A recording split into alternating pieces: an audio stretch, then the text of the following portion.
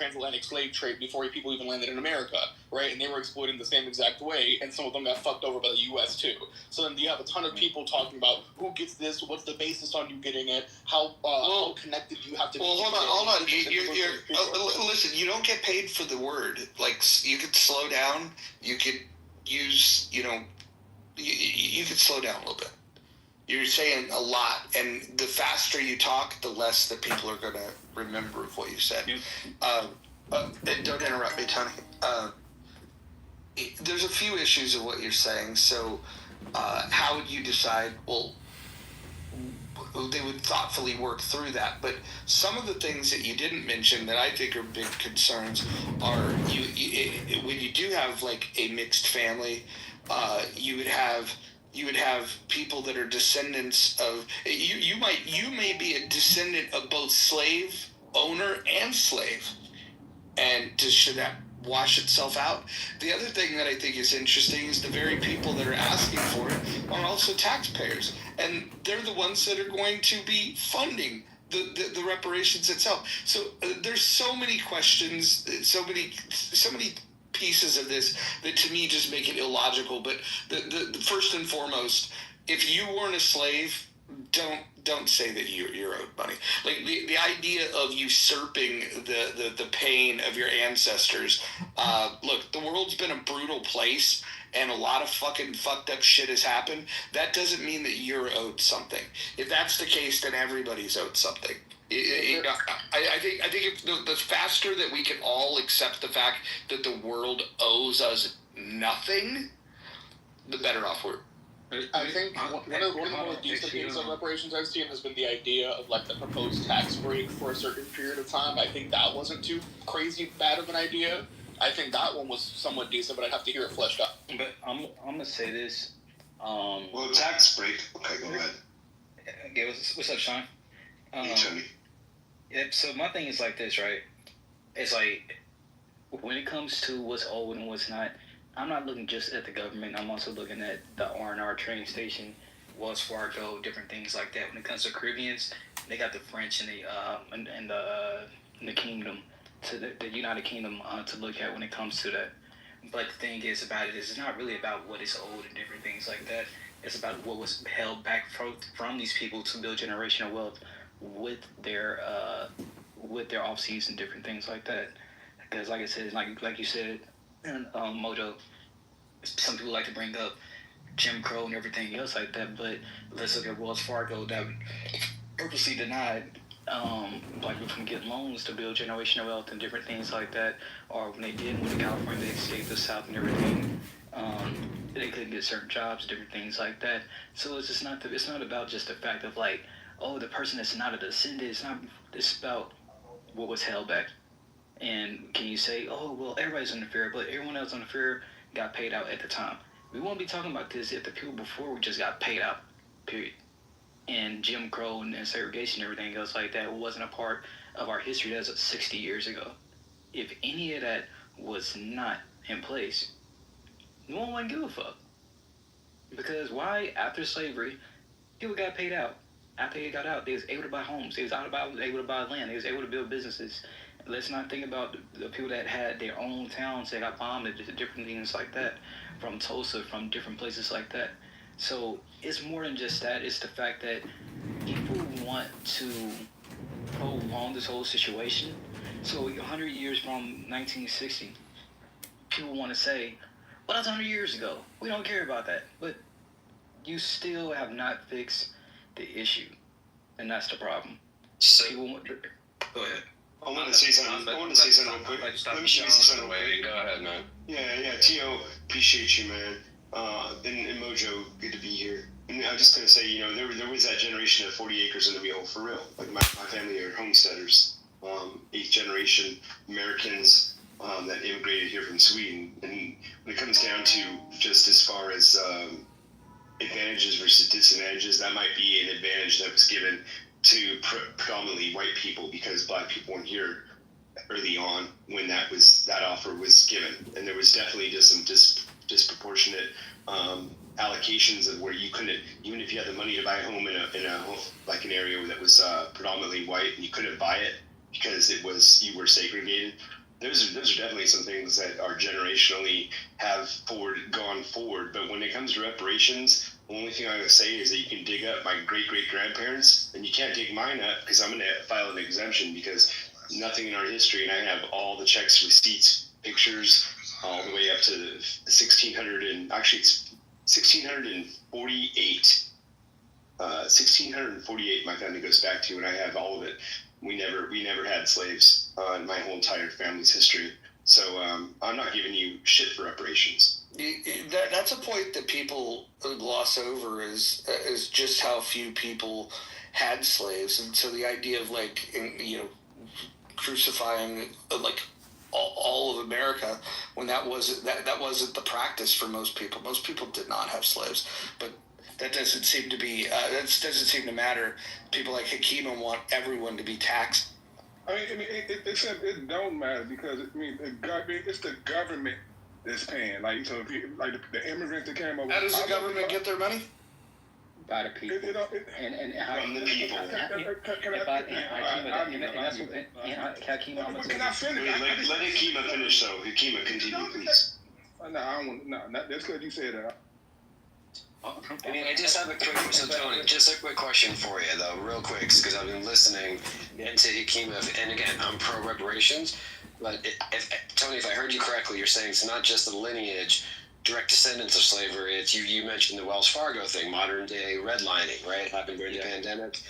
So if you had the power, how would you allocate either funds or what? Again, how do you determine who of the black community around the whole country, from a week-old baby to 90-year-old man or woman, is eligible? The same way they did the Indians. How the Indians, even to this day, are born a baby born. How you say it? A newborn and stuff like that is allocated monthly checks and different things like that. Like I said, people look at the government, cool. Taxpayers don't want to pay it, cool. You still won't get the same amount of money from all of the businesses and everybody else that they can sue, from the colleges, from the railroads, from the banks, and so on. So the thing is, how would I allocate it? Different things like that. A lot of people that came here, they're African, then they come over here like, I'm African American, because you don't have a lot of scammers, dead ass. And the thing is, lineage. Where did you come from? The bloodline, different things. Like, my family comes strictly from Louisiana. Every every year we have a family reunion where our family had their shed at where they were slaved at, and different things like that. Some people that. And it's not, like I said, it's not just about slaves, because I know a lot of people, when they bring up reparations, the first thing they think about is slaves. But it's that's just a small piece of what happened and different things like that afterwards and stuff like that. But I would say, but to directly answer your question, to how I would allocate it, is the lineage. You feel me? Where your lineage come from, different things like that. If you a half person or half breed, different things like that or whatever, you owed a little something, but you're not really owed nothing, because whatever the case can be like, but it would have to go off a lineage. That's how I would do it. Hey, I support Hakima, and whether we disagree, hold on a sec. Whether I disagree with Hakima or not, I like to hear from Hakima because I respect him, and I would like to hear what you have to say, Hakima. Please, would you? You shouldn't have to say that. Everybody else can speak without somebody else. I'm just saying, though. I don't want you to quiet yourself. Look, there you go again. I can't speak. Sean, don't. That's a cop out, man. Sean, don't work. I think it's a cop out, and every time I speak, y'all come off the mic. Like Moose was able to ask a question. Tony answered it for 2 minutes. Nobody interrupted. I said 6 words. 3 people jump off the mic. Then I just started speaking again. Then Sean jump off the mic again. How's that a cop out? He was actually passing the ball, bro. I get that. That's not the point. Hold on, guys. Yeah. Hold on. Everyone hold on. Hakima's right. You guys don't seem to respect the fact that he's speaking. When he speaks, you guys just speak all over him. But I don't know what Hakima wants to adjudicate this. Perhaps we should set up a GoFundMe, and we'll call it reparations for Hakima. Go. I'm not getting reparations. That's not my fight at all. Yeah, y'all get it. I'm just.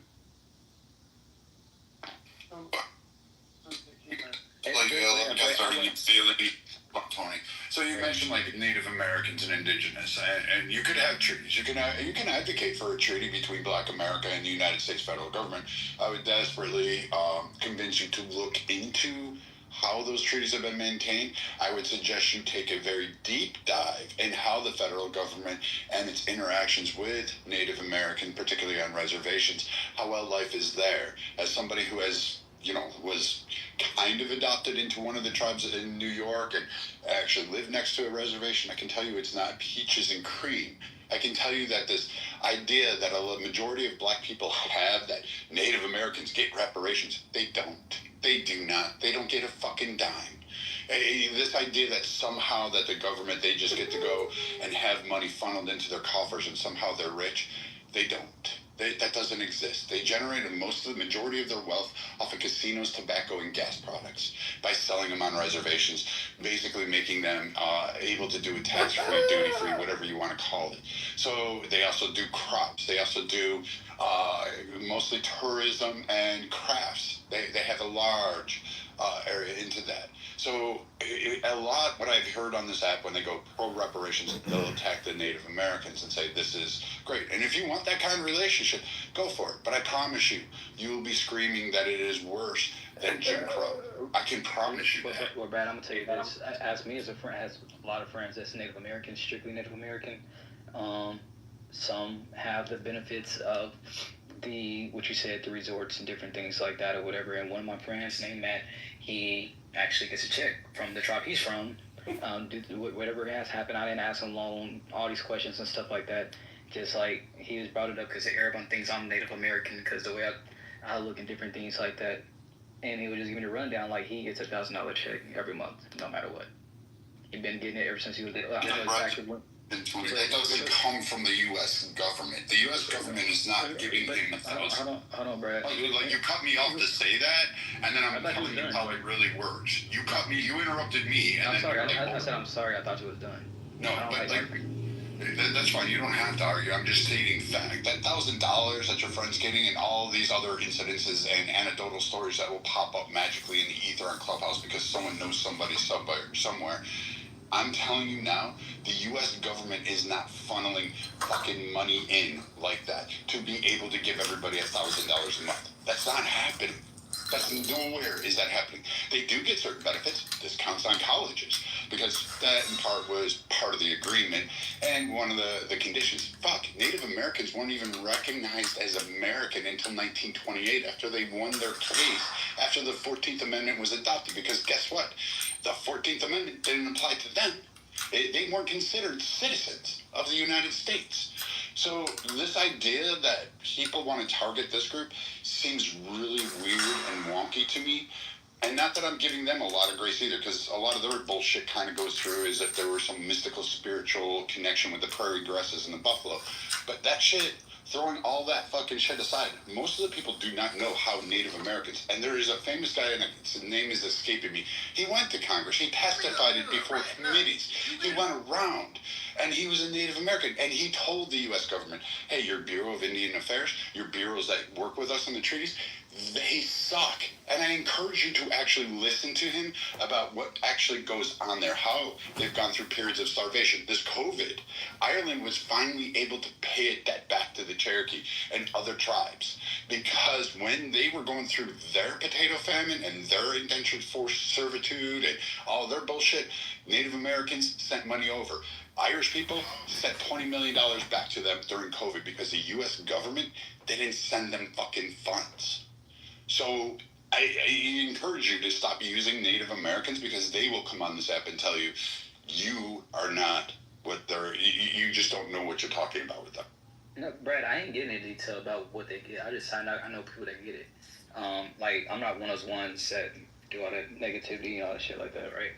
One, I understand a person like you had to be persuaded to why someone get it. I'm not one of the ones that says you don't have no right, no business on actually saying who are you to say who gets it and who's not. That's not how you get nothing passed. And I think a lot of people that want reparations, I understand that.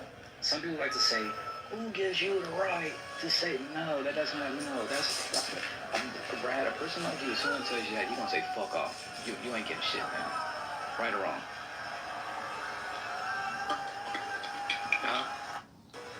You went out. Your phone signed good. Just 3D print DJ, you said what?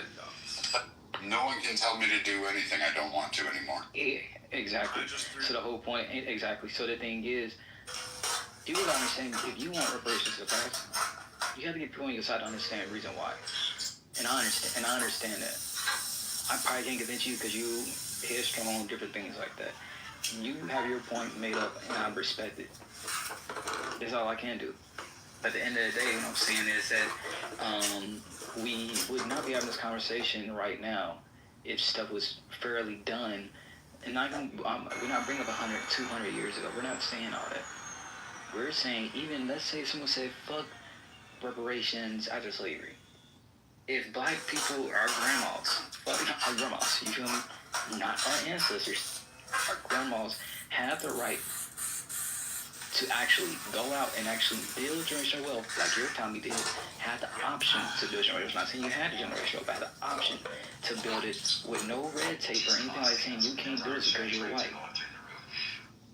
We would not be having this conversation right now.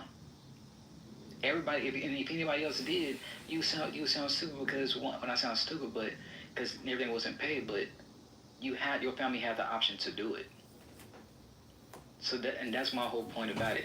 If you're being stopped from doing something because of your skin tone, different things like that, only thing I'm asking for a person like you is to have a heart to understand it. You don't have to agree with it, but understand why people of the other lineage will say, we want some type of repayment of the things that was owed that was never paid. Okay. Argument and your stance on it. First and foremost, the amazing amount of reparations and the way the conversation steers in the directions is that they believe that America was the chief purveyor of American chattel slavery. It wasn't even far. They weren't even close. You'd have to go to the Caribbean for those, particularly Brazil, because that overwhelmingly had the highest number of slaves. But what I find fascinating and absolutely destructive is the fact that being on slavery and the way that occurred, and I'm ending the slavery part, is no reparations on this app has ever filed a lawsuit in the world court to go after any of the African nations. None. Absolutely none. There is no ask, there is no direct decree to say, hey, can we actually go after the people who actually sold us? Let's start there. Nope, never did. Jim Crow laws, for those that were directly affected by it, by having to pay a poll tax in order to vote, by having assets and craftsmanship and art and trade and patented inventions stolen from them, or just removed by government request or because of the state laws. Absolutely, we can restore those, and we can actually trace those lineages because we have the documentation on who we stole it from and who their ancestors are or their offspring are. We can go through and restore those, and I would be all for that.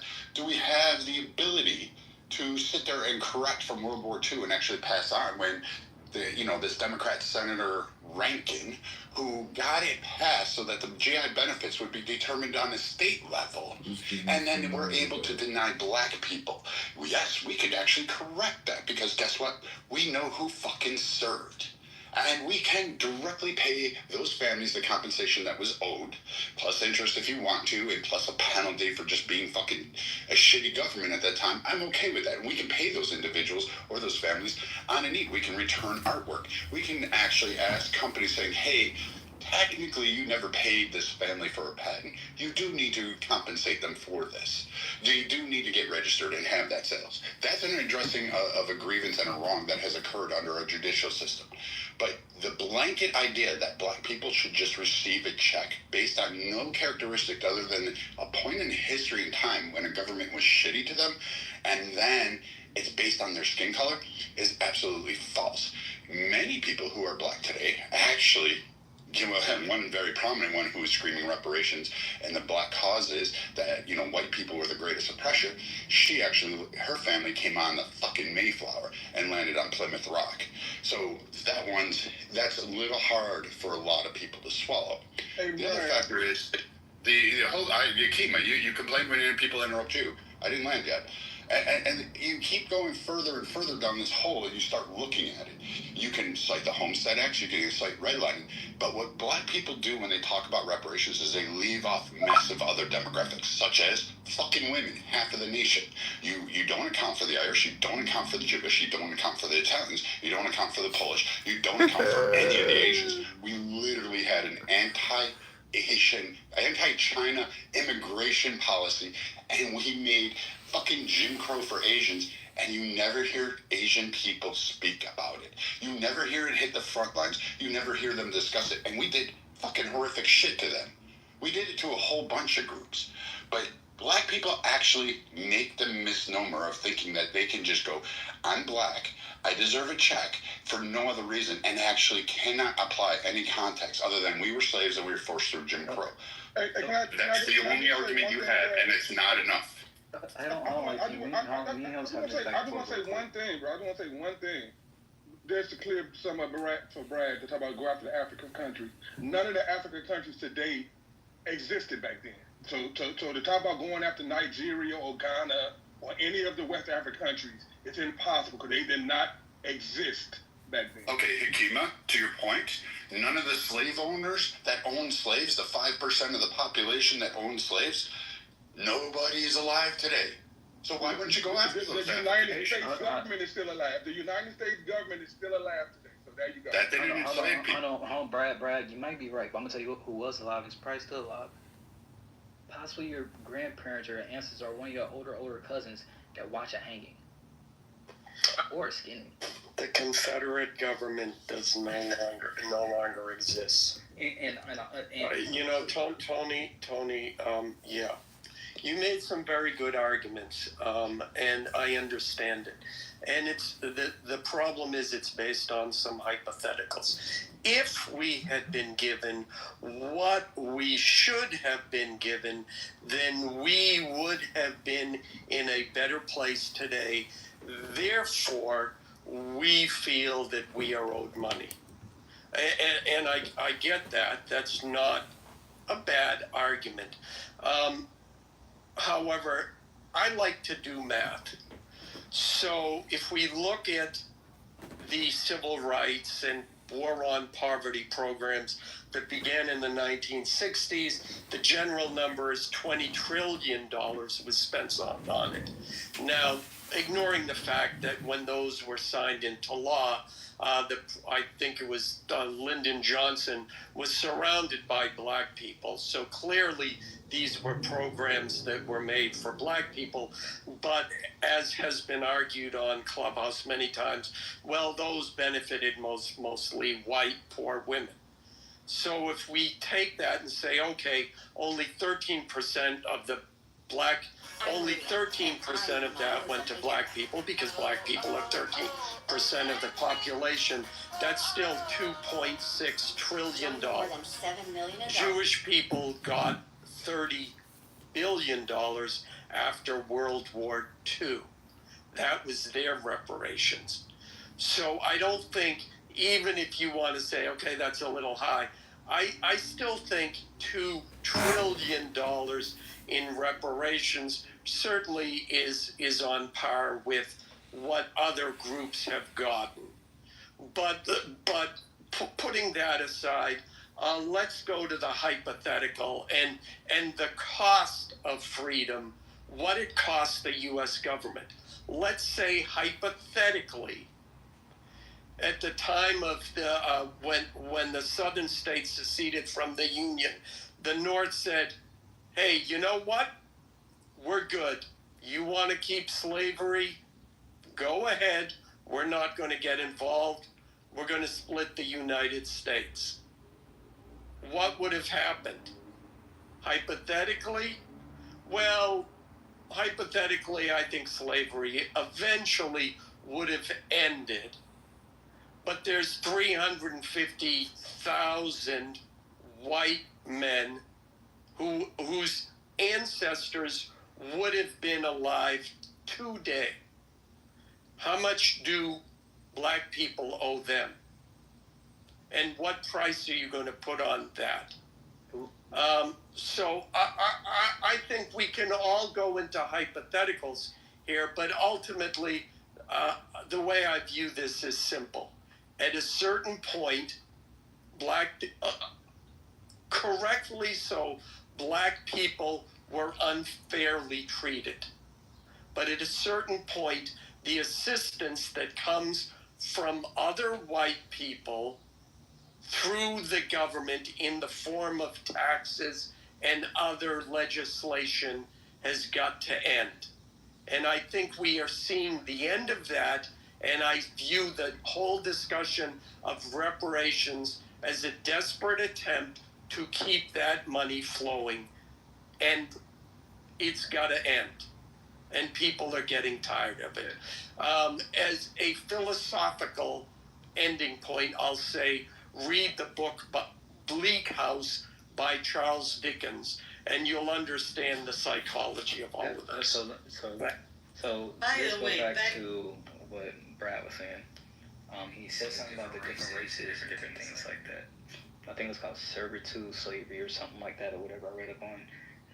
A lot of people that came here, they was offered to come to America. Come here, work for 10 years, you're offered land and a house and some other stuff. I can't remember exactly what it was. I know that's just the main part I remember. They was actually offered something. Now let's go to the Japanese and people like that, how they was treated, different things like that. Everyone knows in the South, if you was not pure European blood, you was treated fucked up, period. You feel me? Now, those same people that left the South, that went to New York, West Coast, other areas like that, they try to act like the white people. They was doing way worse than the fucking white people that was doing to people in the South. Well, not to hang in the shot, let me take that back. That's way too much to say. But in the West Coast and different things, like there was no free spot for black people to live and actually grow something, period. You went to the West Coast, you was getting kicked out of neighborhoods by Asian people, Hispanic people, Armenians, and different shit like that. Don't know if y'all know that. It's still like that to this day. New York, I can't speak for New York because I haven't did too much history search on New York, and I never really talk about something I do not know nothing about. That's just not me. Now, Alan, everything you was saying, different things like that, I hear you, I understand you, and different things like that. I just don't 100% agree with saying nothing is old and different things like that. And y'all cannot sit here and say, oh, our grandparents didn't do nothing, or I didn't do nothing. Cool, you didn't. But guarantee any of your cousins, if anybody's between 8 to 100 years old, not 100%, they watch hanging. They watched something that was totally fucking against humane and said nothing about it. Only a few people that was older came out and spoke on it and said, at that point in time, it was a different way of thinking. I changed how I thought. Who said that? The owner of the Cowboys. We're not going to sit here and look at all these photos of hangings and skinnings and a picnic and different things like that happened in the 1930s and 40s and the 50s and 60s and shit like that. So, y'all gonna have this, like, I don't give a fuck attitude, cool. But also lets me know that you have no heart. It also lets me know that. That's it. We didn't say Hey, can I get in on this since this is... He answered, Brad. I'll be quick. The fact that we didn't say anything, you have no idea what people said. You have no idea what people did or did not do, how they voted, and I'm sorry, Tony, that's a weak argument. I said it was Americans. I'm just gonna speak on in regards. Oppose slavery, period, and oppose the treatment. Yeah, I'm going to speak on this. So the indentured servitude, it's glossed. It was mostly glossed by British historians. Fuck the English, because those guys, I literally wish I could piss in the Queen's fucking skull every day of my life. But you think that it was indentured servitude and they were promised. Usually it was 7 to 10 years, also 15 years.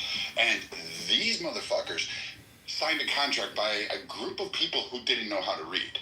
The literacy rate in Ireland was 1% at the time, less than 1%, and it was only held to those who came down from Britain or who had ties to the elites in Britain. The rest of the population didn't know how to fucking read. But yet, no problem. We'll go with that they were offered a promise of America. No. They were offered the promise to get off the land, which was actually given to people who aligned with England's interests. So all of the colonialism and all the bullshit that every other country experienced around the world under England's issues, they first tried out in Ireland. That was the testing ground for all of this shit. So those Irish people were gathered up. Children were taken to the tune of 500,000 at a time, put on these things called coffin ships, and these little boxes that they were allowed to stand in, which were no bigger than, guess what, a fucking coffin. And then they had to sail the months-long voyage across the North Atlantic, which is fucking precarious in its own right, and go and land in a shore and be fucking treated there. They didn't even know if they were actually going to America, because at the same time, guess what? They were also sent to the Caribbean, which is why you have such deep Irish roots or Irish DNA throughout the Caribbean, because guess what? They had to work in the sun and the sugarcane fields as well. Or they were sent to Australia, or they were sent to the continent of Africa to work under the British Empire. This is why Irish people and Irish DNA is so proliferated around the world, is because they were literally kidnapped and sent around the world. And as far as like the potato famine that people want to bring up, they had a blight of potatoes, but it wasn't the food source that was primarily the cause of it. What was the issue of it was that Britain, when there was plenty of food in Ireland at the time of the potato famine, was actually taking all that food and hoarding it up. So when other nations knew of Ireland's struggles, such as the Native Americans in the United States, Middle Easterns, King of Spain, and they tried to send food stores to Ireland to save starving people because they're on an island, they were blocked by, guess who? The twat waffles, buck teeth, fucking red coat, fucking wannabe, pompous ass, inbreded cyst of fucking humanity, the English. So those fucking cock waffles were nothing more than just a parasite on it. And yes, they were conquering. They did a lot of conquering shit. Hats off to them for doing it. The redcoats, blah, blah, blah, blah. But you know what? Fuck them. I don't really care. If you dropped a nuke and fucking on Princess Diana's grave, I would do a Irish jig. I don't have any love. And then as far as indentured servitude in America, you would actually be found surprised, because it was more of like a weird parole system, that if the Irish indentured servitude was able to meet the terms of their conditions, all the owner had to do was say, well, they owe me a penny, or they owe me a pound of extra, or I had to do this, or they violated some other thing, and they just had to make it up. And so these people were indentured servitudes for a lot longer than you'd like to think. And usually they were released when they were well past the age where they could keep up with the younger ones. So yes, black slaves were treated, but so were white people. And I suggest you read a little bit more about what was called white cargo back then and actually understand it. And then you can fast forward to where we have slavery that has existed in history. And you don't hear me crying about it. And as far as redlining goes, that people bring up all the time, again, you forget that women were redlined, Jewish people, Black, Hispanic, Irish, all of these people were redlined. We have a whole demographic of it. We literally have this whole system in place where people are like, nah, we're going to redline whole groups. And banks could do that shit. But the only time that you hear about it is, again, when a black person says, we were redlined. But no other groups are sitting there going, yeah, we were redlined too, but somehow we beat that shit. We just decided to build another town. I don't know, but Brad, you realize... Yeah, so again, I didn't cut you off with your rant, so you can... I thought you was almost done, my bad. And when we go to Jim Crow era, I would say, anybody directly affected, we owe reparations to. What you are accounting for is, again, a blanket thing due to the fact that everybody sold probably some member in your family a long time ago that you have no recollection of, no historical evidence of, and nothing to actually present. Somebody's going to say, hey, here you go, this happened. There's a lot of shit that happened in the world. And a lot of you have this whole notion that we can't go over to Africa and sue them. We can't sue this because they weren't nations back then. Well, you know what? the U.S. government wasn't the same then either. I mean, we did have a civil war. You don't have the Confederacy to sue. You never sued any of the major holding offices over this. And now all of a sudden you want to do it as a whole by people who were never slaves, which the federal government already deemed in the recent decision in Tulsa, where just because you were black and you were living in the United States does not mean you're entitled to any kind of compensation because of what happened in the past, unless you were directly impacted. And this needs to be a narrative that is stuck in people's heads. You're not going to get free money. You're not going to find a way to get rich. And you're not going to be able to hustle that way. The best thing I can tell you is go get education, which 22 states offer free college. You can get it a plethora of other ways. There is a ton of grants, scholarships, particularly if you're a woman, gay, fucking left-handed, black, Hispanic, Asian. You can get all of that shit. Non-binary Latino midgets. Latino midgets. You can get all that shit. And you can take it and go build wealth. And oh, by the way, the thing about we weren't able to build systemic wealth, wealth leaves after 3 generations. But guess what else happens? Nobody ever cites the other part of that study. Systemic poverty also leaves after 3 generations. It's a complete lie, Brad. It's a complete lie. Just like how black people didn't know how to read back then, yet the average black person had a full practical understanding of the Bible. I just don't understand why people are going to continue to perpetuate this lie. And to be very honest with you, a lot of black America better be careful when it comes to the question of reparations and following the money, because a lot of said black people were in business with those white slave owners, okay, and slighted a lot of them as they were losing their businesses. So who really owes who what? Hey, Brad, to go back, you realize how you can bring up. Wait, hold on. Before you go, Tony, I want you to make sure. Is anybody that has not had a chance to speak at all want to jump in here? Jason? Yeah, I would appreciate it, yeah. Go for it. Yeah, so I would just say, I guess one thing I always bring up in these conversations is what about the British royal family. I mean, it wasn't this United States government that legalized slavery or set it up. You know, it was the British royal family. They're still around. No one says, let's sue the British royal family and various other noble houses. I mean, lots of British people's retirements, people in Scotland and Ireland and all throughout the British Empire, their retirement was based on shares in slaves in the colonies and revenues derived from that. Those estates are still intact. There is actual continuity of government there, and for any nobles that are still around, I mean, they didn't make new nobles after the 1700s, so we're not very many. So you're going to see a lot of these estates, you can trace it right back to the proceeds of slavery. No one really talks about that. I mean, it's not the colony's fault that there was slavery in the colonies. It's not the U.S. government's fault. And in fact, the U.S. government had to solve that problem and figure out what to do about it. And I don't think, what are we looking at here, 70 or 80 years? I don't think 80 years is such an unreasonable timetable on which to resolve that. Let's say 90 years. I don't think 90 years is so unreasonable.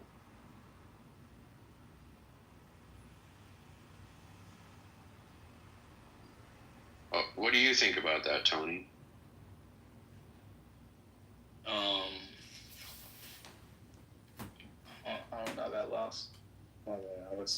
I thought you were just talking to Ryan. I thought you were just talking to me. My bad. I was reading something. I was trying to look up something. And see, what part of America would otherwise be responsible for paying reparations for slavery?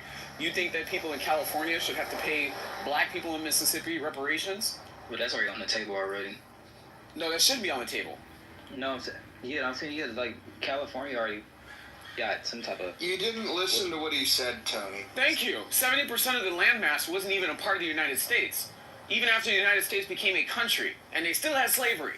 So again, is Black America knocking on the door of Spain? Is Black America knocking on the door of Portugal? Is Black America knocking on the door of Mexico? The deflection is crazy. But one thing I can't... No, I'm just asking for consistency, and if we're not going to be consistent, then the whole effort is pointless. But one thing anybody has look. My thing is like this. I'm not gonna pick and choose who pays and who's not. Whoever has a big part playing in it pays. Period. The people from our Caribbean and different things like that, we understand that they have to go through the Queen and shit like that because of the things they did. So you think that people in the state of Hawaii, their tax dollars should be used to pay reparation? Can I finish? I said that I said the companies. I said, fuck the government. The government don't want to pay up. Fuck it. We can sue the companies that played a big part in that shit. They still live they companies are still going to this day. So y'all need. So like, if you want to bring up that, I have a backup. Then another backup. Well, hold on. I know you can make up new arguments if your previous argument fails. Thanks for admitting that. So to Adam's point, that's being I think overlooked. I just want to hammer it home. So slavery officially ended in 1865, right?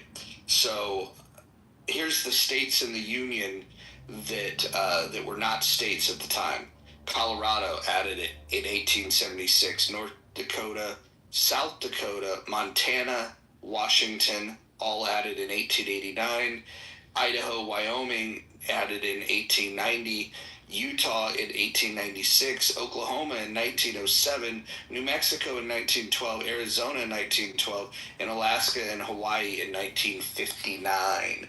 So, what do you supporters of reparations think about taxpayers' dollars from those states that weren't even part of the Union going towards it?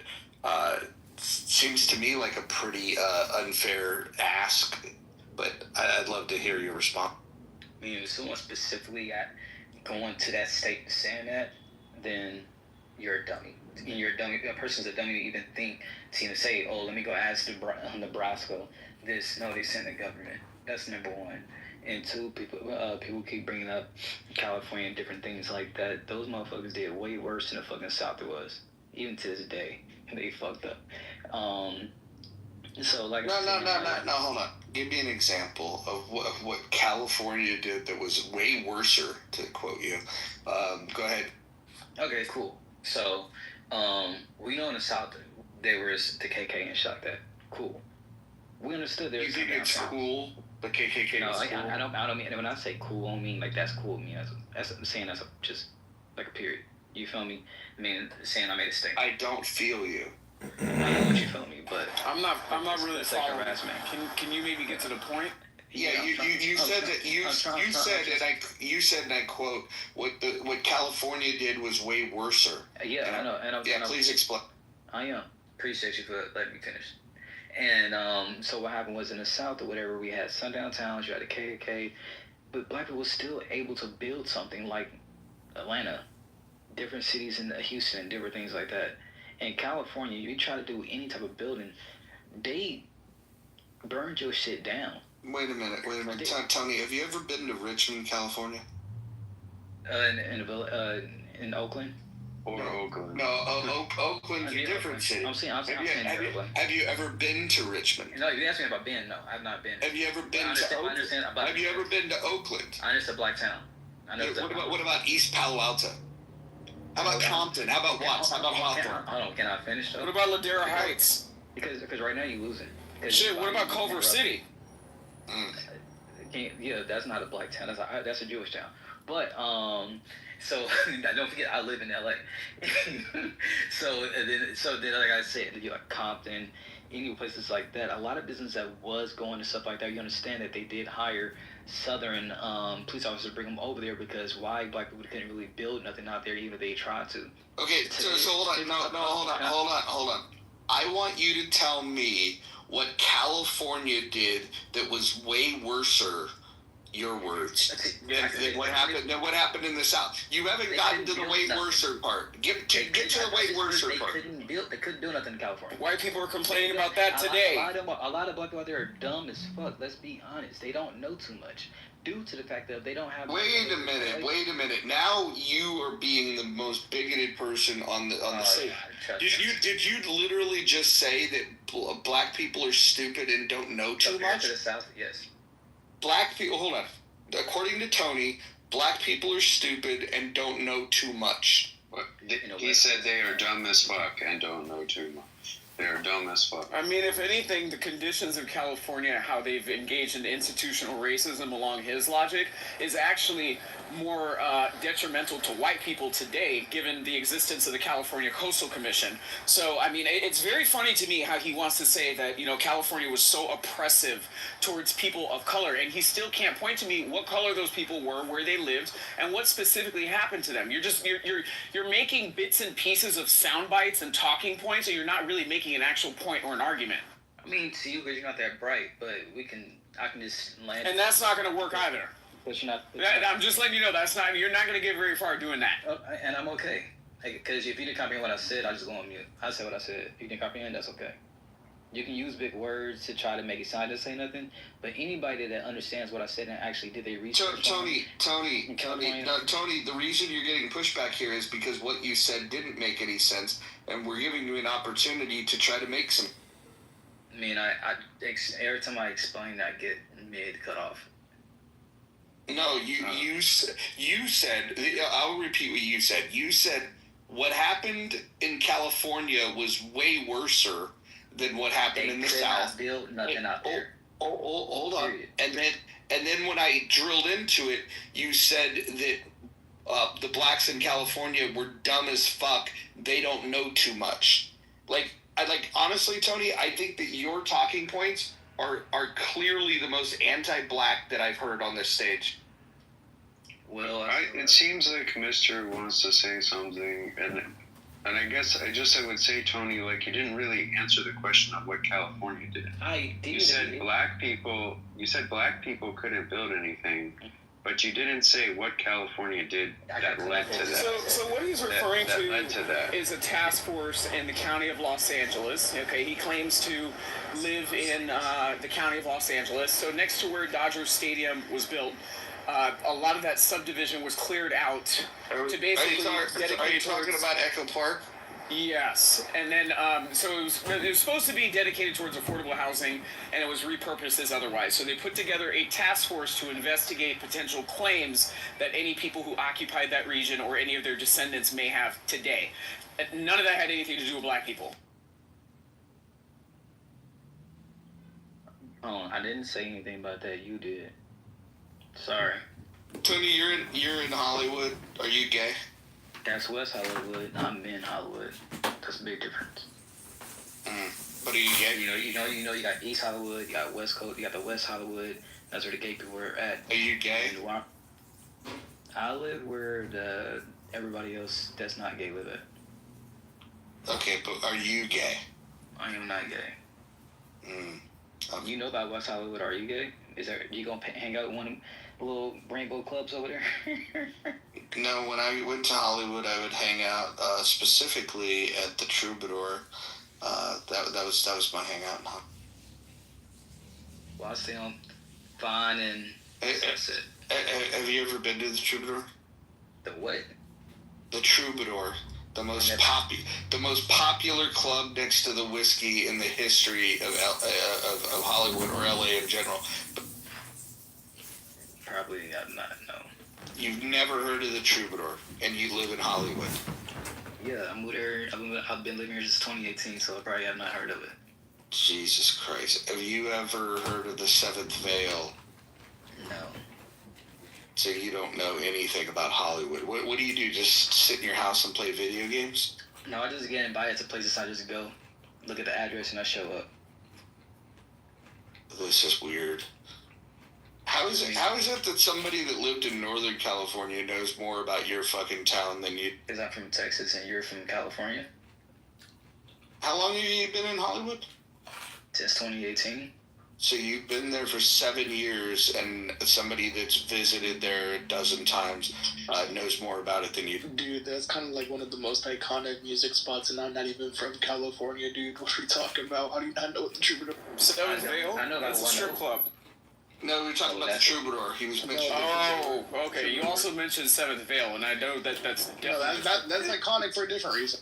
Yeah, Seventh Veil is one of the grimier strip clubs of all time, and the only reason that people might know the name is because Motley Crue sang about.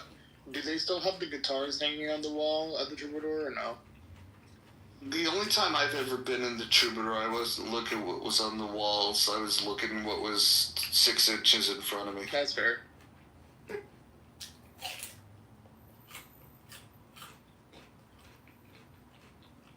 It's fucking wild. It's amazing. Hey, can I answer the question on why? I know about the Viper room. Hold on. Yes, you can, Hikima. Yes, you can, but I want to answer something from the chat. Harry asked, have you ever been to the Viper Room? I never went into the Viper Room, but I will say that I was in the Hollywood Hills at a party with friends the night that River Phoenix died at the Viper Room. And so there was a chick that came to that party, like, it was like fucking sun's coming up, and she was just busting out crying, bawling, and I was in Hollywood when River Phoenix passed away. But not at the Viper Room. I wasn't swanky enough for that. At that stage of my life, I was all about well drinks at dive bar. Okay, I want to answer real quick on why the government and not California or not some immigrant who just got here in the 1950s. Why is the United States governed? Because they legalized slavery. They enforce fucking slave laws. They suppress fucking slave revolts. They stole land from blacks after Reconstruction. Then, not to talk about the redlining and the Jim Crow that happened afterwards, all sanctioned by the United States government. So it ain't about what state you lived in. My state didn't do this. The government did. If you don't want to be part of the government, you don't want your taxpayer money to pay for it, then leave the fucking country. But that don't change the fact that the government, United States government, owed the debt. Not Mississippi, not Alabama, not Virginia, the United States government. Not Great Britain, not Spain, not fucking Portugal. The United States government owed the debt. The United States government owned slaves? No. Can somebody answer my question? No, it didn't. Okay, so allowing something and being the direct causation of carrying out a traumatic practice are two entirely different things. I don't think the government is responsible for that. Now, if you want to go after those individual slave owners, then I can definitely understand your case. But to go after the federal government for simply allowing something and not owning or engaging in that practice themselves, I feel like that's just inconsistent. You're not really holding the problem accountable. Did you miss the part where I say that they suppressed slave revolts? So when slavery got out of hand, the United States government sent troops in there to... And they suppressed the votes of women for a lot longer period of time in American history. Wait, hold on. Listen, I'm probably the single greatest abolitionist on this app. My favorite founding father is Thomas Paine, who was an abolitionist before it was cool. But in regards to squashing a slave revolt, if the policy is to allow slaves and the slaves are revolting, wouldn't the common sense thing be that they're going to squash the revolt? Well, yes. Who do you think built the White House? But more narrowly, I don't think what Hakima said is factual. The U.S. government didn't allow slavery. Slavery was allowed by the British monarchy, and it was part of the laws of the colonies. It wasn't in the U.S. government's power under the Articles of Confederation. It was. To change anything about slavery. Please, let me finish my argument. Then rebut the argument, okay, or disagree with the elements of it that you do. The Articles of Confederation didn't give the government the power to have anything to do with commerce within the colonies. All of the legal codes of the colonies were inherited as they were immediately following the U.S. Revolution. This is what are called the Reception Statutes or statutes in most colonies, and that's why you see the common law continue as it was, and they keep using English law in Pennsylvania and everywhere else. They just kept using the same system of laws. And under that system of laws, slavery was allowed by the British monarchy. Jim Crow was also never the policy of the U.S. government. It was the policy of states. In many cases, we're talking about what are clearly state policies enforced by the states.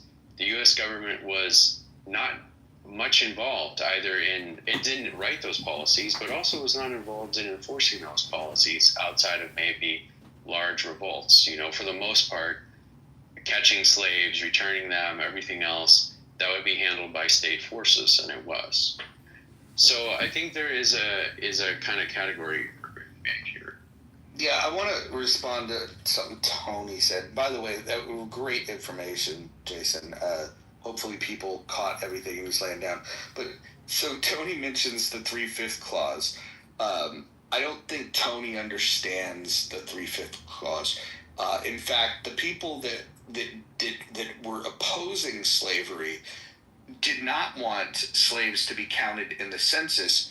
It was those that wanted the slaves to be counted as a full person. They wanted that in the census so they could then retain them as slaves. So make no mistake about this, Tony. If they didn't have the 3/5 compromise, if they would have counted the slaves as a full person, this is the lack of understanding, and that it's. I don't blame you. I blame the education system in this country.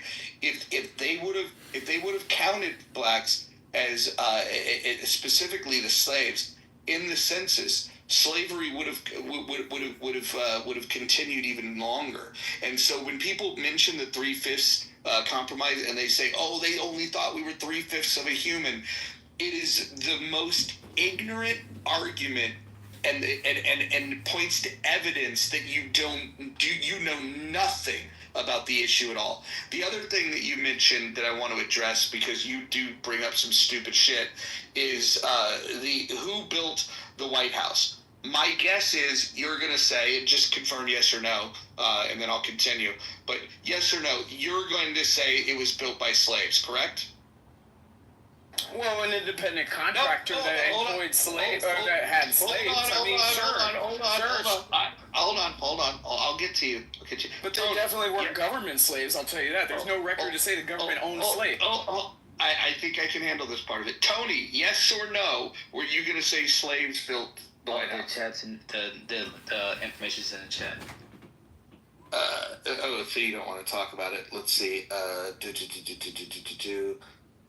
I don't know. I don't even know what the fuck you put in chat. You spam the chat. So why don't you answer me yes or no? Were you going to say that the slaves built the White House? Okay, you don't want to answer. It's a social audio app. Okay, Tony doesn't want to have an audio conversation. So no, the slaves partially built the White House. It was designed by James Hoban, and there was also free black laborers. So there were blacks that were free that participated on that project. There was also immigrants, and this included some highly skilled people, that understood things like stonemasonry.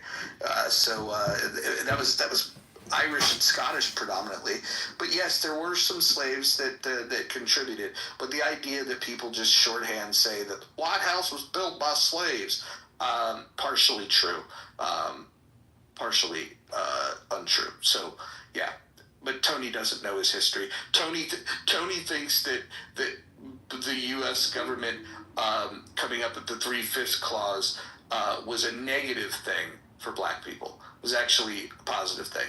In fact, the best thing for them would have been for them to have not been counted at all. But he doesn't know that because he doesn't fucking read. Well, and Roger, and this is where I want to continue to belabor the point that the United States government never owned any slaves. So, allowing something and somebody driving that train are two different things.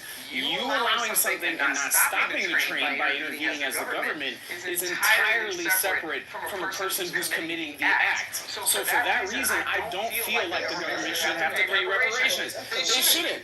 And where does the line stop? Okay, are you going to give reparations to women? Are you going to give reparations to women because their female counterparts behind them had to be their votes weren't counted?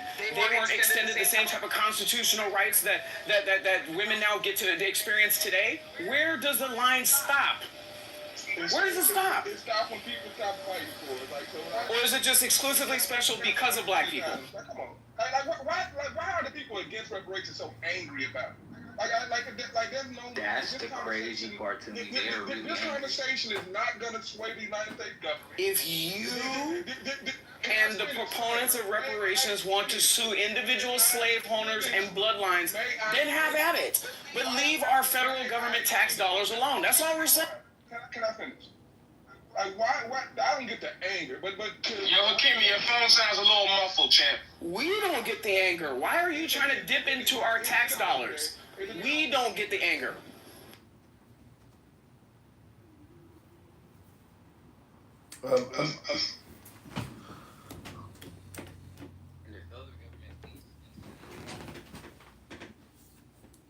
Tony, what do you think about the national debt? If we pay out, and Hakeem, if we pay out reparations to African descendants of slaves here in America, what do you think about the federal debt? How much should we increase the federal debt by? 2 trillion, 5 trillion, 10 trillion, 50 trillion? How many trillions would make you happy? Thank you very much for consideration of this question. No trillion, not a single. Wait, hold on. There is a group out there advocating that the debt that's owed is $6 quadrillion, which is 46 or 47 times the global GDP.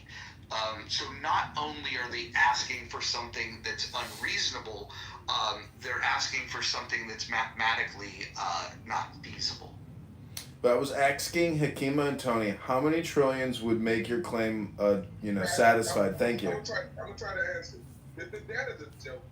Like people that complain about the debt from $1 trillion now to $37 trillion, and people gonna still be complaining about the debt when it hit $150 trillion. Like it is a fucking joke. It's never gonna go away. It's never gonna get paid. And the spending, the borrowing is not gonna stop. Okay, so your first point is it's a joke, but how many trillions would satisfy the debt? Thank you for the consideration of the question. May I finish? But back to what he's gone now. What Jason said, somehow Great Britain had, like, they are the ones who instituted, like, did slavery. Last thing I checked, they was a major role, but they definitely stopped. The War of 1812, they definitely came and burnt down the fucking White House.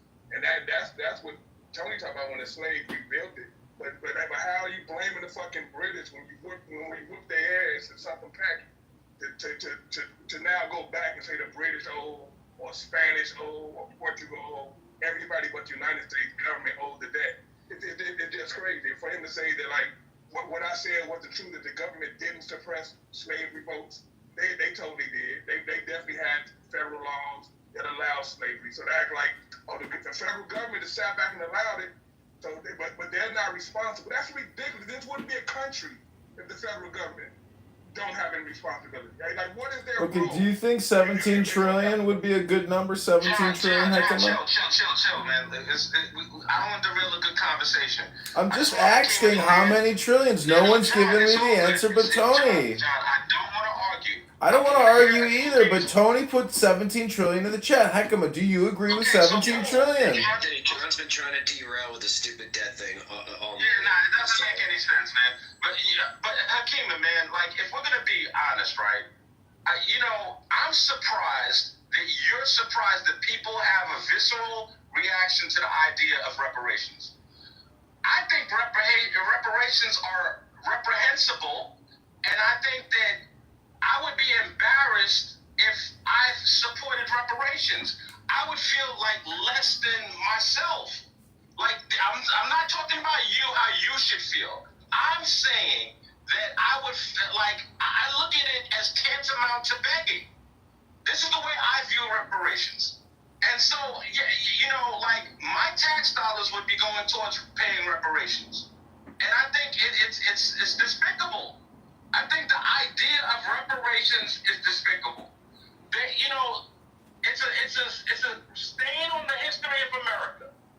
Slavery was. It's horrible. It's horrific. It's all of those things. But 17 trillion's not that much, Anthony. Jeez, it's only 17 trillion. I pray that I don't get a green bean, John, because I will see your ass later, bro. Listen. Don't get angry. It's just 17 trillion. Let's not do. Oh, Anthony, hold on. We're not doing interruptions today. the one thing that separates this room from the rest of the fucking rooms on Clubhouse. No interruption. Thank you, except when I'm speaking. I'd like to jump in after Anthony when there's. I would like to as well. I'm almost landed, y'all. I'm almost landed. So, you know, Hakeem, like, there was a legal framework in this country. All right? It was legal. The government doesn't owe anybody shit. The citizens of this country inherited slavery. They made a decision to keep it legal. They paid for it in blood with the Civil War. This idea that people are owed anything, it's despicable. Thank you for listening. I mean, I guess you would take that viewpoint, all things considered. But to say that it's begging, I mean, like that's anti-capitalism. It's a debt, and capitalism and this system is built on debt.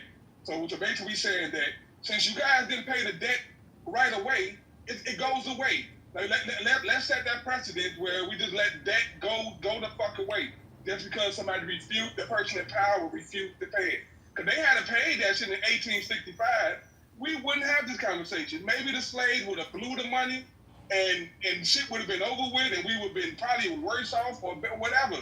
But they should have fucking paid it. And just for the simple fact they did not fucking pay it, now that people are asking, what people have been asking, like Brian said earlier, all of a sudden you ask for reparations. It's not all of a fucking sudden. People been asking for this shit for over 100 years. And okay, you got it. Hang on, no, I just wanted to keep it brief. Were you done? No, I wasn't done. Okay, go ahead, Nick. Go ahead. No, you go ahead.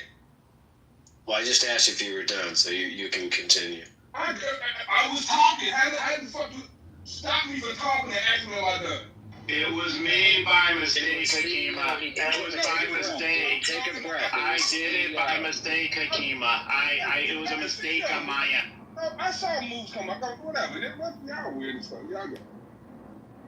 I was going to say briefly, so Mojo, you were giving Jason flowers earlier for dropping facts about really the federal government never had any involvement with the oppression of black people in this country. So, just a couple of highlighting points. Obviously, the voting rights for black people came much later. Early segregation within the federal government, separating black employees from white employees, and of course, federal housing policies from the 1930s, very infamously known as redlining, all from the federal government. Go ahead, Steve. Yeah, I mean, so I think it's worth mentioning that if you add up the it depends and the support, it's actually 56% right now. So it's majority of the room. So I'm gonna lean into the it depends category for a second, and I'm gonna give the proposal that I've heard about 65% of conservatives on Clubhouse have agreed with me or said they would be open to it. I've never heard Brad or Roger's response to it, though, so I'm going to give it. It goes like this. Jim Crow segregation was federally, legally mandated segregation that shouldn't have happened. There are African Americans still alive today that experienced it. So only that group, which would be people who are 61 years old or older, should receive reparations. That reparations can be based off of the same number that was given to white slave owners for reparations in the 1860s, which was like $370, adjusted for Dow Jones increases over the last 100-something years. So it would come out to about $150,000.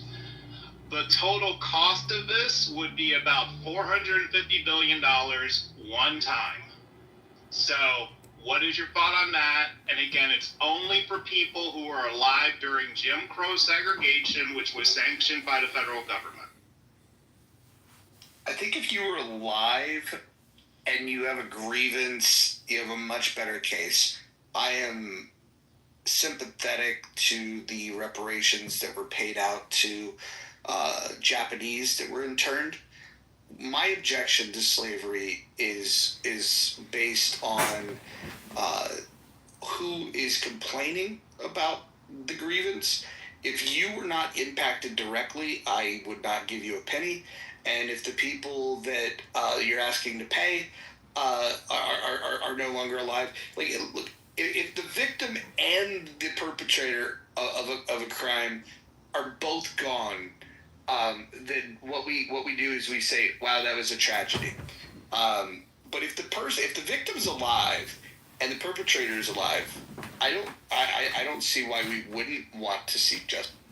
Hey, Roger, quick question, Roger. Hey, do you think they should have paid it right away, like they promised? Do you think they should have paid it?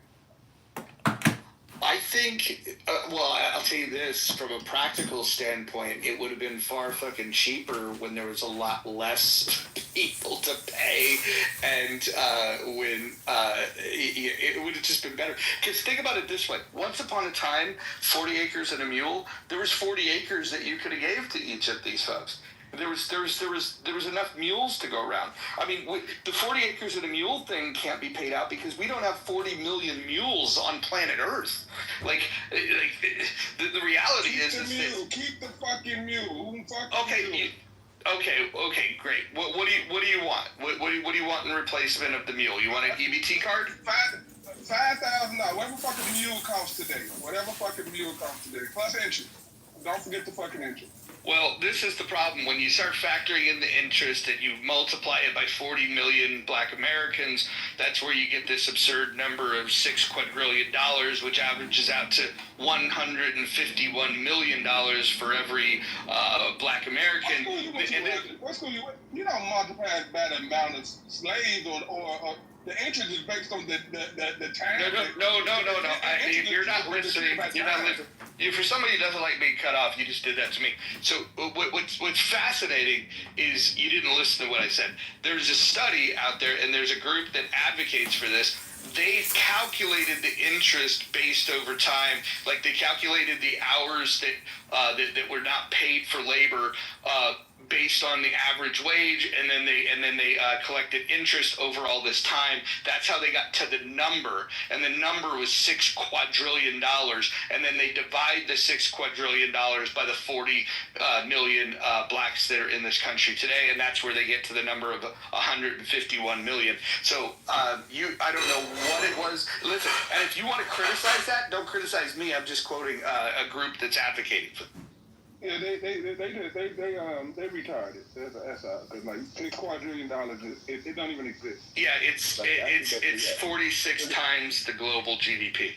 They might as well give us the sun. Like, here's the sun, and it's yours, and you can restrict it from everybody. Why not ask for that at this point? Because like it's to me.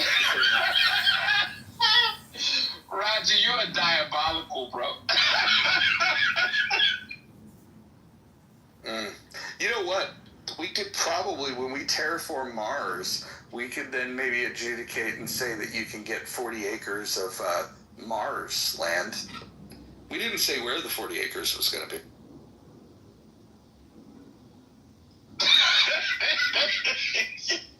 You said, why not ask for the sun?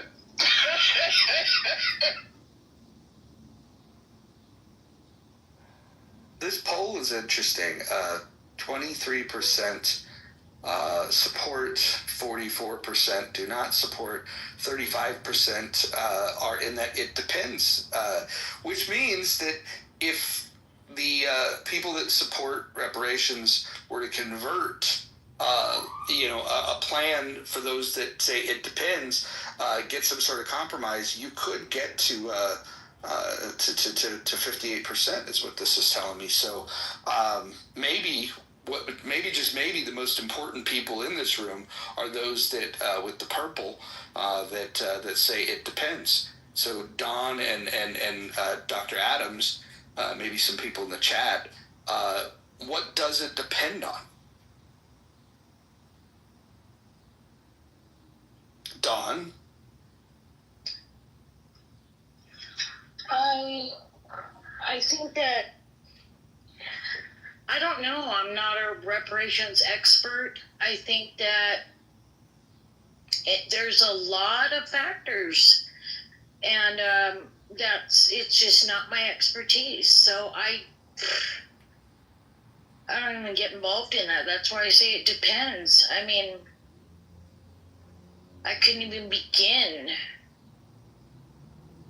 to be for or against, or I don't know. Hey, Ms. Lopez, here's a question for you. Do you think a debt is owed? Not to get to the nuance of who owed and from who. Do you think a debt is owed to somebody? Yes, but is this a debt?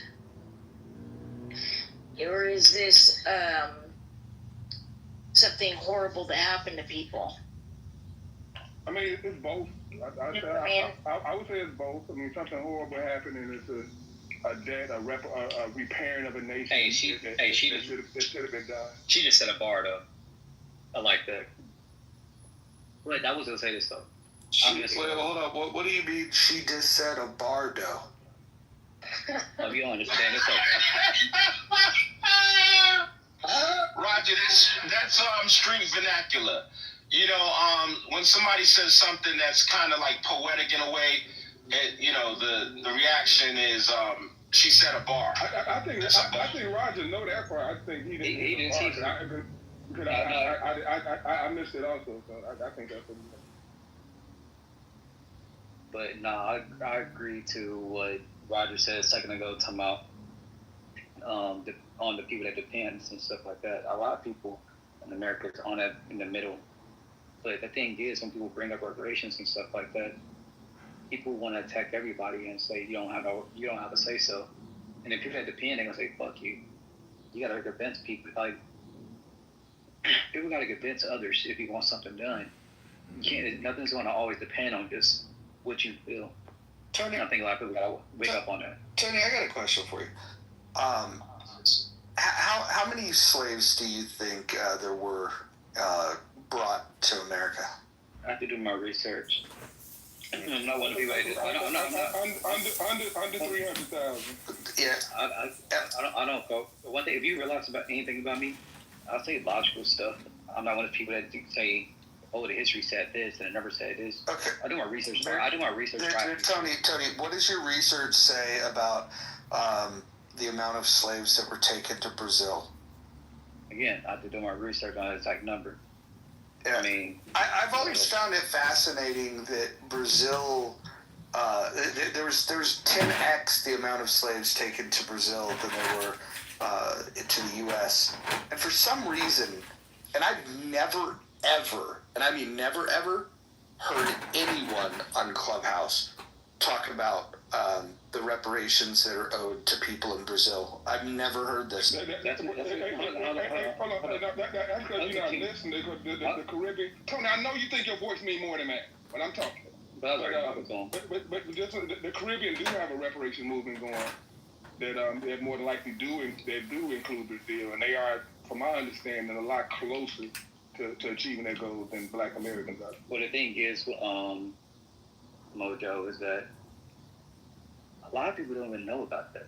They don't know about the sugar cane and different things like that. They think it only happened in America. That's why you don't realize people speaking on it.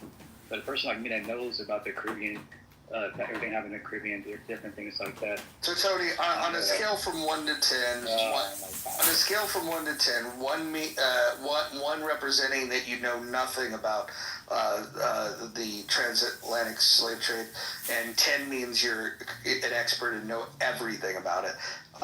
Where would you put yourself on that scale from 1 to 10? I'm in the middle. I'm not saying I know everything. I'm not a dumbass. A dumbass only say he knows everything.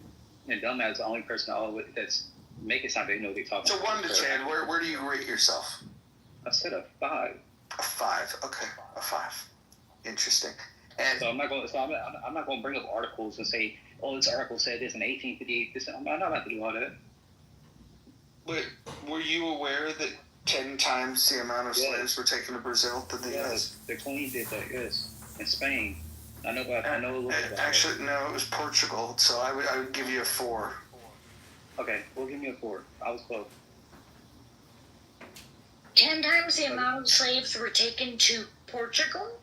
No, from Portugal to Brazil. From Portugal. Yeah, because you got to realize that over 12 million slaves, from what they say, over 12 million slaves were brought from Africa. 300,000 landed in North America, what we call the United States, basically the other almost 12 million landed throughout the Caribbean islands in South and Central America. That was beforehand, right? Before anything, they just did over there in the Caribbean with the sugar canes and stuff like that.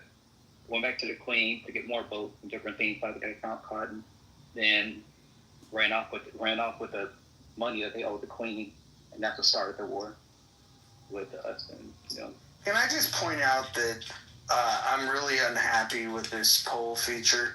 The fact that I don't have the option to turn off who said what in this poll, I think it should be anonymous. And I think everyone should write to Paul and Rowan to let them know that that feature needs to be changed. The other thing is the math on here is just not mathing. We've got 3 choices and we've got a total of 102%.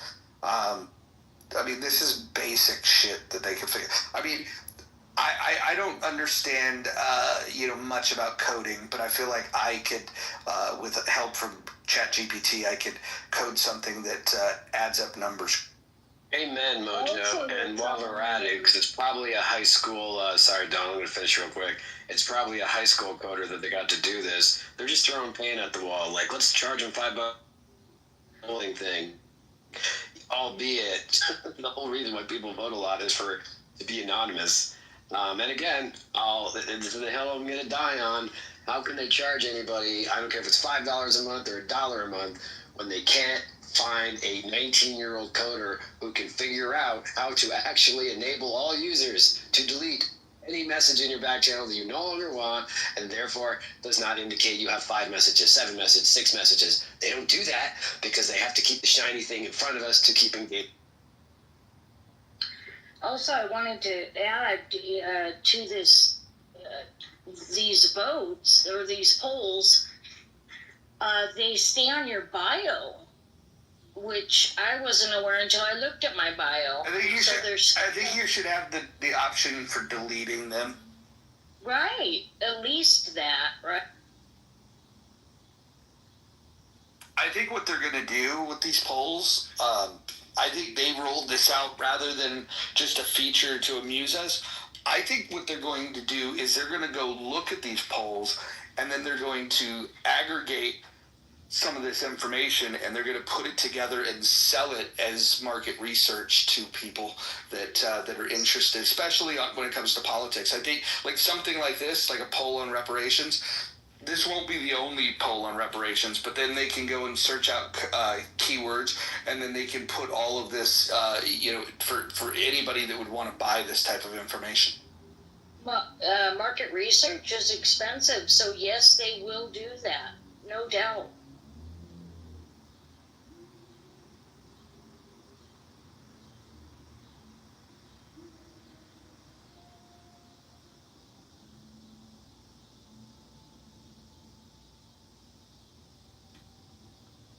Yeah, I like that I have 2 different polls in on my profile that you could see where I've asked about the attractiveness of Monica. She fared very well in both of those polls, by the way.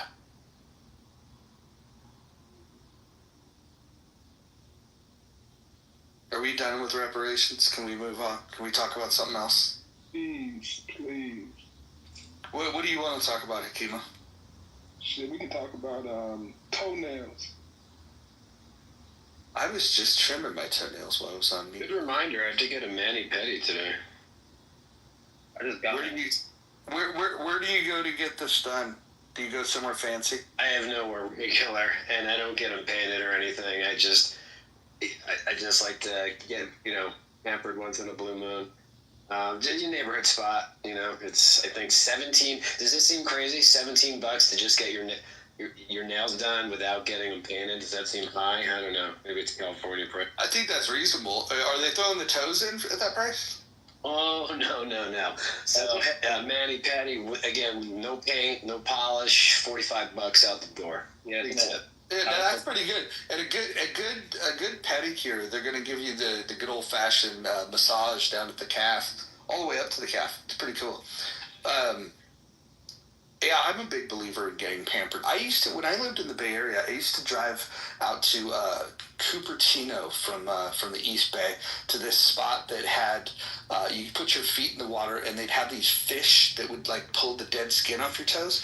And I did that like once a month, and then there was a news report that said that place had been closed down because people were getting like infections from it. So I dodged a bullet. I never got an infection, but I always thought it was cool that you could, like pamper yourself with fish.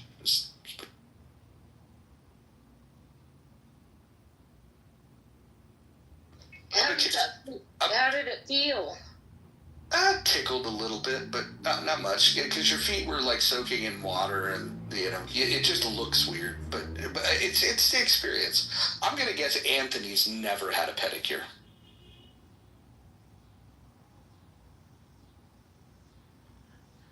Anthony, do you ever let other people touch your feet? If I had to bet, it would be a definite yes for Anthony. I hope he answered. Hey, I ain't gonna lie to you, I do.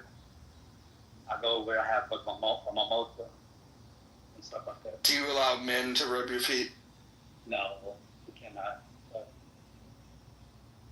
Roger, do you and Anthony ever get like scalp massages? I mean, assuming if you're bald. I'm not bald. I got hair. I was asking the bald PTRs. Oh, the bald PTR. Oh, okay.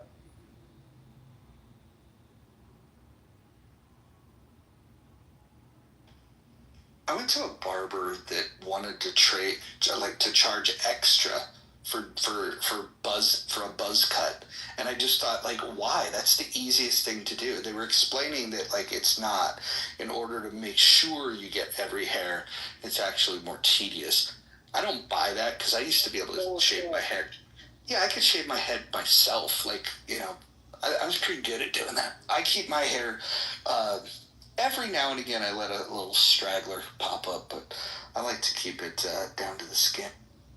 That's bullshit. I've been doing hair since '92, and I'll tell you, that is bullshit.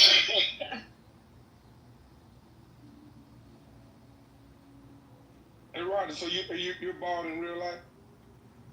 Yeah.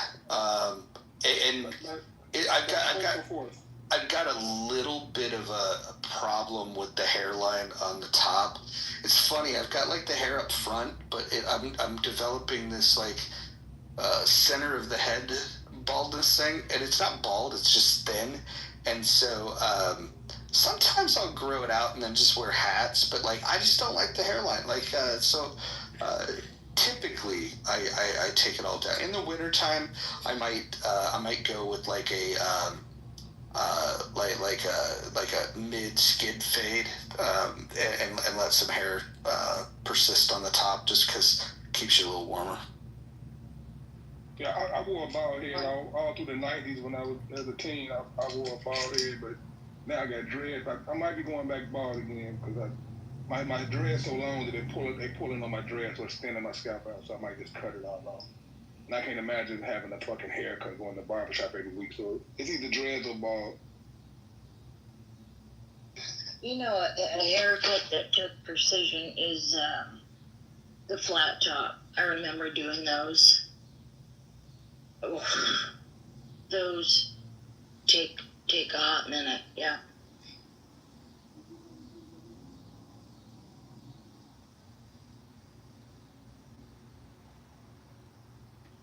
I wish I could. I wish I had some hair, more hair on the top.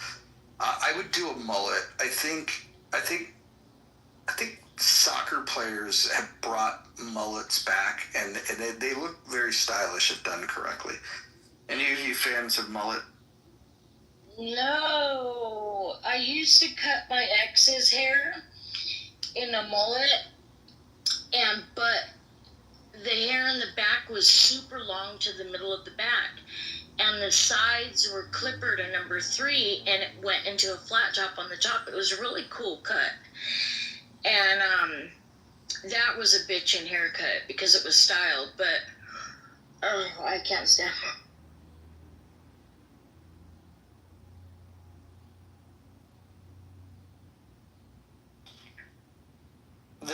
that you just described is the haircut of choice for about 75% of the roster of pro wrestling in the mid 80s for Jim Crockett Promotions. It was kind of in the Mid-South area. Like that was a very popular style. Like super long in the back, shaved on the sides, and then styled on the top. Yep.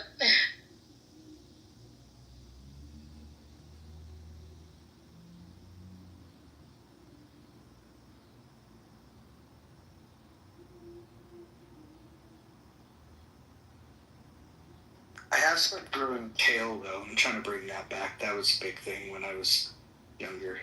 So I'm bringing back the tail. I haven't. You know what? I haven't seen those in years. I had a duck tail. Yeah, once it's long enough, I'm gonna braid it and I'm gonna put beads in it. I had that too. The school auditor on the braid my hair. Not braid those tail.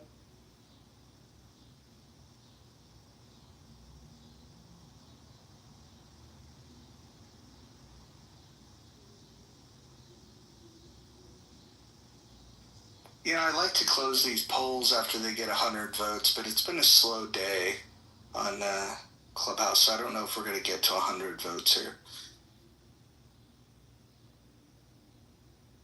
Those of you in the chat that are not voting, shame on you. Yeah, I think everyone in the chat should vote. And let's see where you're at on that.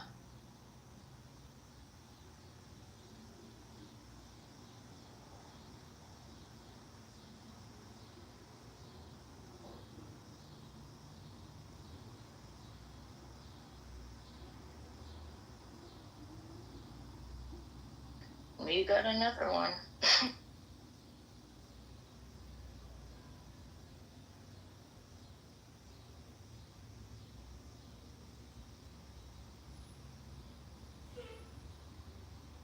I was surprised to see that the U.S. has paid reparations. I put it in the chat. I put the paragraphs in the chat. 2 different cities for wrongdoings, or like the Tuskegee Airmen, things like that. The crimes, but I don't know how this is going to go. I have no idea. The legalities and the amounts and everything. No idea. I mean, it seems like something that is on the face of it, it's just completely illegitimate, the idea of reparations for slavery. And what it really indicates is like some sentiment against what the law or the government are really supposed to be about. Like, they're not about doing good, okay, or being fair in the most generic sense. There is space for other people in society to do that. They're about addressing wrongs that have some kind of legal basis for addressing those wrongs. And slavery is never going to come under that. You know? It just could never come under it. It's just legal? Both because it was legal and because it was legalized by the government we inherited it from. Okay, if you want to say making it legal was wrong and is the fault of somebody, okay, that's the British king. That's not us. It's it's in the state charters and all that kind of stuff. It's not something the U.S. government did. So you just can't make all Americans pay for something America didn't do, America didn't set up, America didn't do, and that America wound down relatively aggressively.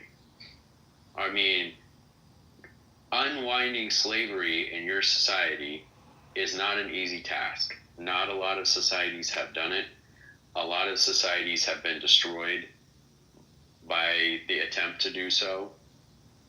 It's not something that, I mean, it's kind of remarkable that the U.S. survived slavery. Because typically what you get with slavery is like, people can't be enslaved forever. They're going to do a revolt. and kill everybody and get free. I mean, they can't. How long can they endure that for? You know, so that certainly was a potential outcome. But okay, we unwound it. I mean, what could we have done better here that we didn't do? You know, are you going to say 90? Okay, it could have been 70 years, not 90. But are you going to tell me it could have been 10 years? I mean, is that realistic? It's an argument against reparations for slavery. It's not an argument against reparations for the subsequent Jim Crow and all of the things that the government actually did do. Yeah, the governments that did them, yes, you're right. The state governments did those things. And if we go to the states and we say, look, you did Jim Crow, you got to pay, you know, it's hard for me to say that's wrong. But then, like, okay, Alaska and Hawaii, what did they do, you know? So. Well, yeah, I mean, Alaska, Hawaii, but there's 11 other states that, you know, weren't states in 1865. But I appreciate expanding it into things like Jim Crow and other injustices. I think specificity is the most important thing. And I think where this argument usually gets hung up on both sides is the generic argument where, you know, if you just say, oh, a debt is owed, okay, well, you're going to have to break that down. You know, like, who was the victim specifically? Who was the one that violated them? And then who are we proposing we pay it out to? How is it paid out? Who pays up? All that kind of stuff. Those things matter. And I don't think it's unreasonable to say that if you want taxpayers to fund it, because taxpayers are responsible for the country's debt, the state's debt, but we also, as voters, have a right to have a say on what we spend money on. And so I think if you're looking for taxpayer dollars, taxpayers should have a say in this. And this is why I think taxpayers are going to say no. Where I think an easier ask, at least towards the federal government, for anything that you think they might have done wrong, is to go after the 28% of federally owned land. That's just an easier pill to swallow for taxpayers. How do we get back from toenails to reparations? What the fuck is going on, right?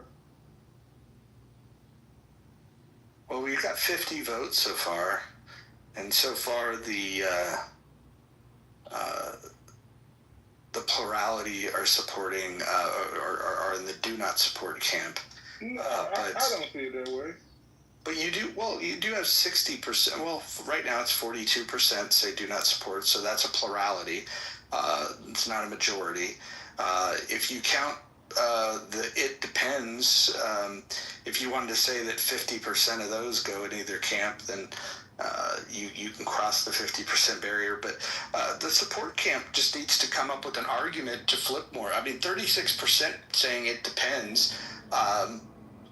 What you should be asking, if you're really in support of it, is asking those people that say it depends, like, specifically, what does it depend on, and how can you get them on your side? How can you turn it from an it depends to a support, and maybe even to a staunch support? You know. I just think they would just need some clarity on what it is, and I think that'll push most of the people into the support camp. Is anybody in this room opposed to when the U.S. government paid reparations to the Japanese that were interned? Is anybody in opposition to that? No. How did they sort that out again, exactly? How did they allocate? How did they know? I mean, I guess it was more immediate, so it was easier to see who was directly impacted. Those were actual survivors that were paid out, and the dollar amount, I think, if you look at what they were paid, I think if we did something similar for to address the issue that Black Americans may have, I think that number people would find offensive.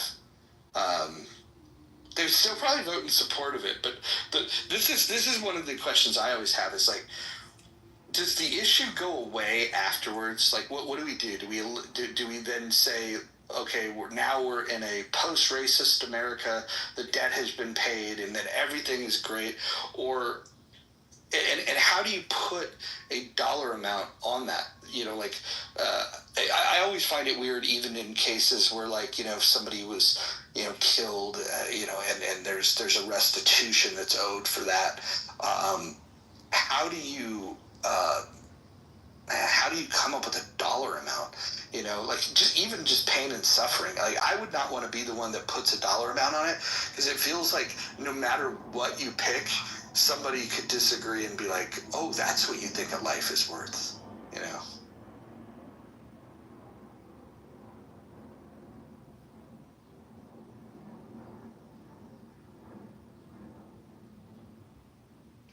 I mean, it won't go away, even with Japanese people, right?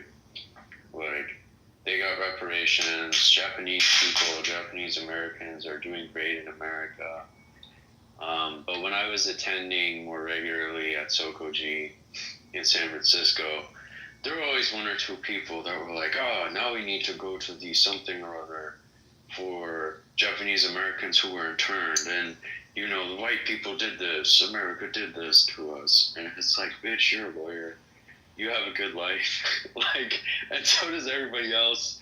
I don't understand why you keep reaching back to this, you know, and it's like, and obviously Japanese people themselves, like, so many people are like, oh, you need to visit Hiroshima.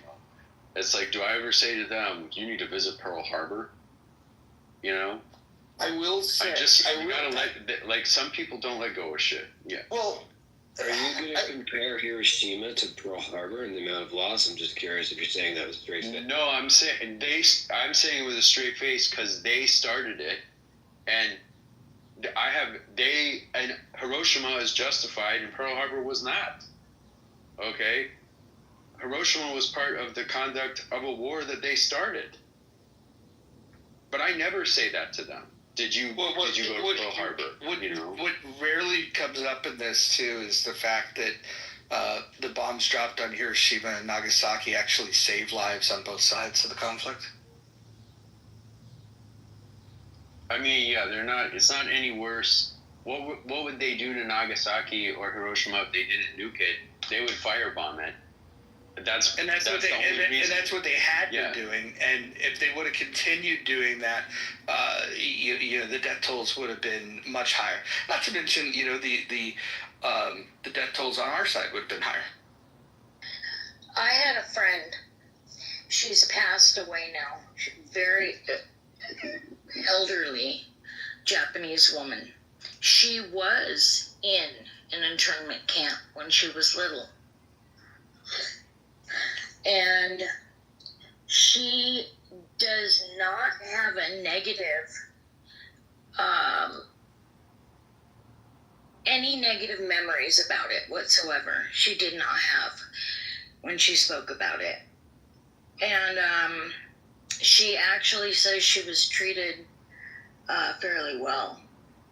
So, and her family was treated fairly well, and everyone around her fairly well. She didn't see any horrors, thank God. But so, I mean, that's one perspective, but she's gone now. You know, I will say this, and I say this as an American, I say this as a Zionist, that there is a weird difference that when people talk about, like, let's say the Holocaust versus slavery, where and I'm not saying you should compare the two, but when we talk about them,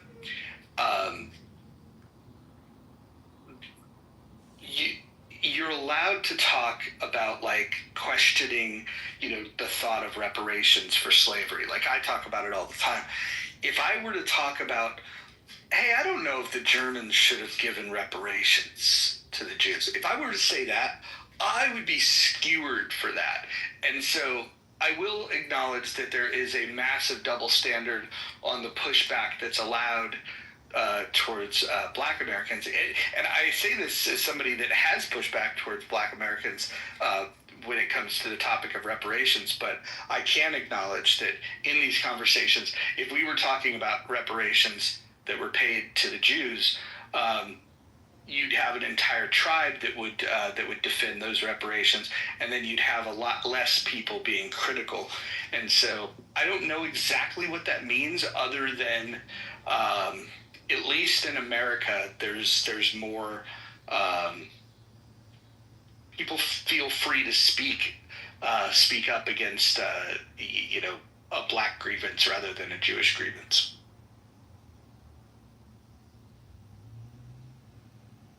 Do you see that differently? I mean, I agree on some level, only in that I think the Holocaust attracts far more extreme views. Because on the one hand, there are people who would crucify you or skewer you for saying maybe Germany should not have paid reparations. But there are also people who will tell you, well, it wasn't 6 million. Auschwitz was actually a nice place, right? I don't see people going around saying slavery didn't happen, or slavery was actually good, or, well, once in a while you do see those people. But it's far less common,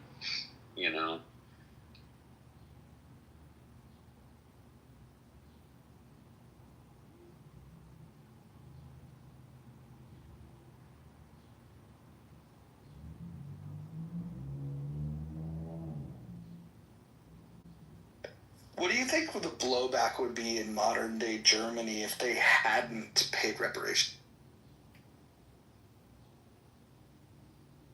Wow. What would they even think about that? Maybe now, because of Gaza, there would be a strong contingent because of pro-Islamism basically in Europe. There would be a strong contingent opposing reparations to Israel. Or they would try to put earmarks on them with condition. A public apology goes a long way. I'll just say that.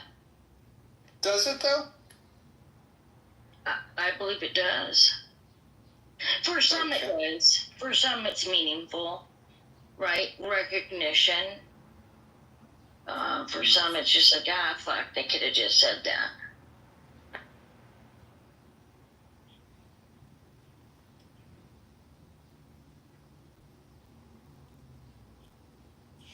I don't know if that's true.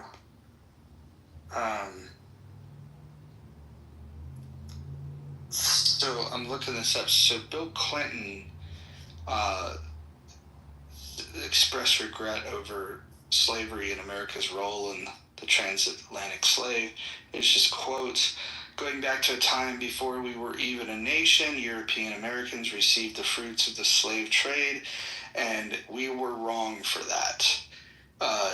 George W. Bush said, one of the greatest crimes in history and a sin. Barack Obama says he acknowledged slavery and racism many times during his presidency. He did not issue a formal apology, though. I don't know, do you accept what Bill Clinton said as an apology, or what George Bush said? Because they're not. No. They never said the words "I'm sorry," but they're acknowledging that it was wrong. No. I mean, a separate public apology addressing the situation, right? Addressing it in full. The recognition of it all. Yeah, some Congress people did that. Did they? Yeah, and it wouldn't matter. I mean, when Tony is saying, we wouldn't be having this conversation if people had been made whole or whatever. We would be, because people in democracy from time to time get it in their heads to vote themselves some kind of benefits from the public coffers. You're going to have these ideas, and they're going to be bad, and you have to oppose them. And there's nothing we can do to make this go away.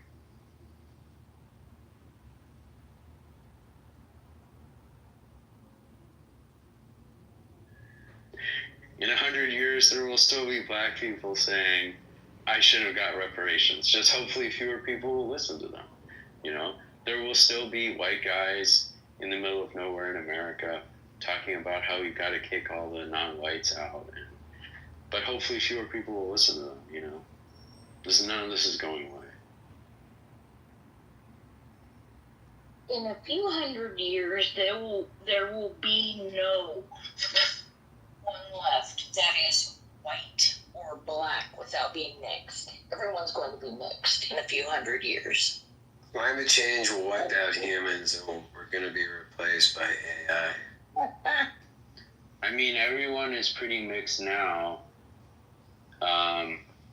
People don't. I don't know if people will move all over the country in such a way that there will be still relatively distinct populations.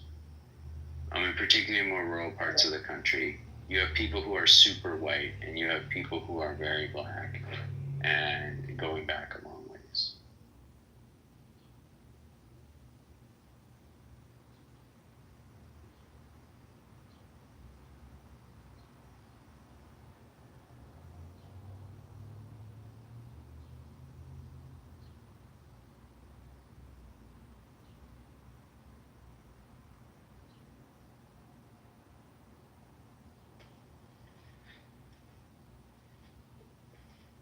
Jason, what do you think is the most evenly balanced topic on Clubhouse? If you were trying to index for, getting people in a room where the conversation would be equally balanced, is there a conversation that exists like that?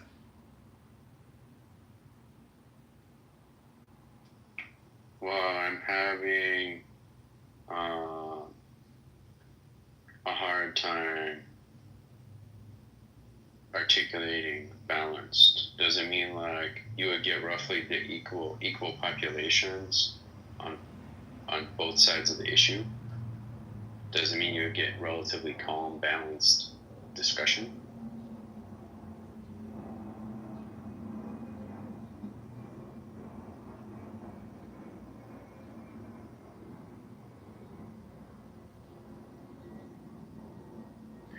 One thing that lots of people can agree on is they want to see the Epstein files. This is true, but I think the reason why people want to see it is pretty bizarre. Like, a lot of people want to see it because they're hoping that there's something super incriminating against the politician or celebrity that they don't like. What I don't hear, what I hear more is that they want it revealed so then they can say, oh, so-and-so was on the logs, so-and-so went to the island, and then try to, infer that they were participating in these crimes. What I'm not hearing a lot of is an effort to really figure out the entire network that allowed for this to happen, where they're finding these young women or men, and maybe ending the entire criminal syndicate that allowed for that to happen, because we can't possibly believe that Epstein did this in a bubble, right? And the fact that there were so many rich, powerful people associated with Epstein, I think it's going to be difficult to get prosecutions, but I think it's worthwhile to do that. And I wish that people were at least thinking about the victims that were here. But it sounds like what they're more interested in is being able to fucking make a movie later on down the line on, can you believe that President so-and-so or this captain of industry did these things? Like zero focus from what I've seen on the victims themselves.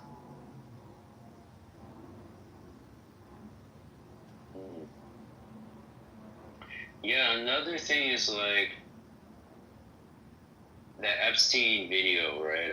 I mean, CBS did some coverage of it, and for once I read a liberal news source and wasn't like, this is some biased nonsense. Like, they just did some balanced and factually oriented coverage, and they're like, look, you can't see the staircase in this video.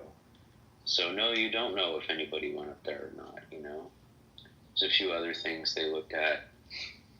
I mean, that shit's fascinating. And the hard reality is we're not going to find out the truth. Maybe no one will find it out. Certainly none of us alive today will be around when the truth surfaces. And that's a sad thing. It's just like JFK, MLK, some of these things do not get revealed. You know?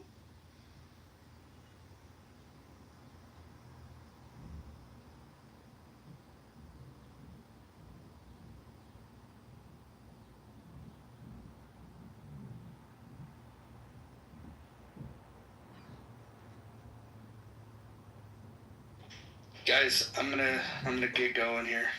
We'll talk later. Okay, have a good day. Have a good day, Ciao. Ralph Lauren and Gianni Versace, all of our great, fashion icons of yesteryear, presented us with beauty. We wanted to look at beautiful people, man or woman. We didn't care if they were gay or straight or gender benders. We want to see beautiful people because beautiful people inspire us to want to be beautiful and go out and shop. We don't want to see fat asses. We don't want their identities and their zipper tits and their dicks cut off talking about we're selling and shit like this. We don't want to see this weird shit, all right? And so, shout out to American Eagle. Now, we're going to go in order. Shay, you came up first. Then we're going to go to Dr. Mitch. Shay, did you have anything to say, sis? If not, we'll go ahead and go to Dr. Mitch. Well, welcome to the stage, Shay. Great fucking room. Thank you, Lex. Welcome to the room, Lex. Everybody cash in your pink tickets. Go ahead. Yeah, I was commenting on what you were talking about earlier. It's about why there is this action. In her eyes, the reason why is because we want to punish the population. It means that she doesn't know any other reason, and this is the reason that she was given, and she goes to her conclusion based on this. And this is why I wanted to go to the beginning. I don't give a fuck about the framework when she uses wrong words or wrong conclusion based on wrong information. So that's yeah. But that's what I'm telling you. Like, it's not about whether she has the information or not. I mean, I defend Israel not based off all of the But how can? But it's crazy. But Simon, punishment is about intention. It's like the word murder. If someone is dead and you call it murder, and I call it an accident or self-defense, then it's not about the framework. It is there are facts at the end. And if you're basically about a framework, though, that's what I'm trying to explain to you. You're no, it's about facts. If I went, it's about facts. It's not about facts. It is about facts, guys.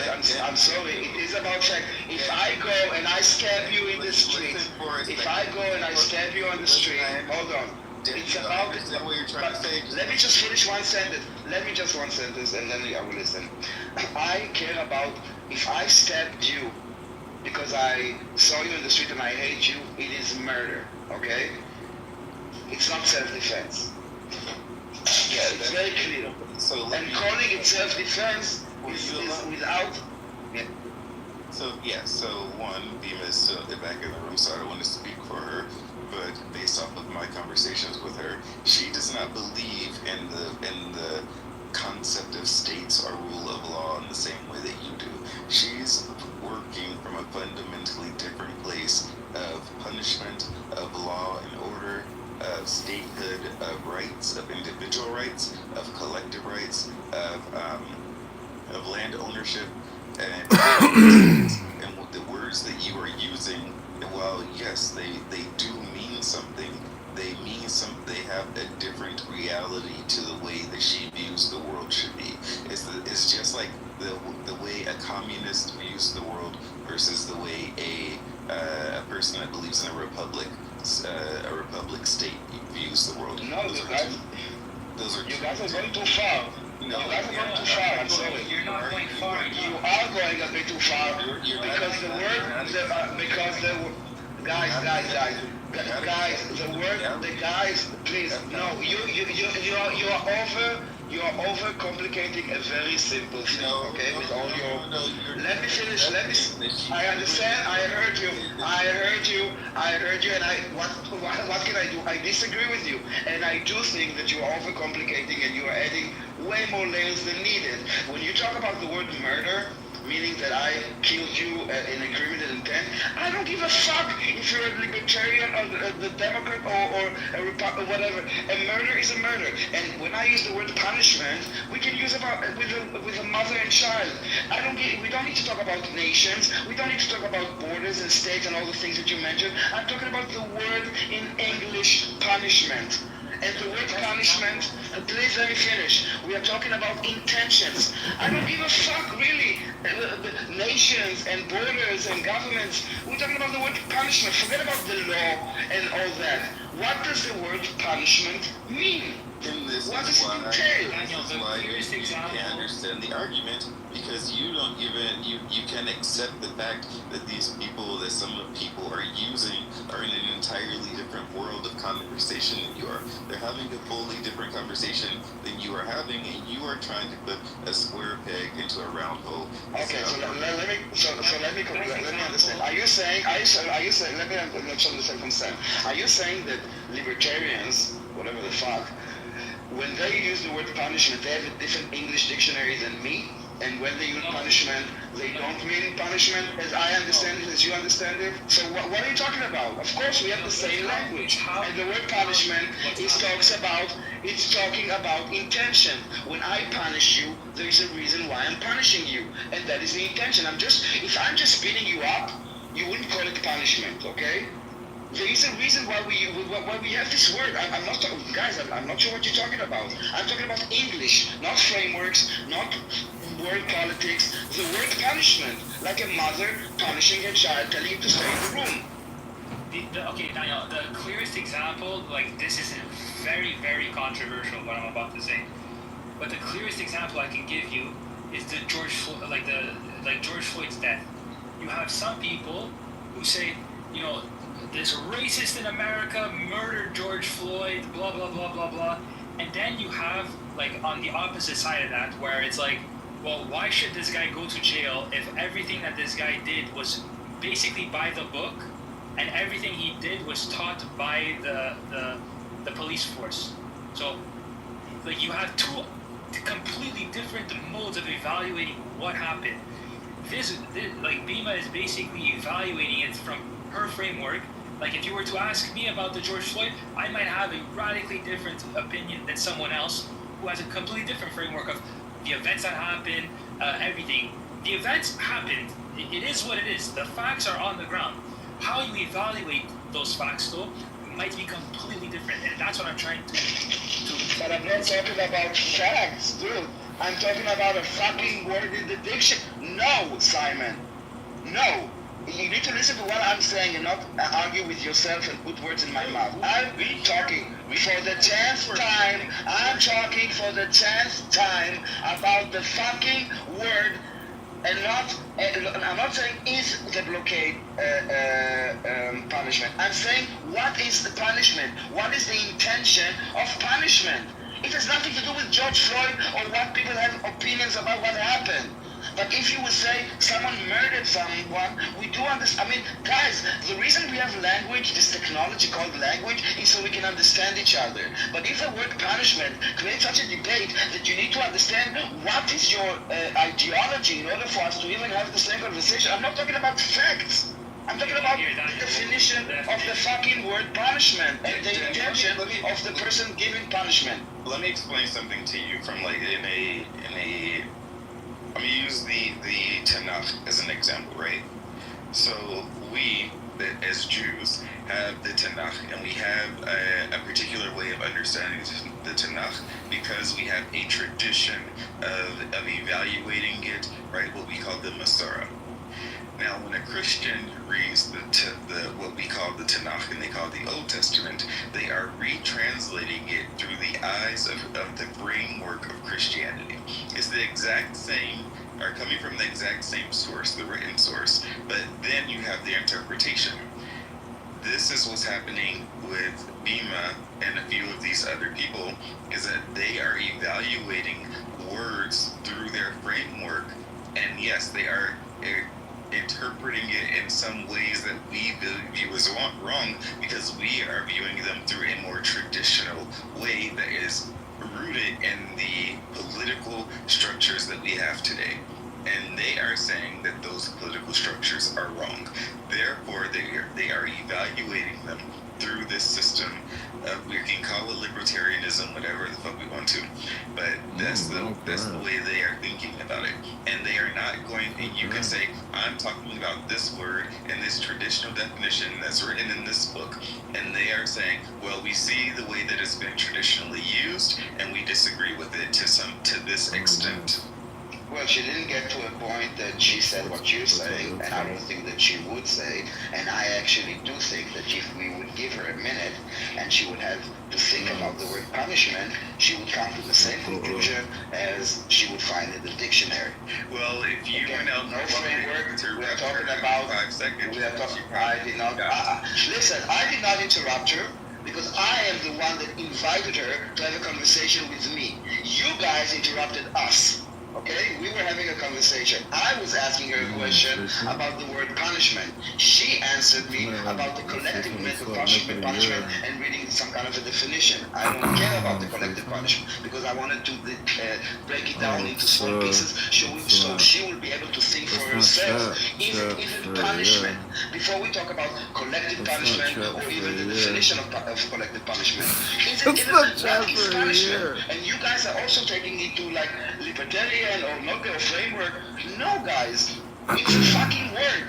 Open a dictionary if you would like. I will do it for you, and I will read for you the definition, not my definition, not Zionist definition, the fucking word that we all use, by the way, many times, most times, out of the context of the Gaza conversation. It's a word that we use since we're children. No, but this was my point to Bima, to break down the entire claim, to see why does so she will do the thought process with herself. So I'm going to force feed her. Why do you call it a punishment? Let's discuss, is it even a punishment? And punishment has intentions, same as murder. That's the difference between manslaughter, an accident, or murder. If the result is a man is dead, but why? Daniel, intentions matter. If I read the word punishment on Google, it just says the infliction or imposition of a penalty or retribution for an offense. She's simply saying, if I didn't commit an offense, you don't have the right to punish me. So how do you justify that now? And I mean, obviously I know how you justify it, but I'm simply saying that, once if she accepts that, can you read it again? Then it just says the infliction or imposition of a penalty as a retribution for an offense. Exactly. So it's a retribution. First of all, the word retribution is very, very important, and this is where we're missing. The blockade was not a retribution for anything that happened. It was a blockade is for things that will happen. The retribution was against those that committed those crimes, and they are either in jail or dead. That is a retribution. What you're talking about is consequences. Well, I'm simply saying that I'm simply saying if she operates from the framework that a state cannot punish me for the sins of other people, I mean, I technically agree with all of that, but I operate from the framework of that's completely irrelevant when you have nothing to do with that within that state, and my state is at war with your state. All of that goes to that's completely irrelevant when it comes to states. But she doesn't operate under that framework, so that's what you have to kind of go with, not bickering over was a punishment or not. So, and I disagree with you, because I don't think the state matters right now. I think the word matters. She does not. And I don't think. I understand that this is where you are talking. This is not what I'm talking about, and I will stop talking about it because you seem to not understand what I'm talking about. I don't care about the state. I'm talking about the word punishment, and I already said 5 or 6 times that it's the same with a woman and child. There is no state that you need to have or be a libertarian to understand what is the punishing when a mother punishes her child. This is what I'm talking about. You agree. But no, you don't agree. You actually argue with me that she cannot handle it because she has a different framework to understand the word punishment, and I don't accept it. Sorry, guys. I don't. That's not what I said. This is what you don't understand. We agree with you. We are telling you that she does not agree with you, and just because we understand her differently than you do does not mean that we agree with her. Yeah, well, I mean, and I understand what you're saying for the sixth time, and again, I don't agree with you, and I don't think that you let her a chance, and I think that if I don't think that she's so stupid or so like narrow-minded, and I do think that if she will stop for 10 seconds and look for the word, and we can like break it down, maybe she will come to a conclusion to understand what the word punishment is. Forget about collective or state or nations or people. I don't care about it because I'm not talking about the collective part. I'm talking about the punishment part. And I'm saying it for the 8th time, and if it didn't go through by now, then I'm giving up. Personally, I did not interrupt her one time when she spoke. I did not say one word while she was on stage except for let her finish what she had to say because other people kept interrupting her. So, I mean, she's still in the room. If she would like to come on stage, I would actually be interested to know if I represented her position well or not. I didn't even see she's there. I mean, if she wants to come up, she's more than welcome. Yes, Anybody who interrupts her is getting put down instantly. I don't care who it is. Yes. I believe the treatment that Miss Beamer has had, in my opinion, is absolutely disgusting. Everybody should be ashamed of themselves. Beamer invited you up. Are you here? No, she is here. Okay, thanks guys. Sorry, I had to take a break. I know it gets frustrating, and I get frustrated sometimes. Daniel, I apologize. I don't articulate myself well, but if you just give me a few seconds, sometimes I know it's really difficult, but I usually think that I can explain myself. If not, you could guide me, but I apologize. I'll work on that. I have been working on it. You had to hear me in the beginning when I first came on here. I meant to put like a thumbs up, but it became a smiley. I didn't get to put a smiley. So I understand that you're caught up on the word punishment, but it doesn't matter. It's not. I'm not using it as a normative claim. I'm using it as just a descriptive element of what has happened, right? It doesn't matter the intent. The intent doesn't matter. It's what's actually happening, and that's what collective punishment, like the states, that's specifically what they use it for. They use it in the case that you said to protect themselves. You had mentioned something, and you said it very clearly, and I appreciate that. You said, it's the intent that matters, and Israel isn't doing it because they want to punish, but they're doing it to protect and what will happen in the future. And that's exactly why people use collective punishment. That is the exact definition of why collective punishment came about. It is for future harms. In all cases of political science, it's not to harm, quote unquote, harm people. It's to protect future harms from happening. Right? So that's all that I wanted. But that is not the definition of punishment, as Simon just read it from the dictionary. It's about retribution for an offense, not about preventing future things. And you're talking about collective punishment as a security measure. You call it collective punishment. Not having a security is also collective punishment, don't you think? So basically, it's a decision. Who will suffer and how much? Will the Israelis be slaughtered, or will the Palestinians have to suffer inconvenience of going through a gate? What do you think is better?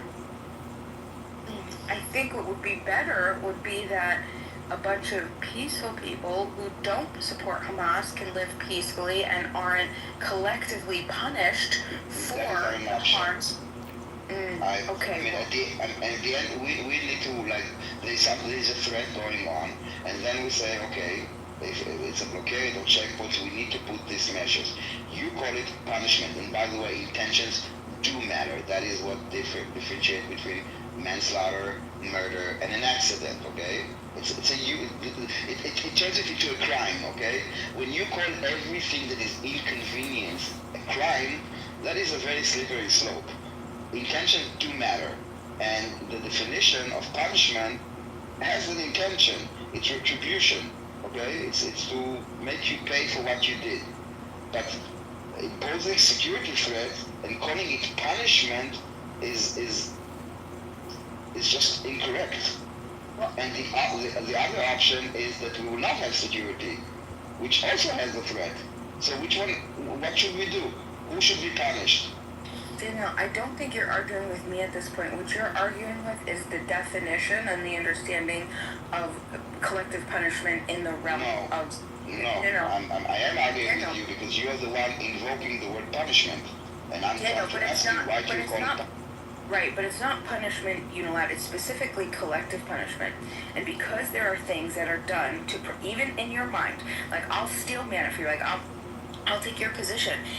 Even if it's, let's say I'm a part of this, I'm there, I'm living there, it is still descriptively, okay, it is descriptively inflicting harm on people that have not done something. It is the consequence. That's why that's the whole definition of it. So it doesn't matter the intent, right? In this particular case, collective punishment, it doesn't matter the intent. What matters is the consequences, is the outcome.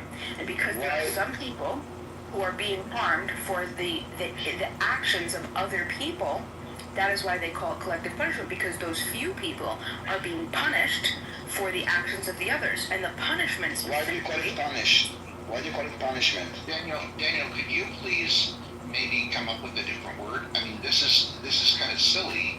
We're arguing over the meaning of punishment, and I think what Bima is trying to say is creating a future for the people of Gaza where they are suffering consequences for something they haven't done is a problem.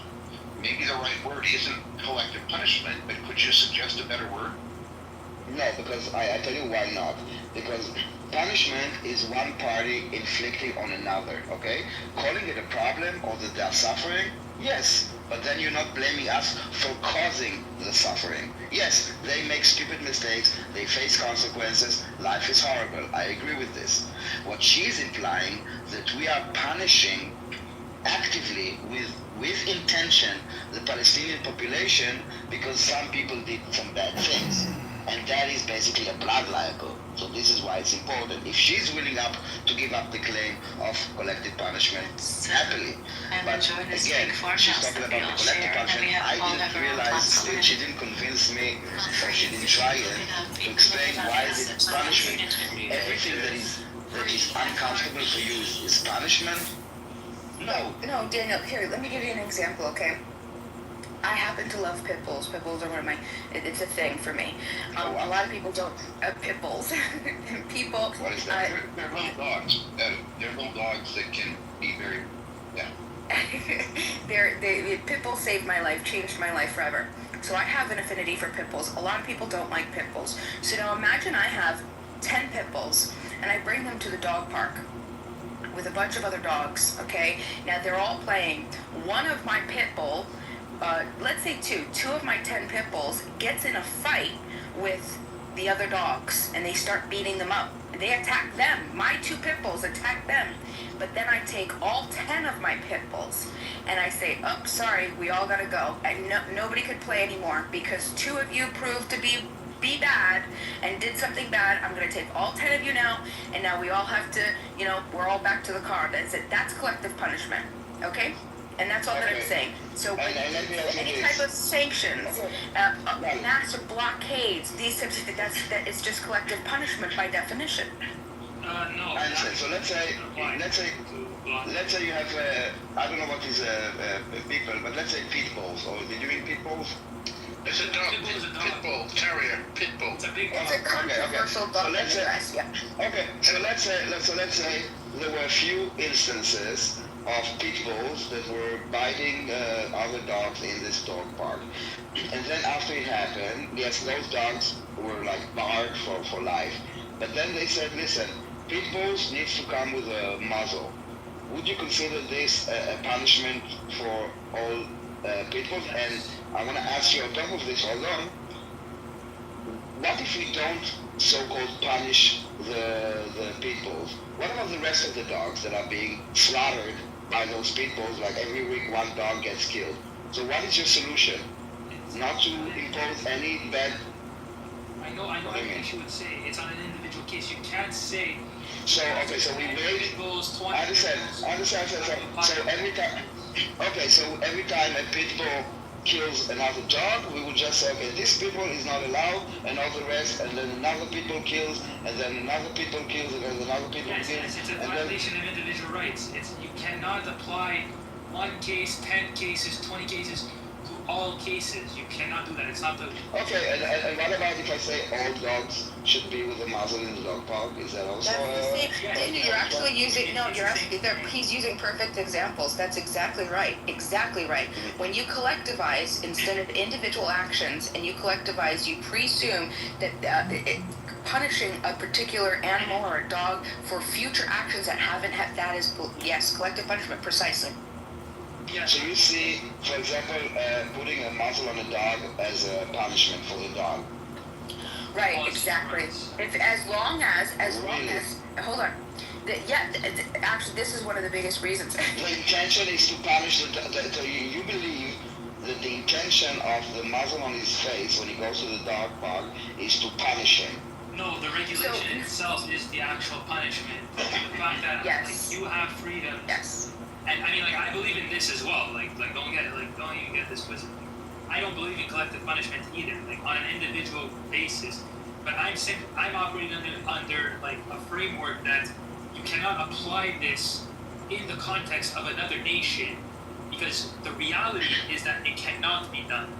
So, a blockade, for example, it's not collective punishment against another people. It's the protection of individual rights of your own citizens. So it's not intention matters. Yeah, the intention matters, but it's also it's not about punishing other people. A blockade is literally we're protecting our own civilians at even if it's at your own expense. The moral obligation of your nation is to protect your nation, the individual rights of your people, not if it's at the expense of yours, tough, basically. Daniel, I'm a little confused, and I think you could really enlighten me here. Are you in favor of a two-state solution, or are you not in favor of a two-state solution? I'm not anymore. I don't see any possibility of a two-state solution, to be honest. And not only this, I don't think that anyone wants a two-state solution, not the Israelis, nor the Palestinians. So it's a made-up idea. I'm in favor of a two-state solution as long as the threat to Israel is close to zero. We're saying the same thing, Richard. Do you think, Daniel, that Trump making Jerusalem the home of the American embassy accelerated this your thinking or the situation at all? No, I don't think because Jerusalem is our capital. It's not changing. 7th of October made a lot of changes to it, definitely. It made the Palestinian state go far away to the future, if at all. Okay, so would it be fair to say that you would have been in favor of a two-state solution until the 9th of October? Most Israelis were. Okay, that is very helpful. Thank you. That has been so clear that I can now engage in more intelligent discussions with people from your region. Thank you.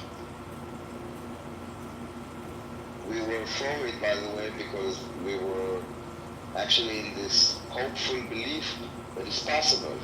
And after 7th of October, we understood that it's far from being possible. That even the people that were working at Israeli homes were actually providing information to Hamas about who lives where, who has a dog, how many children, how many rooms, all this information so they can go and slaughter those people. Even those people that were taken care of by Israel. If I were to say that Hamas is the successor to the PLO, would you agree or disagree? No, they are not. So you would disagree. So these two things are not true. Thank you. They hate each other. And basically, they are both corrupt governments that are exploiting the Palestinian people. And if you would Google or ask an AI to list you the top, 10 leaders of the Palestinians, throughout the ages and how much wealth each one has and how they got their wealth, you will see where all the money that the West is pouring into the Palestinians is going to. They don't want a state. I feel like the PLO was the entity that came up with Jimmy Carter the two-state solution. So when you say that the PLO and Hamas hate each other, that helps me know that this is no longer. I'm becoming persuaded to your point of view that this is no longer viable. But up until this discussion, I wasn't persuaded because I always envisioned the Palestinians as being oppressed by a lack of wealth and by a lack of organization.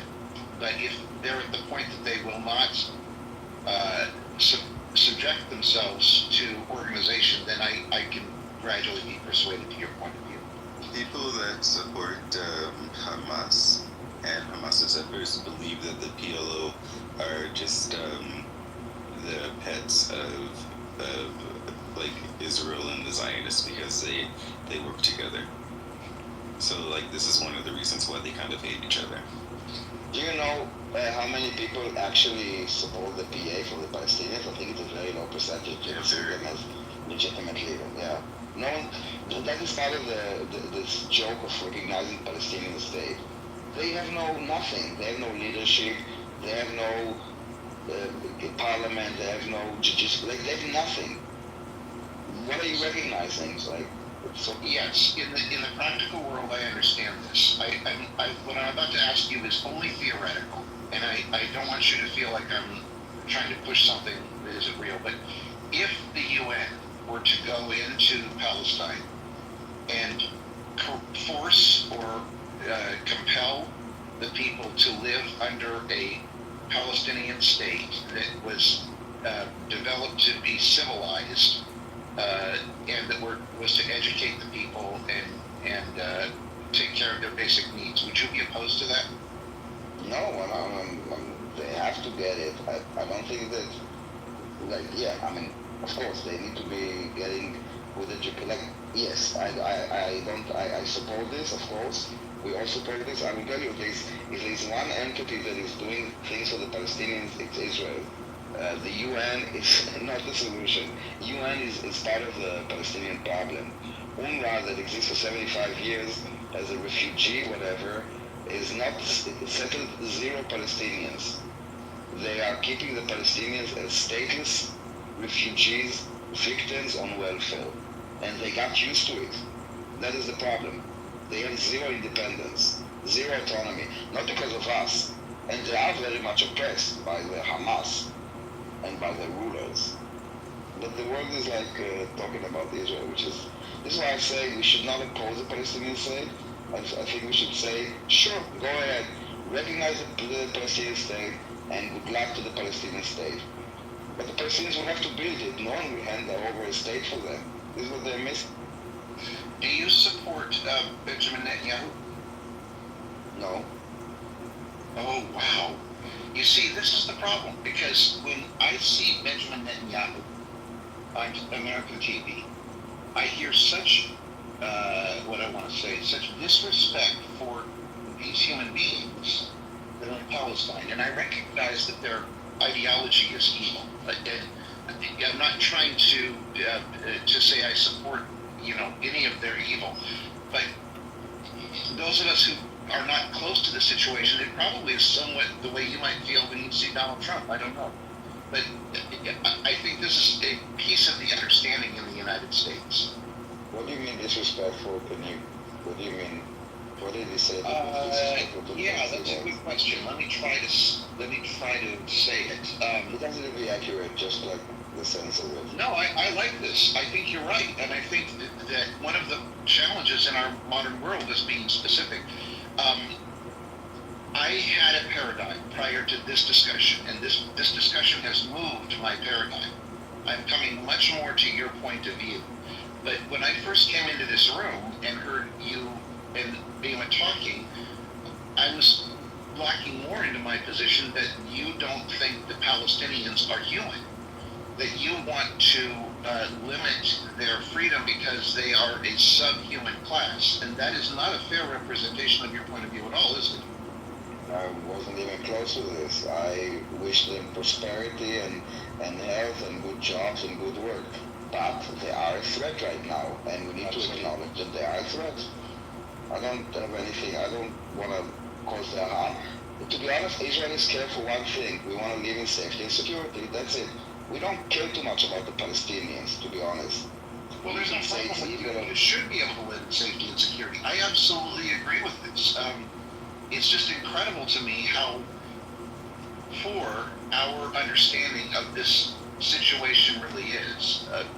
Because most of the media we get comes with one bias or another, and I accept the argument that the U.S.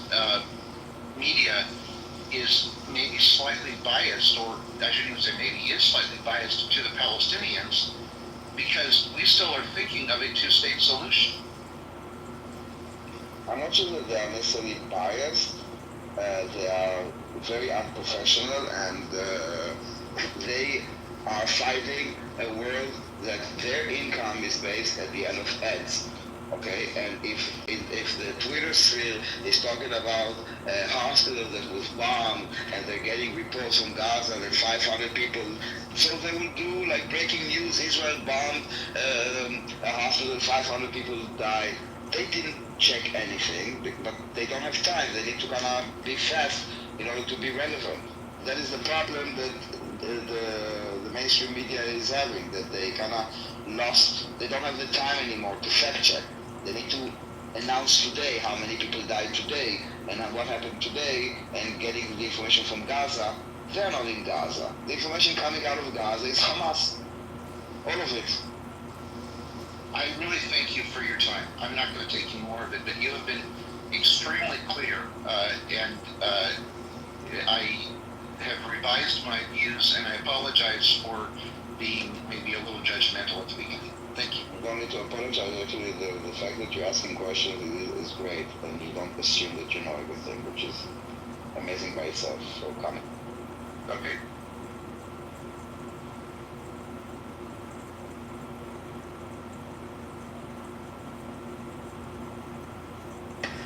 I have a question about leadership in the West Bank.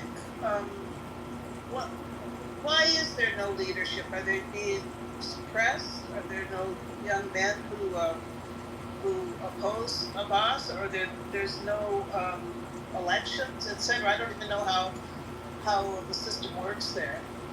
I mean, they haven't had elections in 20 years. Yeah, Mahmoud Abbas is in his 20 years of his 4-year term. So there have been no elections. That's not part of their government to have elections. No, it is. They just don't do it. Yes. They just don't do it. They were elected for 4-year terms. For 4-year term. It's now on the 20th year.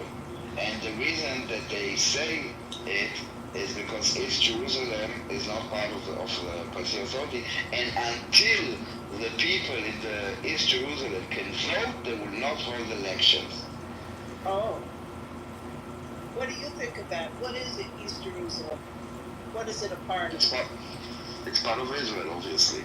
Okay, so they oppose the borders. That they disagree. Basically, it's an excuse to stay in power. Let's be honest, okay? You could have election because Gaza is separated from the West Bank, and they manage, okay? They have two different governments.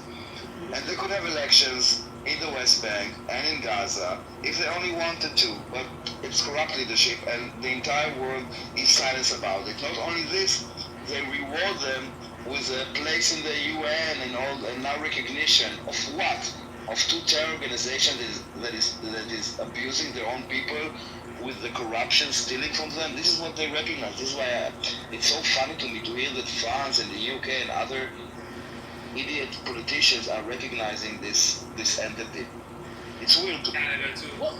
If they really wanted to vote, they could like create an app that will allow them to vote. Yeah, also. Or they can like just have them mail in a ballot, but they don't.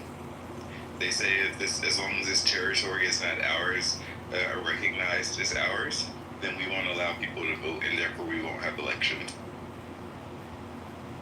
Wow. That's sort of double-sided. They're saying our country is not legitimate. We can't have elections because we don't.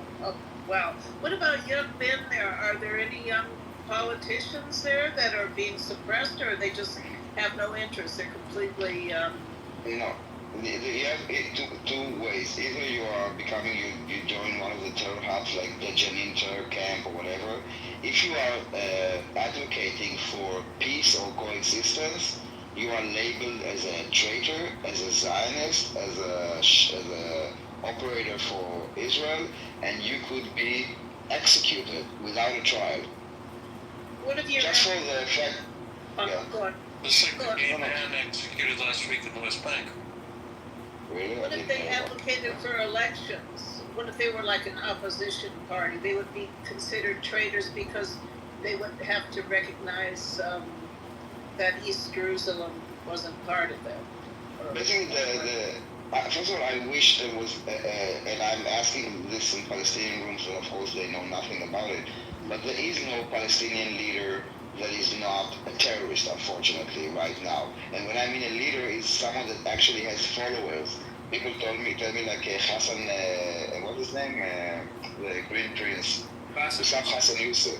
Yeah. Yes, he's a Palestinian voice, but no one, like, he has no followers in the Palestinian people.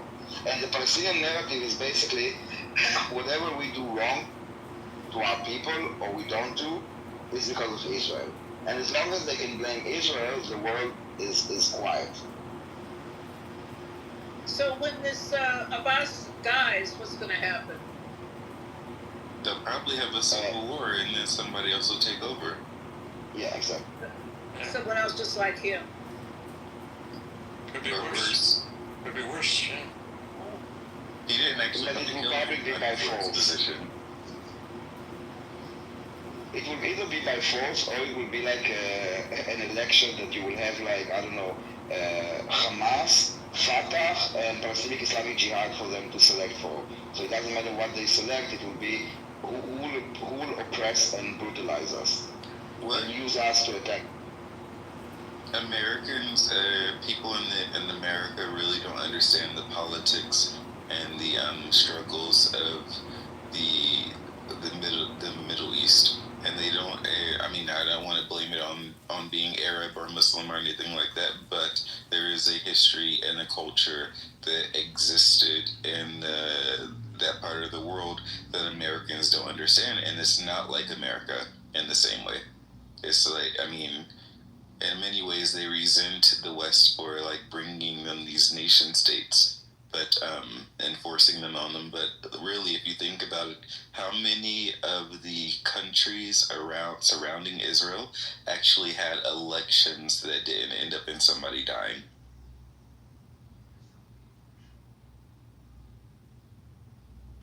Like, when people say free Palestine, and I'm like thinking, free as what? As Syria, as Lebanon? No, they actually want free Palestine to be like Israel, the one that they want to destroy. The only prosperous place in the Middle East without natural resources is Israel. The only democracy, the only place that you can have freedom of speech, freedom of religion, freedom of protest, freedom of opposition. That's the only place. And the entire world is focused on us. Look at Syria, look at Lebanon, look at Egypt, look at Iraq, look at Yemen, look at like all those free nations. This is what they want to another place like this. Man, listen, if they go back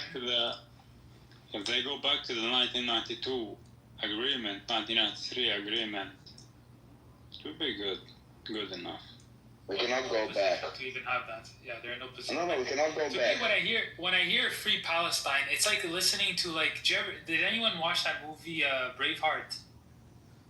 Oh wow, no, I don't remember it. Yes, I saw it a long time ago. Okay, well, in the movie, there's a part where Mel Gibson is saying freedom, and basically, like, he's not talking about any real sense of freedom. Like, he's he's basically saying, we want to be oppressed by our own king, not the English king. You know, so it's not like they're actually advocating for real freedoms. They're just saying, listen, we want to be oppressed by who we want. And it's like oppressed by Israel, oppressed by Hamas. You're still being oppressed. I mean, these people don't have a conception of what political freedoms mean. So it's very difficult to take that sentence very as serious as they expect it to mean. But listen, Simon, do you live in Israel? No. Have you ever been to Israel? Not yet. Have you ever been to Israel, man? Simon, come visit. Come visit. It's I'm gonna amazing. come with my girlfriend. Let me know when you come. I'll so take you you don't know around. what's happening there, bro. I'm in Israel. What is your question? I'm free from the occupation, yeah? But I'm in Israel. What is your question? What? What if I said that's wrong instead of just telling me I haven't been to Israel?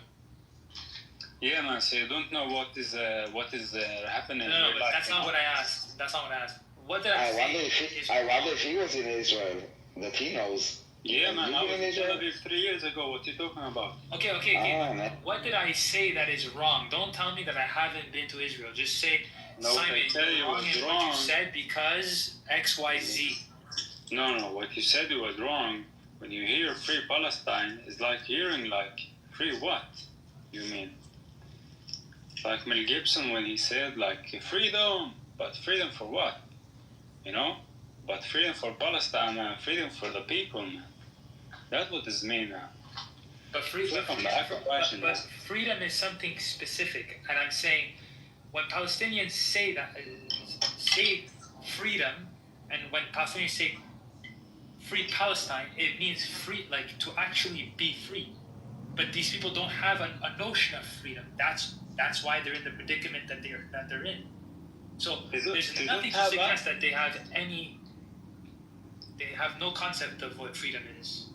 So because they've been occupied for fucking 75 years, man. So why are they asking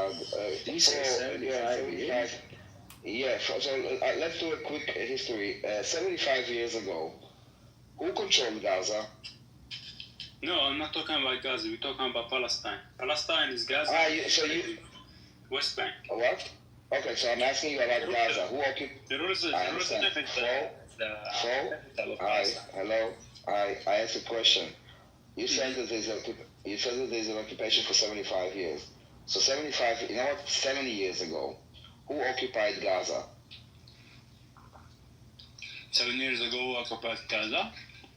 Yes, you said that there's occupation for 75 years, right? So I'm asking you. It was a democracy. Can you listen to my question? Of course. No, Hamas. You want to this answer? Wow. Hamas. Can you hold on? Hamas was created in 1988, okay? And you said that Palestine has been occupied for 75 years, right? Yeah. I'm asking you who occupied the West Bank and Gaza 75 years ago. This occupation, who occupied it 75 years ago? Do you know? Who occupied Palestine? Who occupied Palestine, the whole country, you know? Even that premise is wrong. But the British. Before that, it was the British. But are you trying to say? Wait. Is he trying to say that Gaza and West Bank is not part of Palestine? No, he doesn't know what he said. Palestine, of course. This is what I'm saying. Okay, so I will go West Bank and Gaza. 75 years. The whole land, man, from Haifa to Jaffa to Jerusalem. Listen, so now he's not talking about Palestine. He's not talking. Yeah. Okay, so you are a genocidal jihadi idiot, and you actually call for the genocide of all Jews from Israel, and that is what. And you're using it as the poor Palestinians, they just want to wipe out the Jews and take their land. So no, dude, that is not your right or a Palestinian right to wipe the Jews off the map. Haifa, Tel Aviv was never a Palestinian state. Never, ever.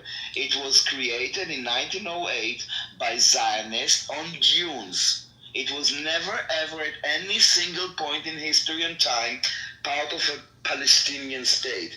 And 75 years ago, and 75 years ago, I will say this because I don't think that I want to spend my time because you are very, very uninformed. But just so you know, 75 years ago, there was a war, and during that war, Egypt conquered Gaza and occupied it until 1967, and Jordan conquered the West Bank and occupied it. So the occupation that you're talking about that started 75 years ago was Arabs conquering Arabs, not Jews.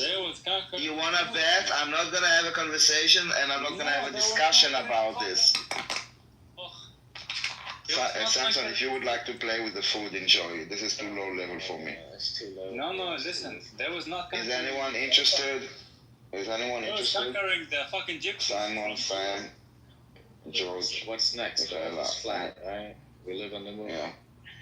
I don't have energy for this. I don't know. I would engage. Yeah. I mean, there were so many logical fallacies. You're wrong because you didn't go to Israel. Okay. This is so. Yes, I go to Israel. It's crazy. I go there every time. No, I'm saying that was your position. That's what your argument was to me. You're not telling me that I'm wrong because of any actual argument. You just tell me, well, you haven't been to Israel, so I say you are wrong because, like, saying free Palestine, you feel like this does not mean a thing for you. But this mean a lot of things, man. For a lot of people, it just means that they want to vote for their own oppression.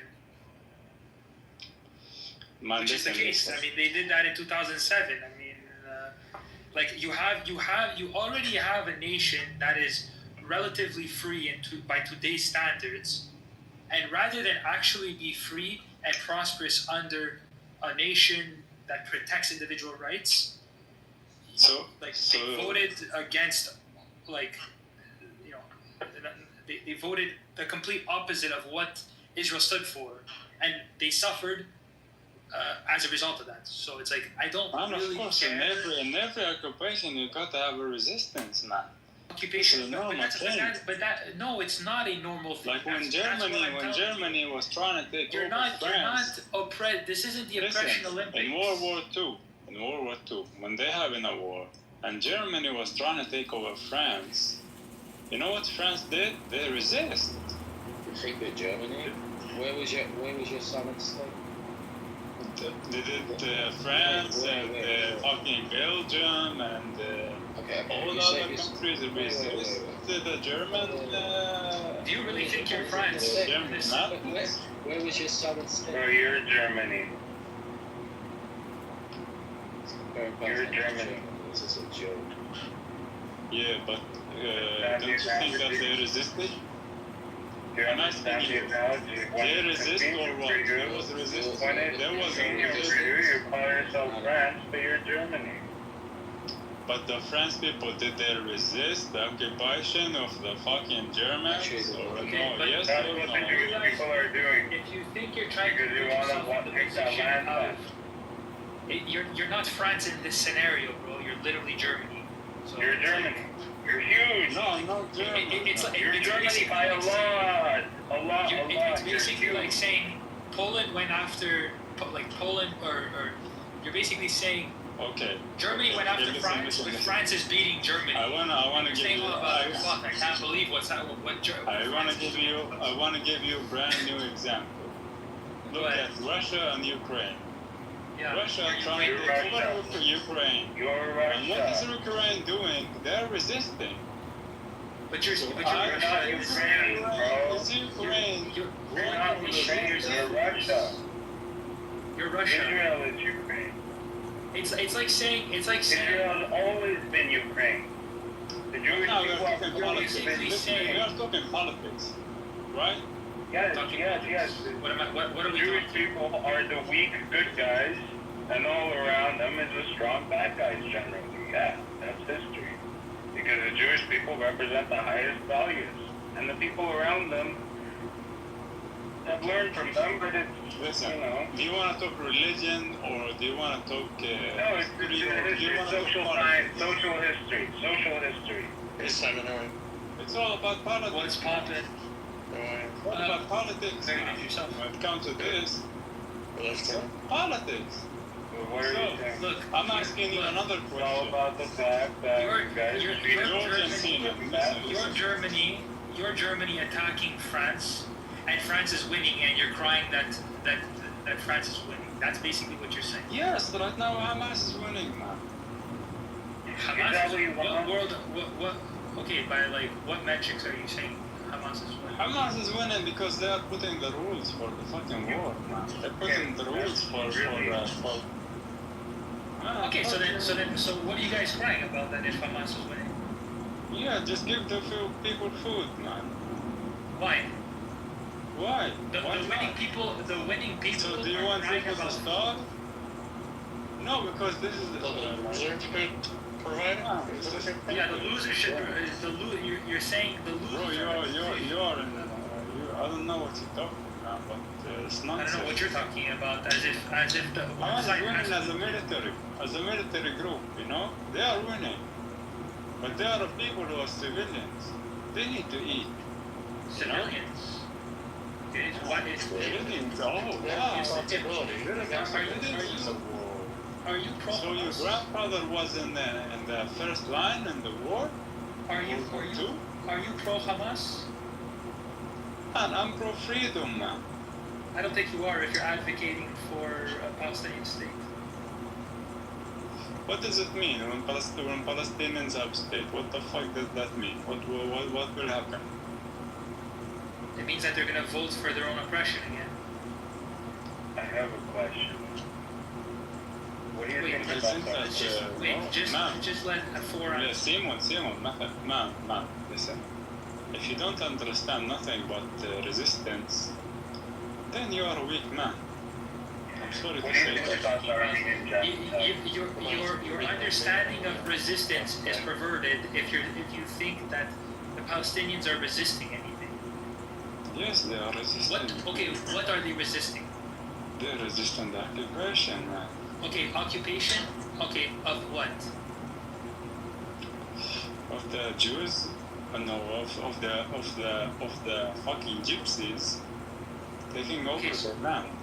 Okay, so what land would this be exactly?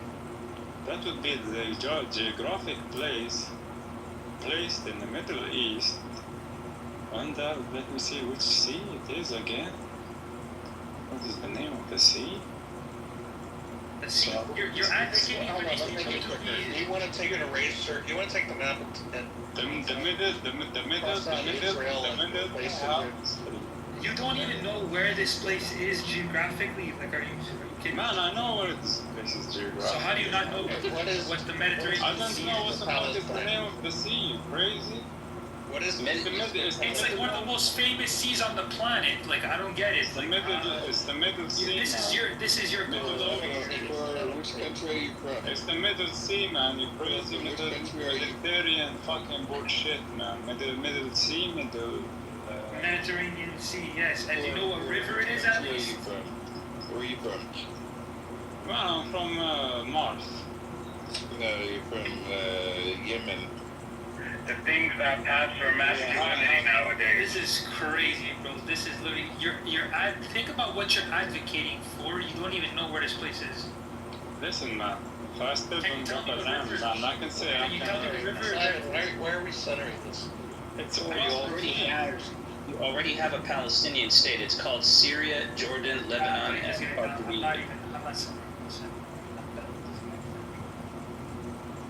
I mean, they already have Palestine. They have 4 different Palestines right now. They have Jordan. They have Syria, parts of Syria. They have parts of Lebanon and parts of and Gaza, of course, which is parts of Egypt. So what else do you want? And I think that, by the way, we gave them a land for peace deal for Gaza. Since they went to war with us, they should be rescinding that.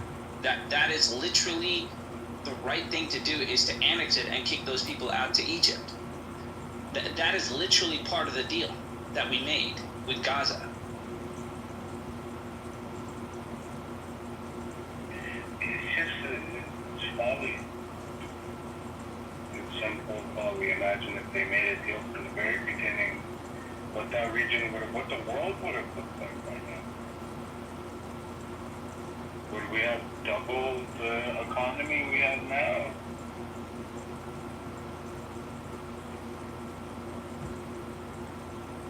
Look, I keep pointing to the videos that I put it in the chat, if you scroll up. And one of the Palestinian leaders basically said that he wants to, that they're waiting for the Western world to die, and they're kind of using the Palestinian cause to do it. And the Ummah, the nation of the Muslims in the world are preparing to try to take it over.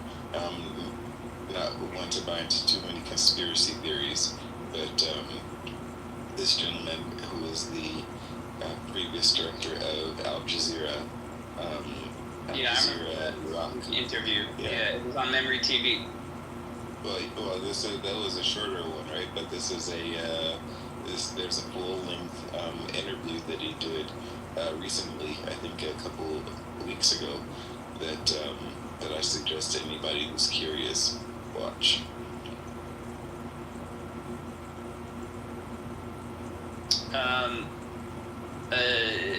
There's a guy called Hero Resistance. I was showing that his prophet,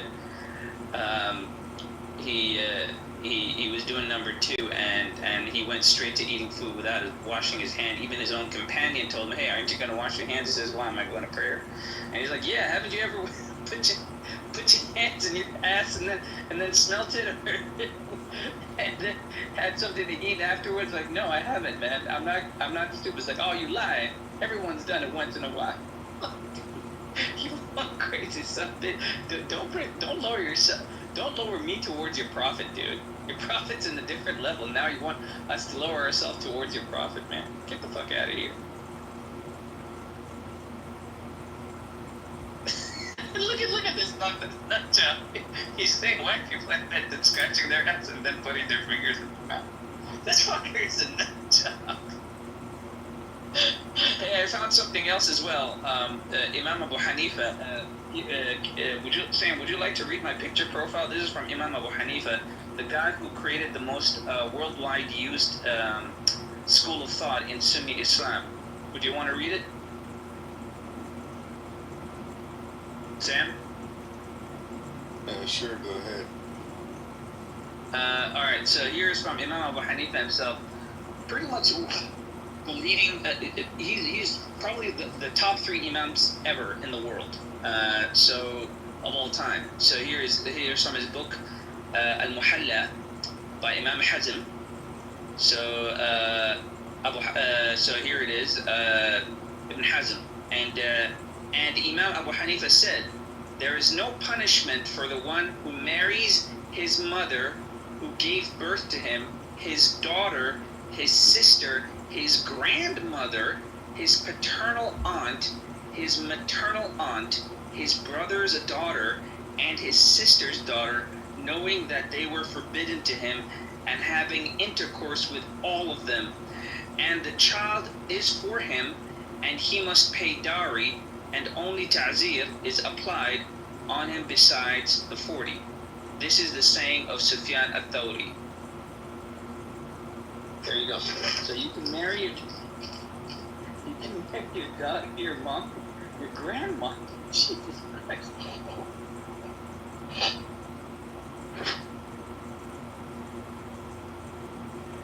Yeah, Judaism has laws preventing all that through the outline for each relative.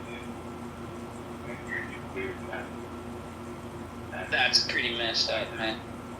Yeah. That is pretty messed up.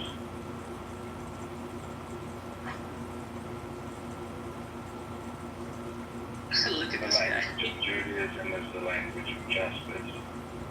The words of the prophets, Isaiah, Jeremiah, inspiring freedom and justice throughout history for everybody.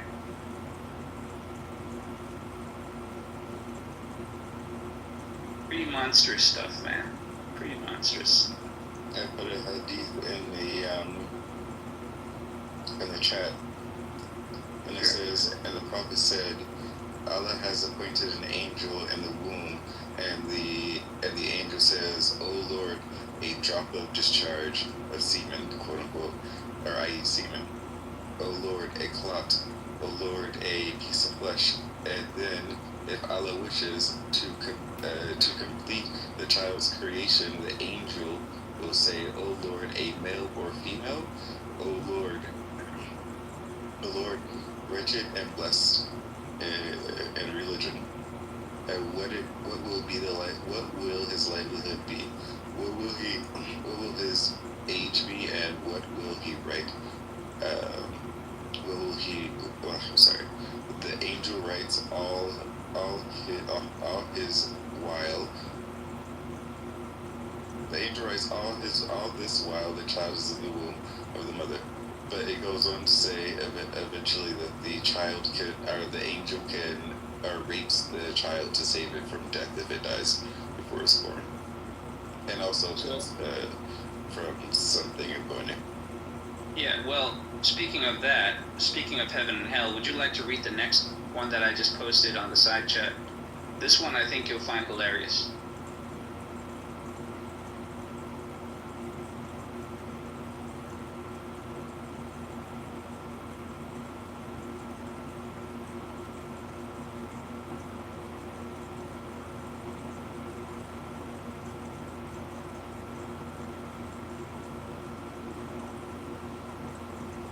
Was Abu Darda, is that how you pronounce it? Reports God's messenger as saying, God will create Adam when he created him, and struck his right shoulder and brought forth his offspring, white like small ants. And he struck his left shoulder and brought forth his offspring black, as though they were charcoal.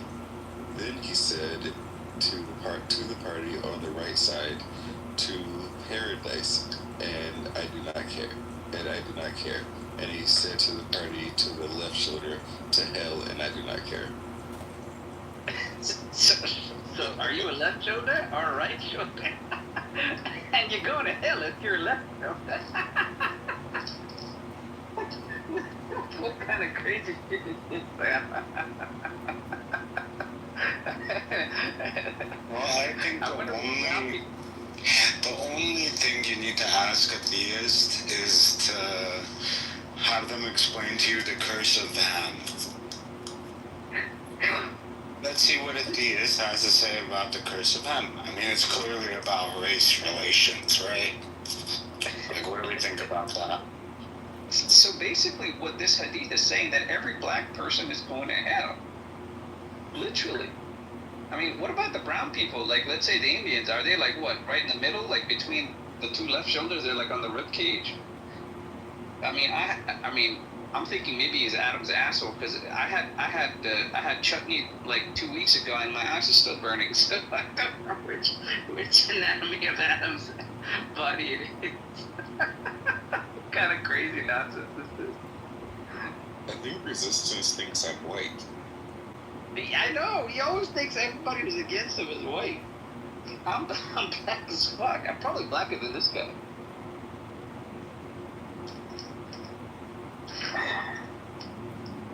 Yeah, oh, by the way, he doesn't know that his own prophet is white as fuck. Isn't he a ginger or something? Yeah, apparently he is. When he gets revelation, his beard starts turning red.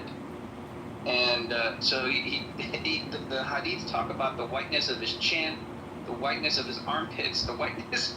Like, there's even a hadith that says, "Hey, I'm looking for Muhammad." Is like, "Do you know where he is?" And then some guy points and like, "Yeah, that white man over there." Literally.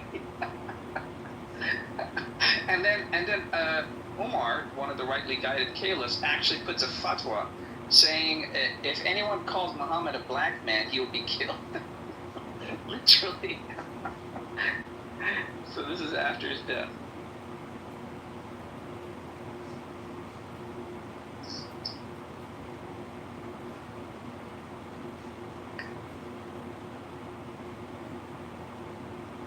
Hey, George, you want to read another hadith? I got lots of them. Sure. Okay. Yeah, there's a lot of insanity happening here. Let me just find it. No genociding of dogs. I heard everything you fuckers were saying. What? We wanted to leave you alone there, but you came with us. Okay? I heard everything you guys said. I just said let the dog out. I know you have 3 dogs. Who is Sam? I heard everything. Who, me? Yes. I'm a friend. Of whom? I'm a friend of everybody. I'm a friend of Daniel's and Yaakov's. Mm-hmm. Yeah, he's cool. He's an ally.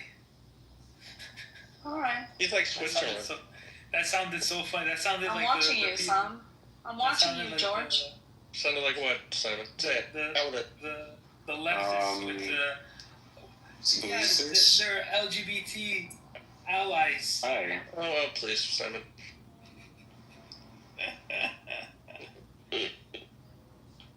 Why am I being watched by Isa?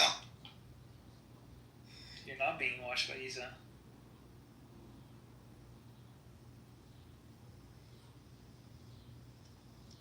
I got kicked out of this room. I don't know what happens.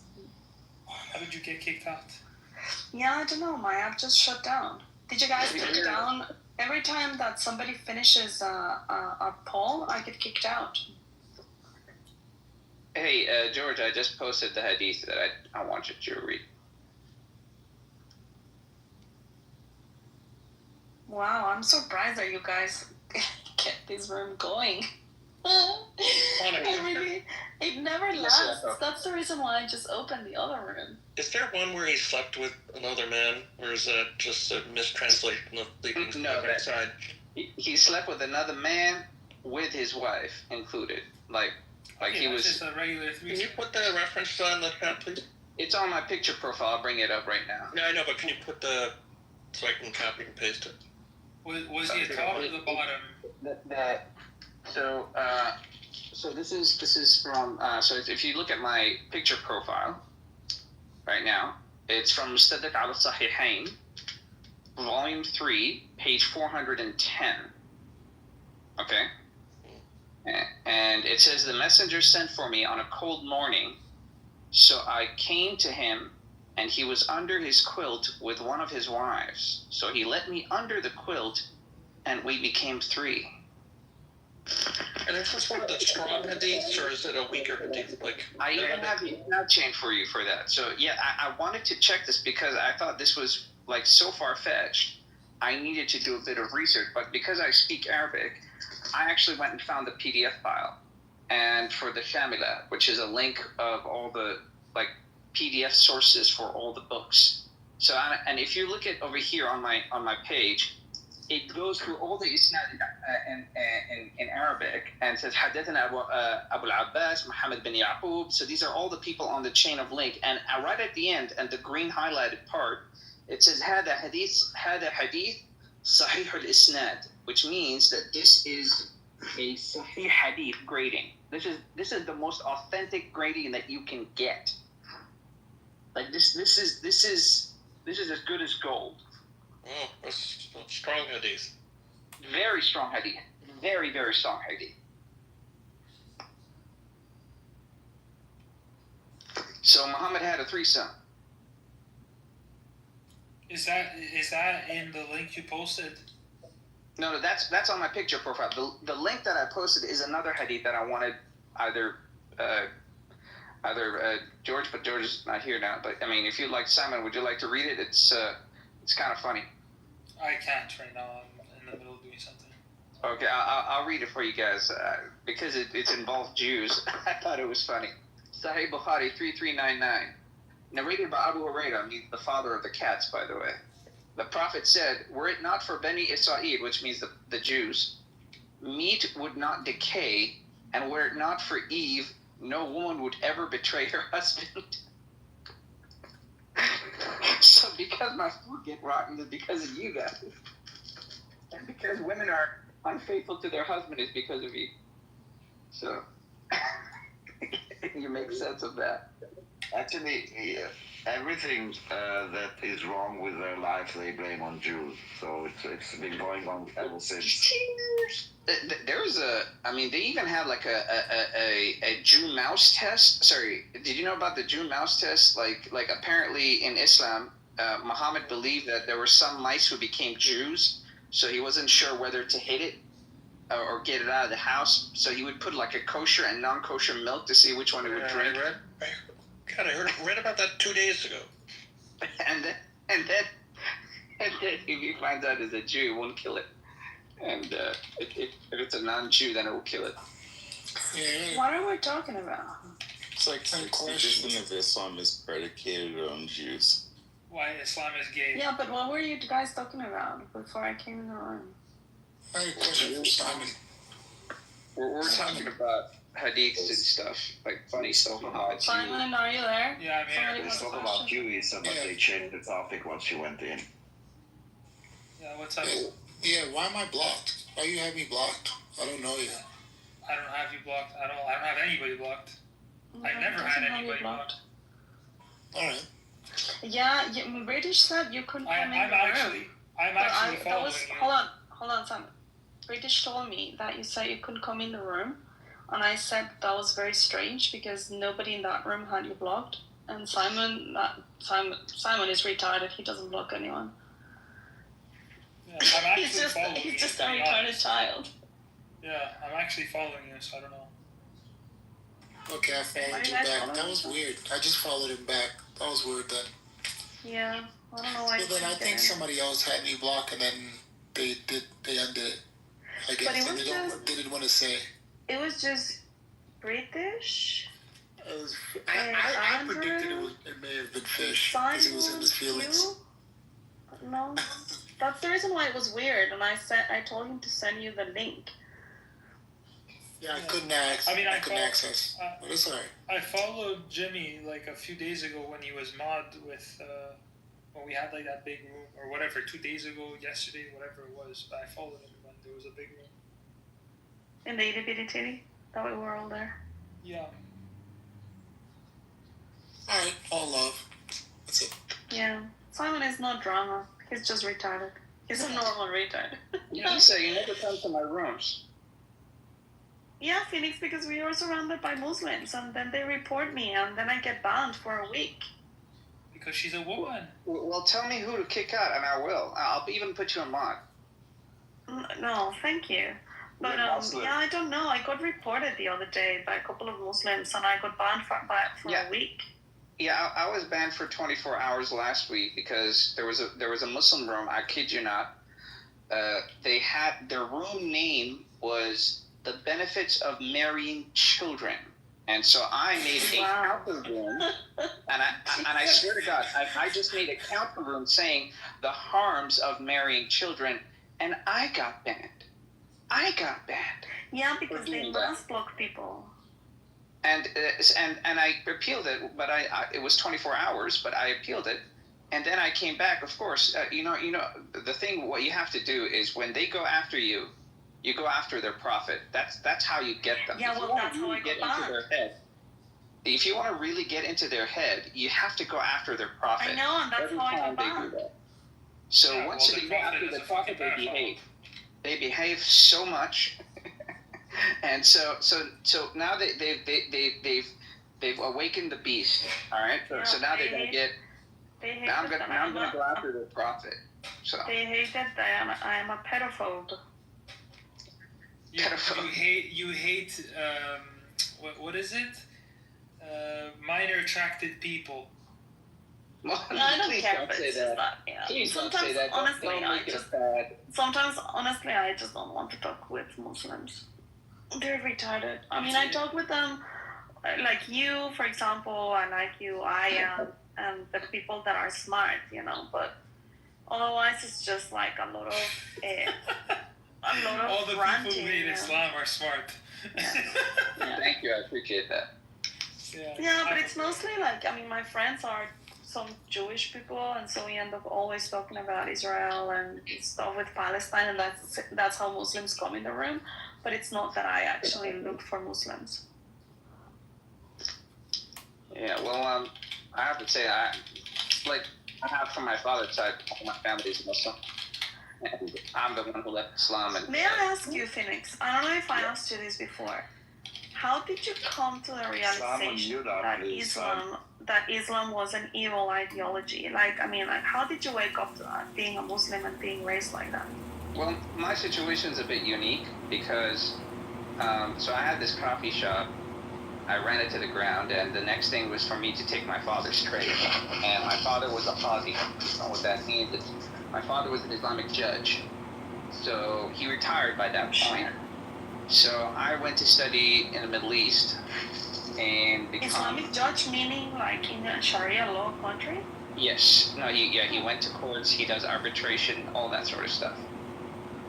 So I went to study Islamic jurisprudence. Oh, I remember you. You're Aya's friend, right? Yes. Yeah, I am Aya's friend. This guy is sick. Yeah, this guy is sick. I hope you mean in a nice way, but yeah, okay. Yeah. And so what happened was that once I started to go into Islamic jurisprudence, and I brushed on my Arabic again, and I mastered the Arabic language in about a year. Then I realized there was some really problematic stuff in the Islamic jurisprudence, and basically, if you know what Islamic jurisprudence is, they basically have dumbed it down for anybody into do's and don'ts. So they derived everything from the Quran, they derived everything from the Prophet's life and the Hadith and the Sunnah and his biographies, and have turned it into do's and don'ts in every single topic. So they basically dumbed it down for you. And once I started to look into it, it was pretty bad. Like child marriage, slavery, even because my father comes from the Shafi'i school of thought. The Shafi'i school of thought is more militant than any other school of thought. I mean, they exclusively have bestiality, cannibalism, and necrophilia in that school of thought alone. It's pretty messed up. Of course, me being a man,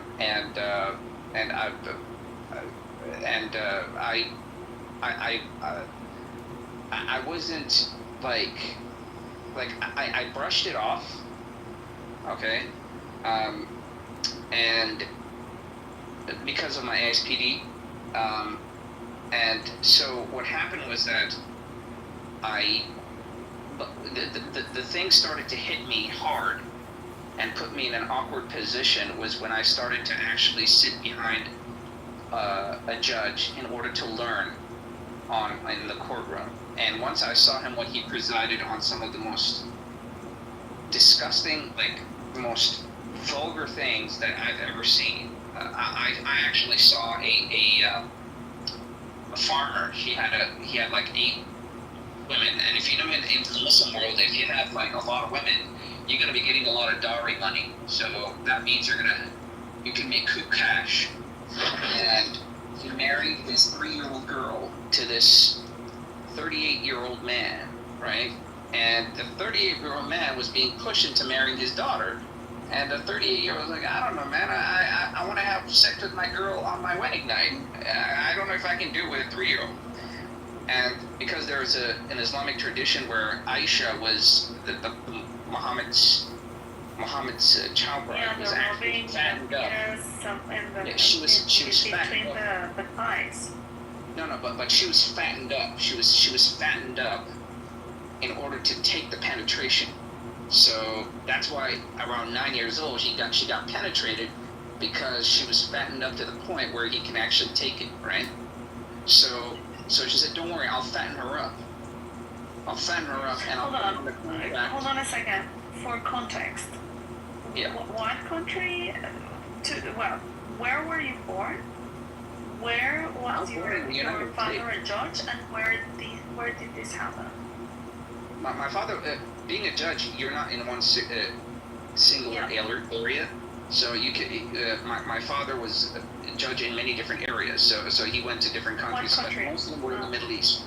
Most of them were in the Middle East and North Africa. And where did this anecdote of you sitting behind a judge to learn, where did this happen? I'd rather not say because I've already been doxxed, but somewhere in the Gulf countries. Okay. I'll say that. But it was in the Arab Peninsula, it was in the Middle East? Yes, in the Gulf countries. I'll say it's in the Gulf countries. Okay. But so... And just last thing, were you raised also at some point in the West or only in the Arab Muslim countries?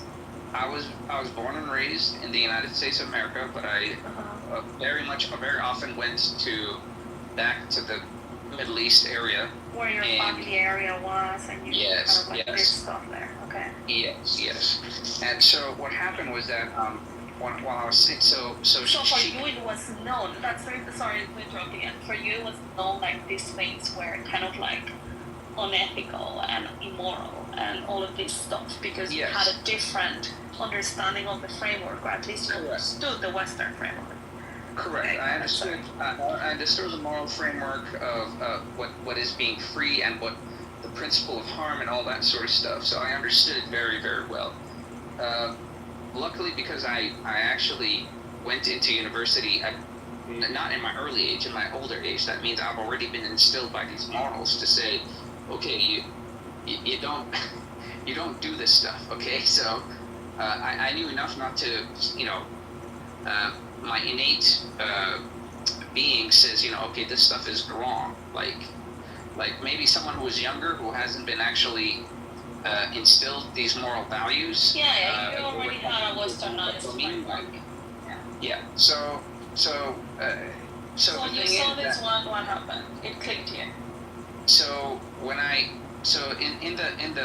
in the contract, it's called the nikah contract. So they said that, okay, if she dies on the wedding night, you can have your money back. Okay, so that's why he went with the wedding, and the reason why they're in court is because that 3-year-old girl literally died, and the man wanted his money back, but the farmer spent all the money, so he's coming to the court to get his money back. And I said to myself, I even saw the coroner's report. I literally saw that she was flattened. Okay, she was absolutely flattened. Her rib cages were turned into frying pans, like literally. And then I told the judge, and I said, are we gonna actually ask the question why this man is still walking? Like, I mean, he just killed a 3-year-old girl. And he says, well, it's in the contract, so, there's no blood money required. They knew when what they got it themselves into. Okay, that was when I said, okay, this is some really effed up shit. And I realized I'm going to have to do exactly what this guy did and allow this to happen. And that hit me. That hit me hard. That hit me really, really hard. Because in the end, you need to put yourself into context, and under Sharia law, that was okay. I mean, you had your mind under the framework of Western cultures, but that didn't matter then. Yeah, but then it mattered to me because now I have to do exactly what this guy did, how he would have judged, but so I actually went to my dorm. I was shook. I was shook for 3 days. Like I didn't even get out of my dorm for 3 days after what I witnessed. And after a while, I actually went on, and the last straw was for me when I actually saw a case where this man, he's a slave trader, and he was taken to court by his customer, and because he believes that he actually oversold a slave, and the person who is the witness is the slave itself. The slave was literally in the room, and I was like, oh shit, I got to get the fuck out of here. I got to get the fuck out of here. And I called my mom and I said, hey, Mom, don't ask questions. Don't say anything. Just get me one-way ticket out of here. I'm going to sneak out of this place, because the first thing they tell us when we actually go to these Islamic universities is that you're not allowed to talk about any of this sort of stuff to normal people. it is a privilege that they've given you, and you're not allowed to talk to laymen about this. It's kind of like a Fight Club rule, and because it's considered treason if you actually show this to a layman person. So that's why I sneaked out. I went and I got my ticket, and I basically went back home. The first thing I did was I went to my father and I said, Dad, did you ever have to do any of this shit?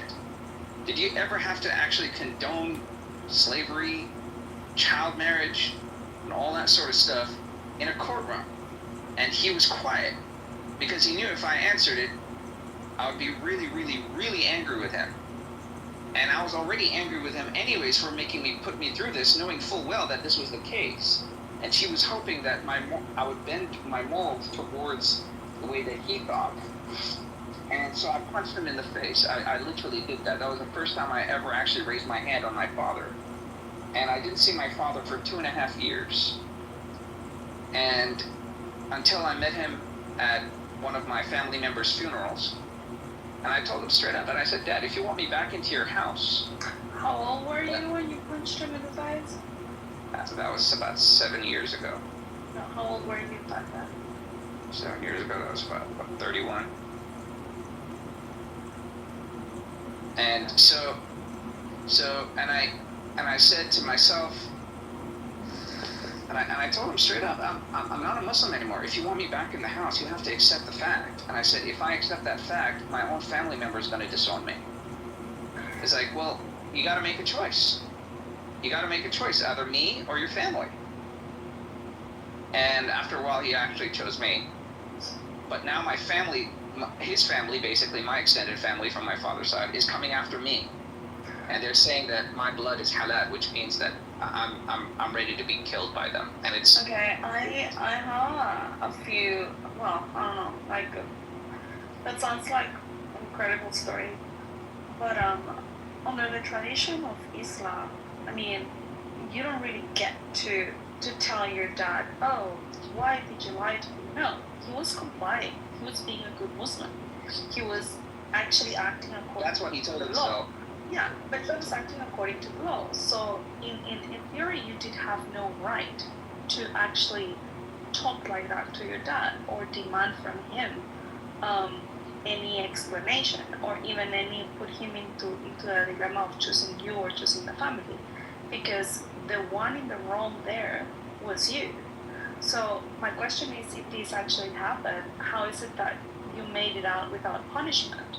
I mean, you went against Sharia law and you went against tradition and you went against the book, the Quran. So how is because it we're in America.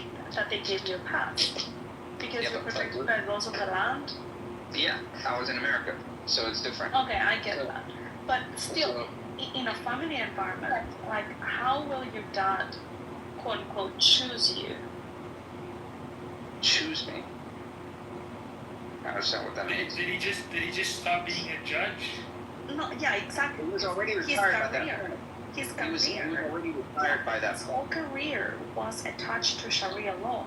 So how would he be okay with taking your side instead of taking the side of the meaning of his whole life? Oh yeah, yeah.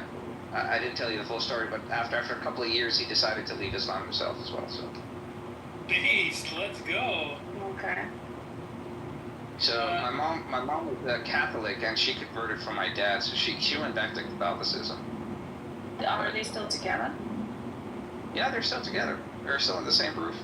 Yeah, but he cannot say that he is an ex-Muslim. Neither can you, because that implies he called himself a doubter. So what he uses a different term because he's more of a philosophical guy now. But he doesn't want to say that because if he did in front of like a Muslim, they'd probably kill him. So that's my point. He would be punished. Yeah, he knows that, and he knows that. So that's why he never goes back anymore. And by the way, that his own family members want to kill him too, because apparently I'm the one who converted him out of Islam. So you guys can never go back to a Muslim country or Sharia law. I could never go back to my family again. No, I cannot. And if they said now it starts making more sense.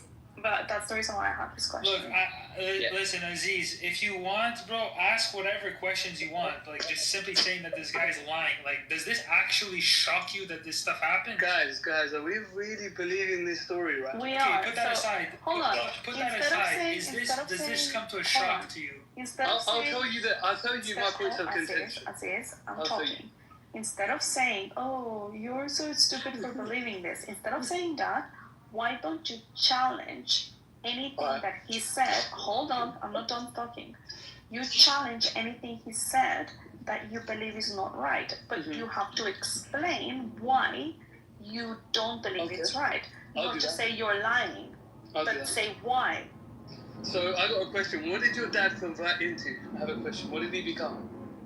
You're not listening, right? Just like me. No, I'm wondering, did he just become atheist? He's more of a rationalist. Right, but did he formally become atheist? Didn't you hear what he just said? Or No, you just being I would say I'm asking a question. He believes in the grand design. He's a doubter. He can answer his own question. Respectfully. He believes in the grand design, so he's a theist out there more than anything else. Just like me, I'm a theist too. Did he formally leave the religion? Was there a day? Was it kind of just doesn't pray? You said we were at a dinner table. You said he's not allowed back to Muslim countries, you know. No, we were at a dinner table, and he told me straight up that I haven't prayed in the last couple of months. So so now you're not allowed in Muslim countries. I'm not allowed in Muslim countries because my own family members told the authorities about me that I'm a mulhid, and I've also converted my father out of Islam. Therefore, my blood is halal, including my father. So you can't go back to Egypt now. Is that right? I'm not from Egypt. To wherever in the Middle East. No, I'm not. It doesn't matter where Aziz.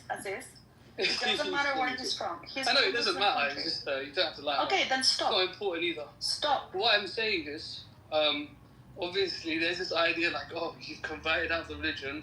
Now Isa said you're banned from Muslim countries. Is that? No, I didn't say. I didn't. You see how you're an idiot and you're not paying attention. Clarify. Can you clarify? Yes, I can if you shut up.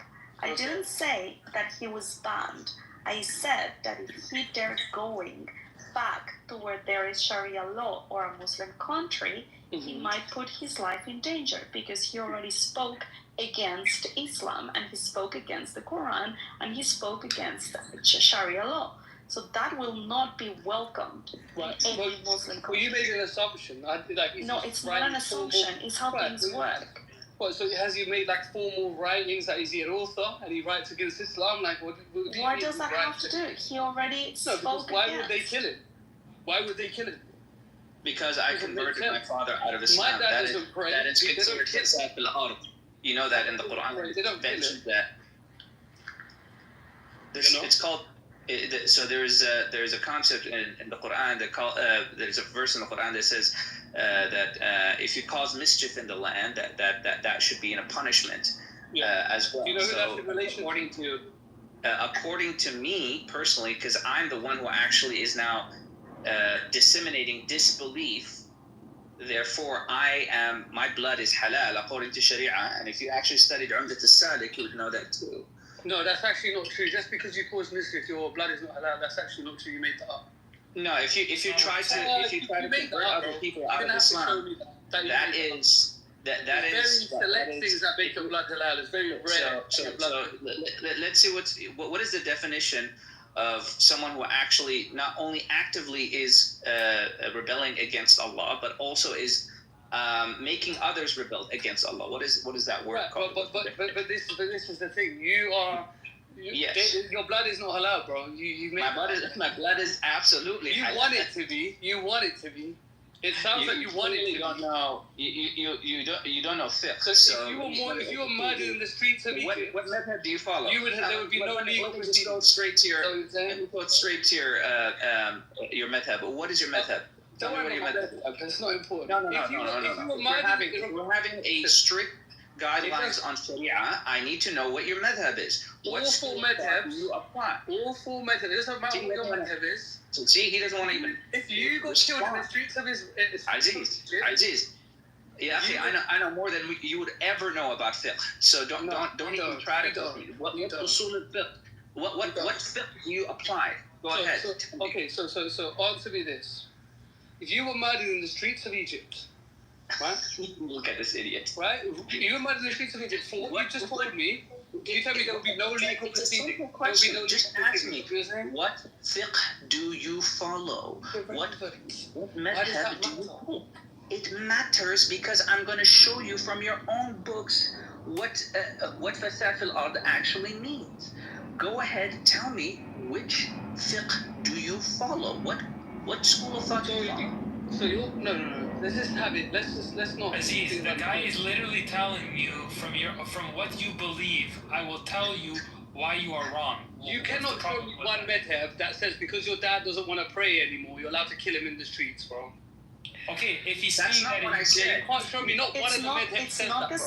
It's not the same. They don't even have disagreements about halal blood, bro. It's not the He same. even says ala Allah. It's not the ala same. Muhammad. He says that too. Oh my God. It's not the same not praying anymore than going out and speak ill against Islam or against the Prophet or against Sharia law. That's very different. Well, that's why I'm asking you. Is your dad like is your dad an author? But it's different. Is your dad? What does your dad do now? Is he an author again? Does he write books again? Why does he have to write books? Why does I he just have want to to know, write books? what makes him publicly? Is he publicly slating Islam? He doesn't need to be condemned. He doesn't need to be condemned by a government. He can be condemned by his family and the family and the community, and they can take the law or the justice in their own hands. No, they can't. They don't need a government. What are you talking about? Absolutely, they can. No, they can't. This guy has no idea what he's talking about. So he doesn't know that. Okay, an imam can actually do fatwa against a personal person. So there'll be no legal proceedings after your family take the law into their own hands. If an imam actually puts a fatwa against you, what has happened? If an imam puts a fatwa against you, is that not a legal proceeding? So is there a fatwa against your dad? Apparently, from my cousins, they say yes, it is. Your cousin is not a mufti. He's not an imam. You know. No, he said he went to an imam. He already said what happened, and the people who were actually in the university can also confirm. So now they went to an imam and got a fatwa against me and my father. What are you going to do about that? So is that what they did? Did they do that? Did they get that? No. Did they do that? Palestine. Who is this idiot? So you gave me a hypothetical. Did they get a fatwa? Because you're not going to get one, bro. That's what they're saying. That's what they're saying. They've already gotten a fatwa. And that if I ever come back into any Muslim country, that fatwa is effective. You lied. So you've got an exclusive fatwa on your father, bro. First of all, they're not going to actually announce a fatwa, especially if I want to actually come back to a country. Famous? Like, who's your father? Listen, this guy is a nutshell.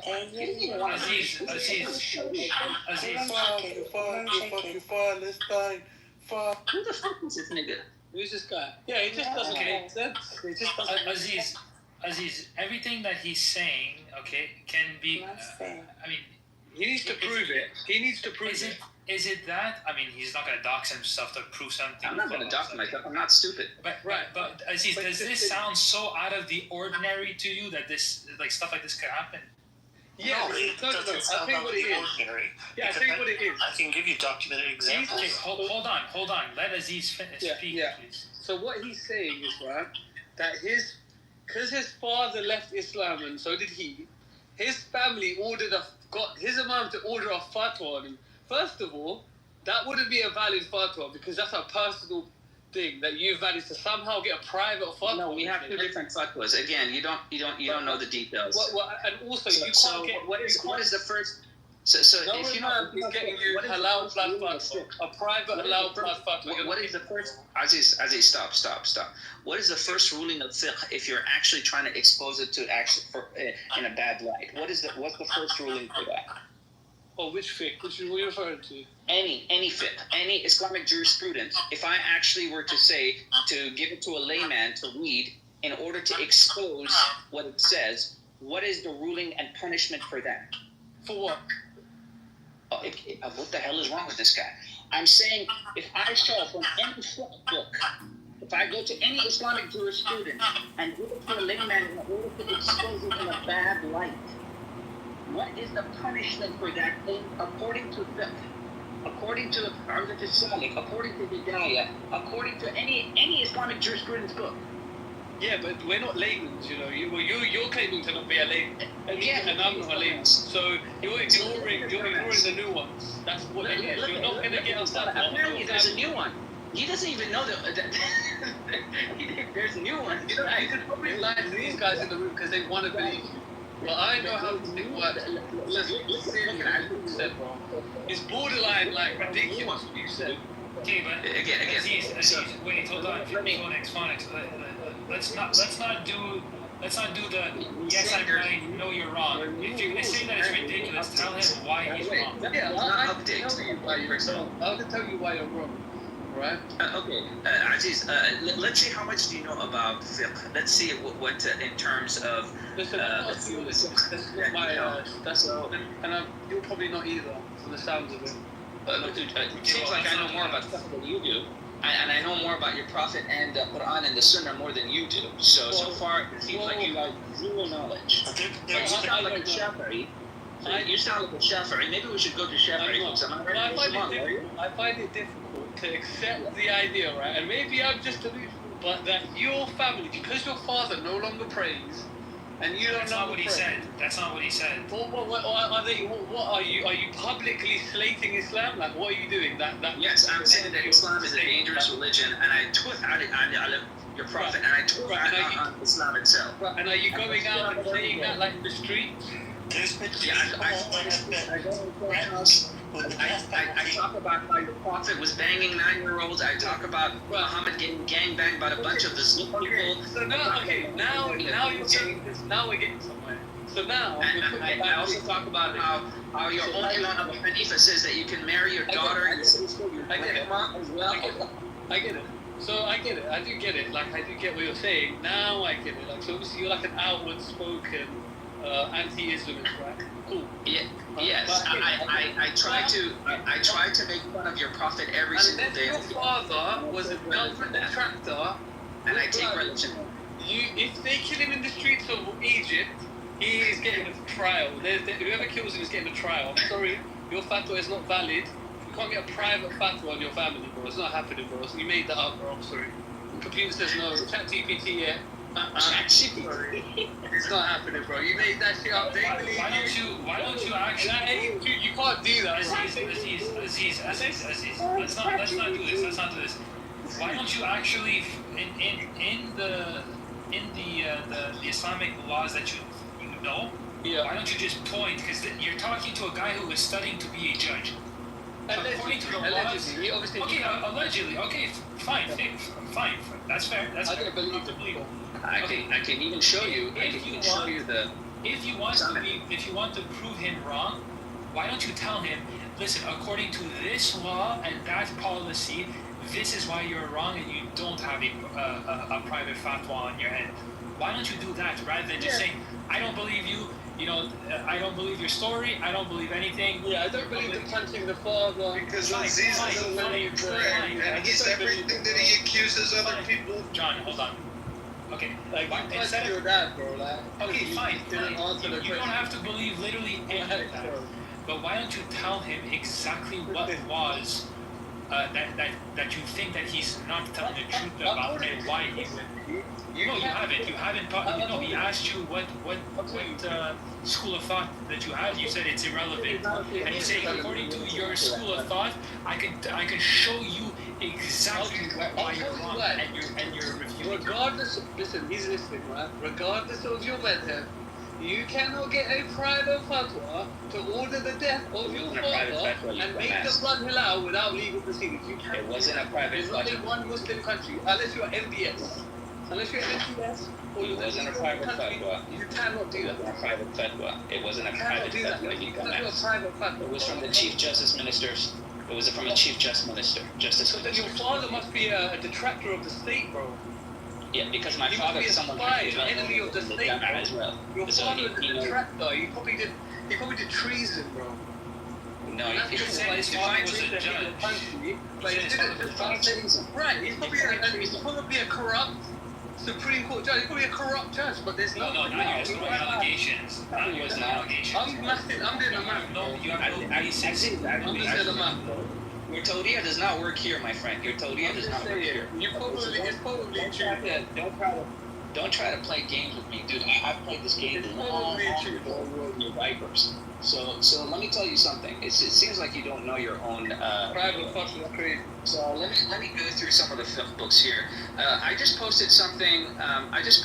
Simon, would you like to kindly read about one of the fiqh books from the Hanafi school of thought? Since he always talked about Egypt. I cannot read. So this is a book called Baheshti Zever. This is from Maulana Ashraf Ali Thanawi.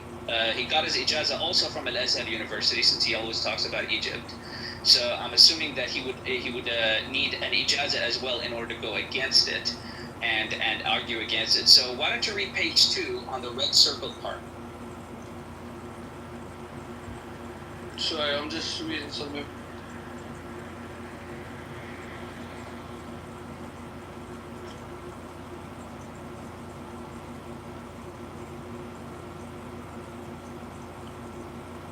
And just for people who don't know what. Right. So I've got the Islamic jurisprudence here, just to completely shatter your reality that you try to push to these people. I've got all the legal structures in place here. I'll read it out to you guys in case you don't know.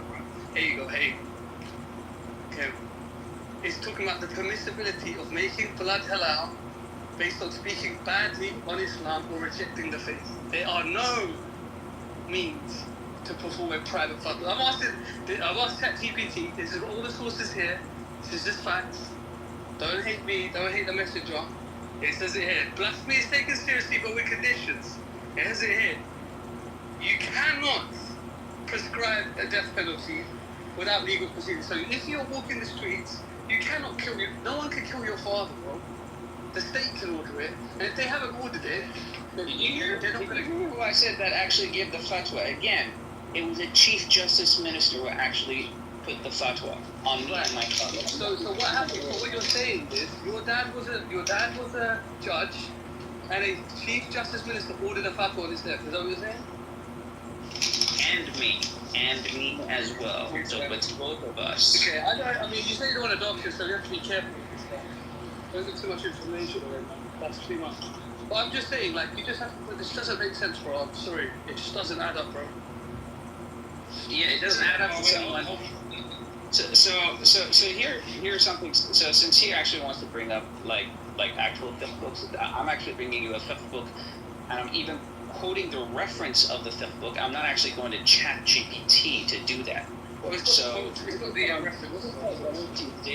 this is actually one of the from the Hanafi school by Maulana Ashraf Ali Thanawi. They're actually using court systems. I had to actually study this. They made an English translation of this, but I had to learn it in Arabic. This is one of the books that I had to actually study. If you go to page 2, it tells you about not if you can have sex with a little girl, but how to have sex with a little girl, and the rules of engagement when it comes to banging a little girl. Why don't you do that?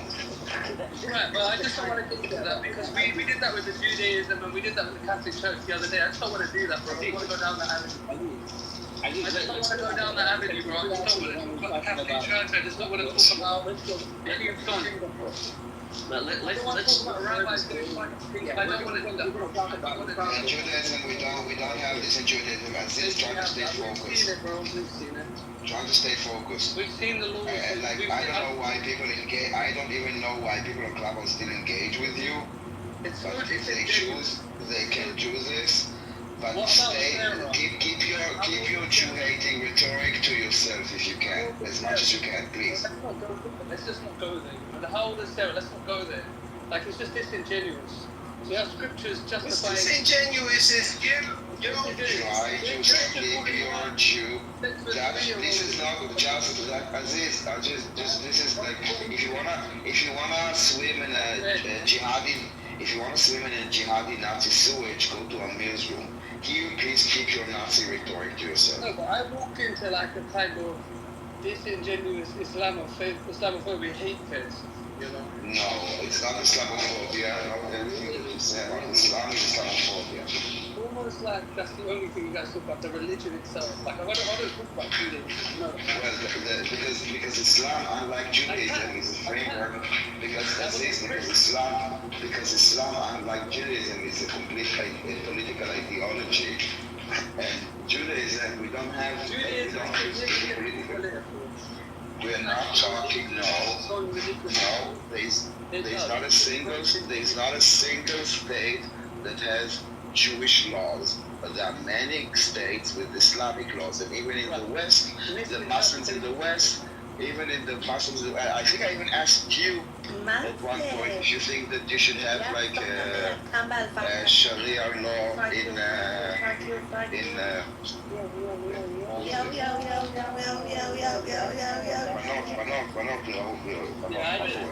Jihad over here, Jesus, what returns. Yeah, I just want to say. Anyway. You guys make it about religion. You try Just, to like. it is about religion. It is about religion. You don't believe in God. Let's read out what Abu Hanifa says. But you want to kill me because of your religion. That is my problem. Since you brought it up, let's read what Abu Hanifa says about who you can marry. So this is basically one of the guys. You also don't believe in God. You believe in Satan or whatever you believe in. So you're not in a position to. And to be honest, Aziz, I don't care about what you believe. Just stay the fuck out of our way and don't kill Jews. That is all I'm asking. Don't kill Jews. Don't spread hate of Jews. Don't spread light of Jews. It's very basic, simple things that I'm asking of you. And it is about religion. Your people from your religion that are taking dominance in all the top terror organizations that are screaming Allah Akbar. And unfortunately, Aziz, your religion has been weaponized to do awful, awful things. And people like you, let me finish. And people, let me finish. And people like you, the so-called moderate Muslims, are being silent while your religion is being used to commit awful, awful crimes. So yes, it is. It's not about me. It's about You funded ISIS. Again, you are ISIS. You understand? You are ISIS. Love that shit. But Aziz, we are not funding ISIS. We are not funding anyone. Qatar funded Hamas. Okay, I'm sorry. I'm not engaging with idiot. Okay, so there's actually documented cases about this. So, as an example, you can have a fatwa. I don't want to have a religious discussion. No, So leave. Go down. So leave, bye. You're not contributing anything, so you will not be missing anyway. Okay, so you can have a fatwa calling without. Can I respond to him before we move on? So this is from his own book. This is from his own Islamic jurisprudence book. This is from Imam Abu Hanifa, which is one of the guys who actually started the Hanafi school of thought. So this is as big as it gets. Imam Abu Hanifa said in the book Al-Mahalla, Imam Ibn Hazm says that there is no punishment for the one who married his mother, who gave birth to him, his daughter, his sister, his grandmother, his paternal aunt, his maternal aunt, his brother's daughter, and his sister's daughter, knowing that they were forbidden to him. This is from your own scholar, who is pretty much the greatest scholar that ever lived from all the four schools of thought, with the exception of Imam al-Ghazali. But this is the guy that they actually, this is what we call a fiqh book. It's all dumbed down for you to the point that you just have to accept what it says. So it's very explicit that you can actually marry your own mother in the Hanafi school of thought. Okay, and there's two documented cases. So the one case you can have a fatwa calling for the death of someone without any legal proceeding of any kind. And that is, of course, the very famous case of the fatwa against Salman Rushdie. There was no trial, there was no indictment, there was no legal form, no defense right. It was simply a religious decree calling for his death, which was attempted and acted on by people from around the world. The other case I wanted to mention was the case of a 23-year-old in Saudi Arabia, Hamza Kashgari, who simply posted on Twitter 3 posts where he posed questions, and because of that, he was immediately threatened with death sentences. He actually flew to Malaysia to escape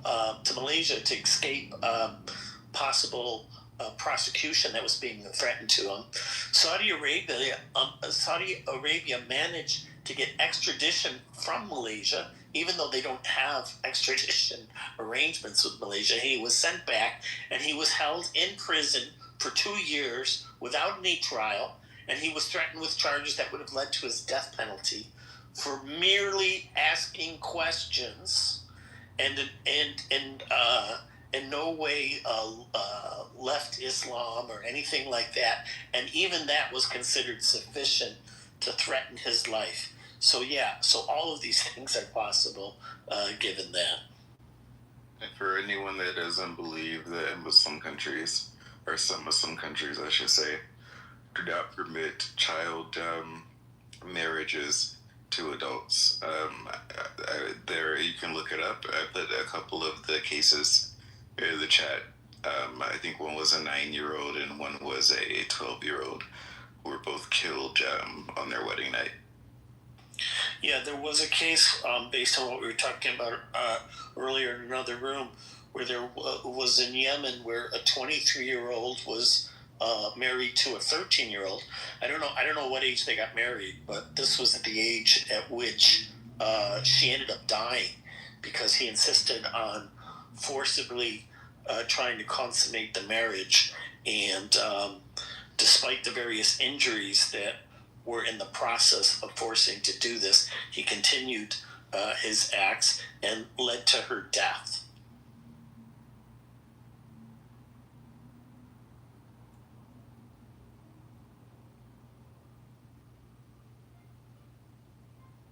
By the way, I have another one over here. If you guys look at my picture profile.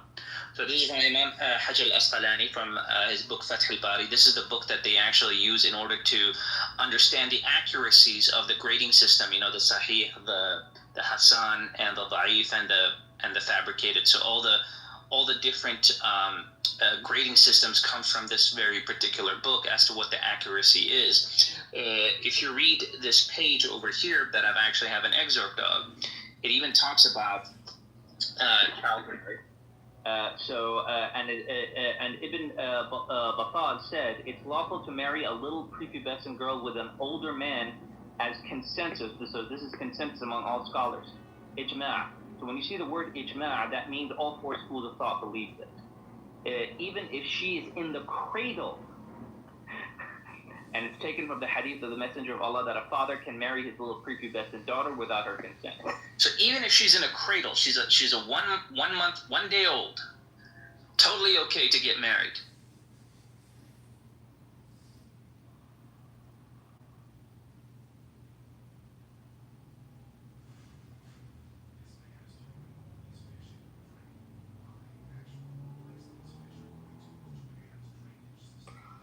I think there's technical problems in the room. Did anyone hear what I just said? We heard you. I think that people are just sort of in shock. Yeah, so this is the stuff that we had to learn in Islamic University. I mean, I can go down the cannibalism route. It gets funny, like, if you don't take it seriously, but people do take it seriously, and it doesn't get funny in those countries. But now I can probably talk about it, and if you want, I can go down that route. No, well, there's YouTube videos you can watch where public stations in some Middle East countries discuss this and are giving advice or religious rulings to people, and they discuss this idea of marriage at any age, that there's no lower limit of any kind. You know, a few months ago I came across the book called Law, I think it was called Law of the Desert. It's about Bedouins and Bedouin law and how it was developed. And I think all of these legal systems, whether they be sort of Judaism or in Islam and Bedouin law, kind of developed.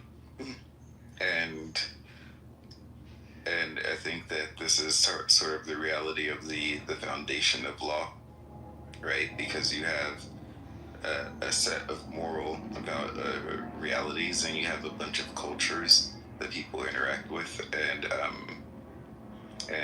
some of them get legislated and kept in through society because that's a part of like popular culture, and then some things get thrown out. Actually, I find legal development pretty interesting, but I think it's part of the same sort of thing.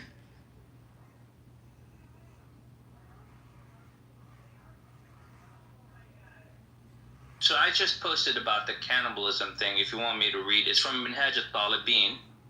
This is a book by the Shafi'i school of thought. So this is Imam Nawawi's work, and he's a giant scholar when it comes to the Shafi'i school of thought. In case of urgency, one may even eat a human corpse or kill an apostate or an infidel not subject to Muslim authority in order to eat him. But one may never kill for this purpose an infidel subject of a Muslim prince, or an infidel minor, not so subject, nor an infidel who has obtained a safe conduct. And then says, a person suffering from hunger who finds a corpse and at the same time eatables not forbidden but belonging to another should, according to our school, eat the corpse rather than taking eatables that do not belong to him. Now I look back at it, it's pretty funny.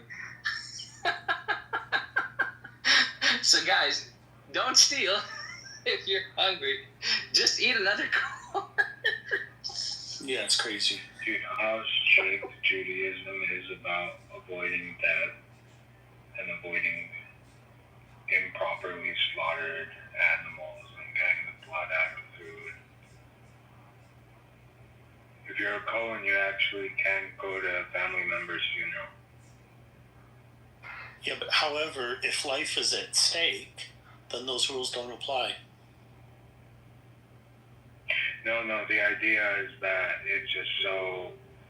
It's like the idea is that God came up with those laws, and then Christianity, and then Islam, and it, it went from this to this to that, and it's a total reversal of what came before. In so many ways.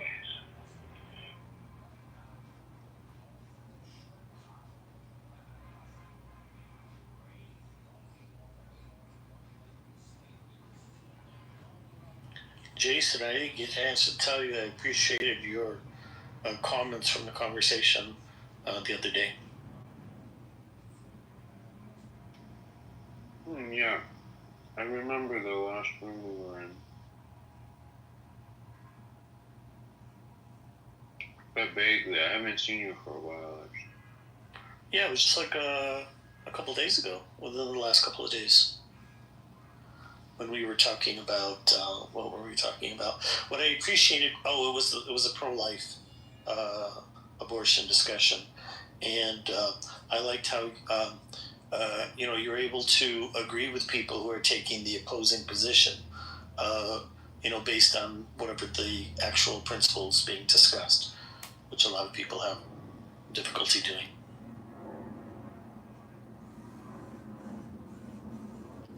Oh, that's right, I remember now. Yeah, that was an interesting discussion. It was funny how Sam actually kind of accepted the line of questioning I gave him. Yeah, that's the outcome.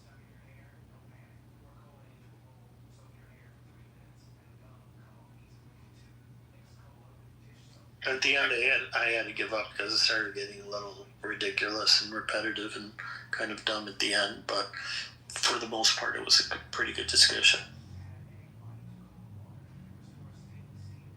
Yeah, you had that guy in there who was like, the government can't restrict people's freedom at all. Like, basically, like the hard libertarian guy. And the guy was like, don't you understand what the government is? Yeah, and then you gave some examples, and I gave him very specific examples where it is done. And he just seemed to think, I don't know, he just kind of ignored it. What just happened? I don't know. There's some kind of technical problem, so. With what?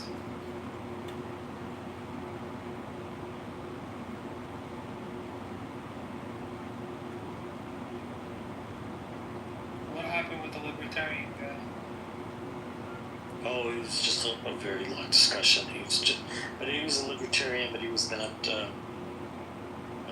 not very realistic about history and the way things actually are. It was Elliot.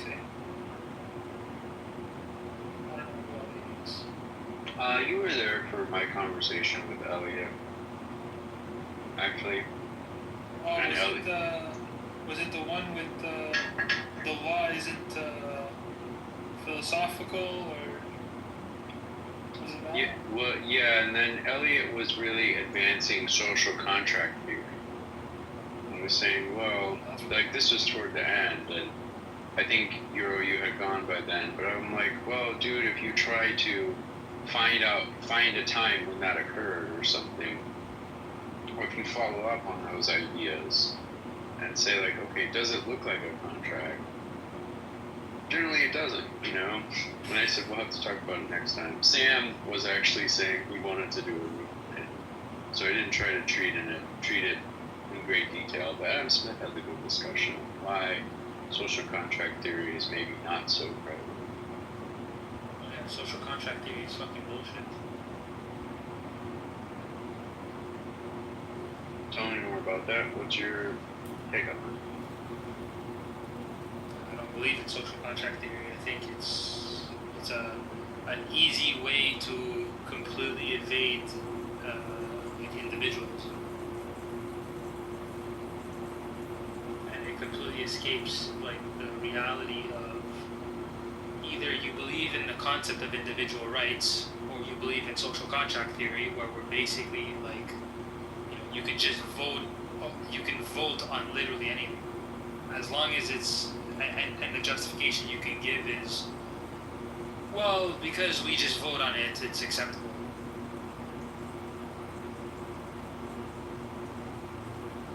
We all societally agree on particular things that we can just remove certain freedoms, and it's like, yeah, okay, so you just don't believe in individual rights, and you have a misconception of what the role of government should be. Yeah, but Simon, you would agree that these individual rights aren't absolute, right? Yes, they are. Either you believe in the concept of an individual right is simply a moral principle. So it's like saying, well, me killing people is not absolute. Like me initiating force is not absolute or not. It's like, well, I mean, it just depends on your moral framework. Either you accept that the initiation of force is always evil, or you don't. So it's like saying, like, that's the point. And then the role of government is simply to recognize that moral principle and then define what that actually looks like. So that's why you have like laws to explicitly say, this is a principle that if you go past it, you're in violation of someone's rights. But if you're saying, well, rights aren't absolute, I can't help you with that, because a right is simply a moral principle. Either you abide by and you accept people have the right to act how they want, unless it violates the rights of another person. But in order to have that principle clearly defined, that's where the government steps in and then writes it into law. This is when you're in violation of another person's rights. So yes, rights are absolute. Either you accept it, either you accept that premise, or you don't. But if you don't, then you simply just don't believe in like the totality of what individual rights actually constitutes. Well, I mean, rights aren't inherent, right? Rights are only like granted by the state or the collection of people that make up like the entity in which you live, right? So you live in a community, you live in a state, you have a government or some whatever, and they decide what rights are extended to the individual versus the collective. Like if you live by yourself, it doesn't matter. If I may offer a slightly different take on this, I kind of agree with Simon that there are some fundamentals here. The details are decided by the society. There isn't some way to like get the platonic form of the details. But if the society decides the right or wrong, then there are public policy consequences, and there are visible like stoppages and screw-ups and infelicities in the way the government works. So there is natural law. And I think this is the natural law position, the position of people in Edmund Burke's time and Adam Smith's time, the position of the people who embody classical liberalism. There is an order to this. There are policies that if you make them, they're not going to work out. You can't just make any policy you want because the collective says they want it. And that is governed by things outside of what people want. And we need to want to know those things and want to conform to those things. And that's what brings you around to concepts of natural rights. There are things we can embody in public policy and things we can't. There are people we can give certain powers to, and there are people who shouldn't have those powers relative to other people. And that is shown in the workings of it and in our experience with that. Well, Jason, I agree with you that there are limits to what a collective can do versus individuals' rights or natural rights, whatever you want to call them. On the other hand, those rights are not absolute. And that's the problem, is the collective can impinge on those rights. So as a very simple example, most people accept that individuals have a right to property, but that right to property isn't absolute, because you have the state has the power of eminent domain and can force you to sell that property. And that's just a contradiction. Well, it's not a contradiction. This is. Well, yeah. How could you have the right to property, but then also the state gets to just take it? Because you assume that these rights are somehow absolute and they can't. I'm not saying they're absolute. That's what I'm saying. I never said that they're absolute. I'm saying if you accept contradictions, then you just contradict the idea of it's not a contradiction. It's a question of scope and domain. So you have a right to property. You have a right to property. As long as you don't, as long as we voted away. No, it's not voted away. This is the thing. I mean, how could you accept it? Well, that's eminent domain is not voted. Maybe you don't understand how eminent domain works. No, I understand how it works. I'm just saying it's a contradiction. It's not a contradiction. Well, it's a contradiction. How could you have a state that think protects individual rights but also violates the right of property? Because you're assuming that rights are somehow absolute, and they're not saying it's absolute domain. Well, if I may offer an alternative way to look at this, Simon, I mean, the only reason you have or in most cases anyway, when you have a court case, when you have a dispute, it's because there is a conflict of rights. And conflicts of rights occur all the time. And they can't be absolute. You know, like we have a basic right to go to go wherever we want to go. And people also have a right not to be bothered by other people.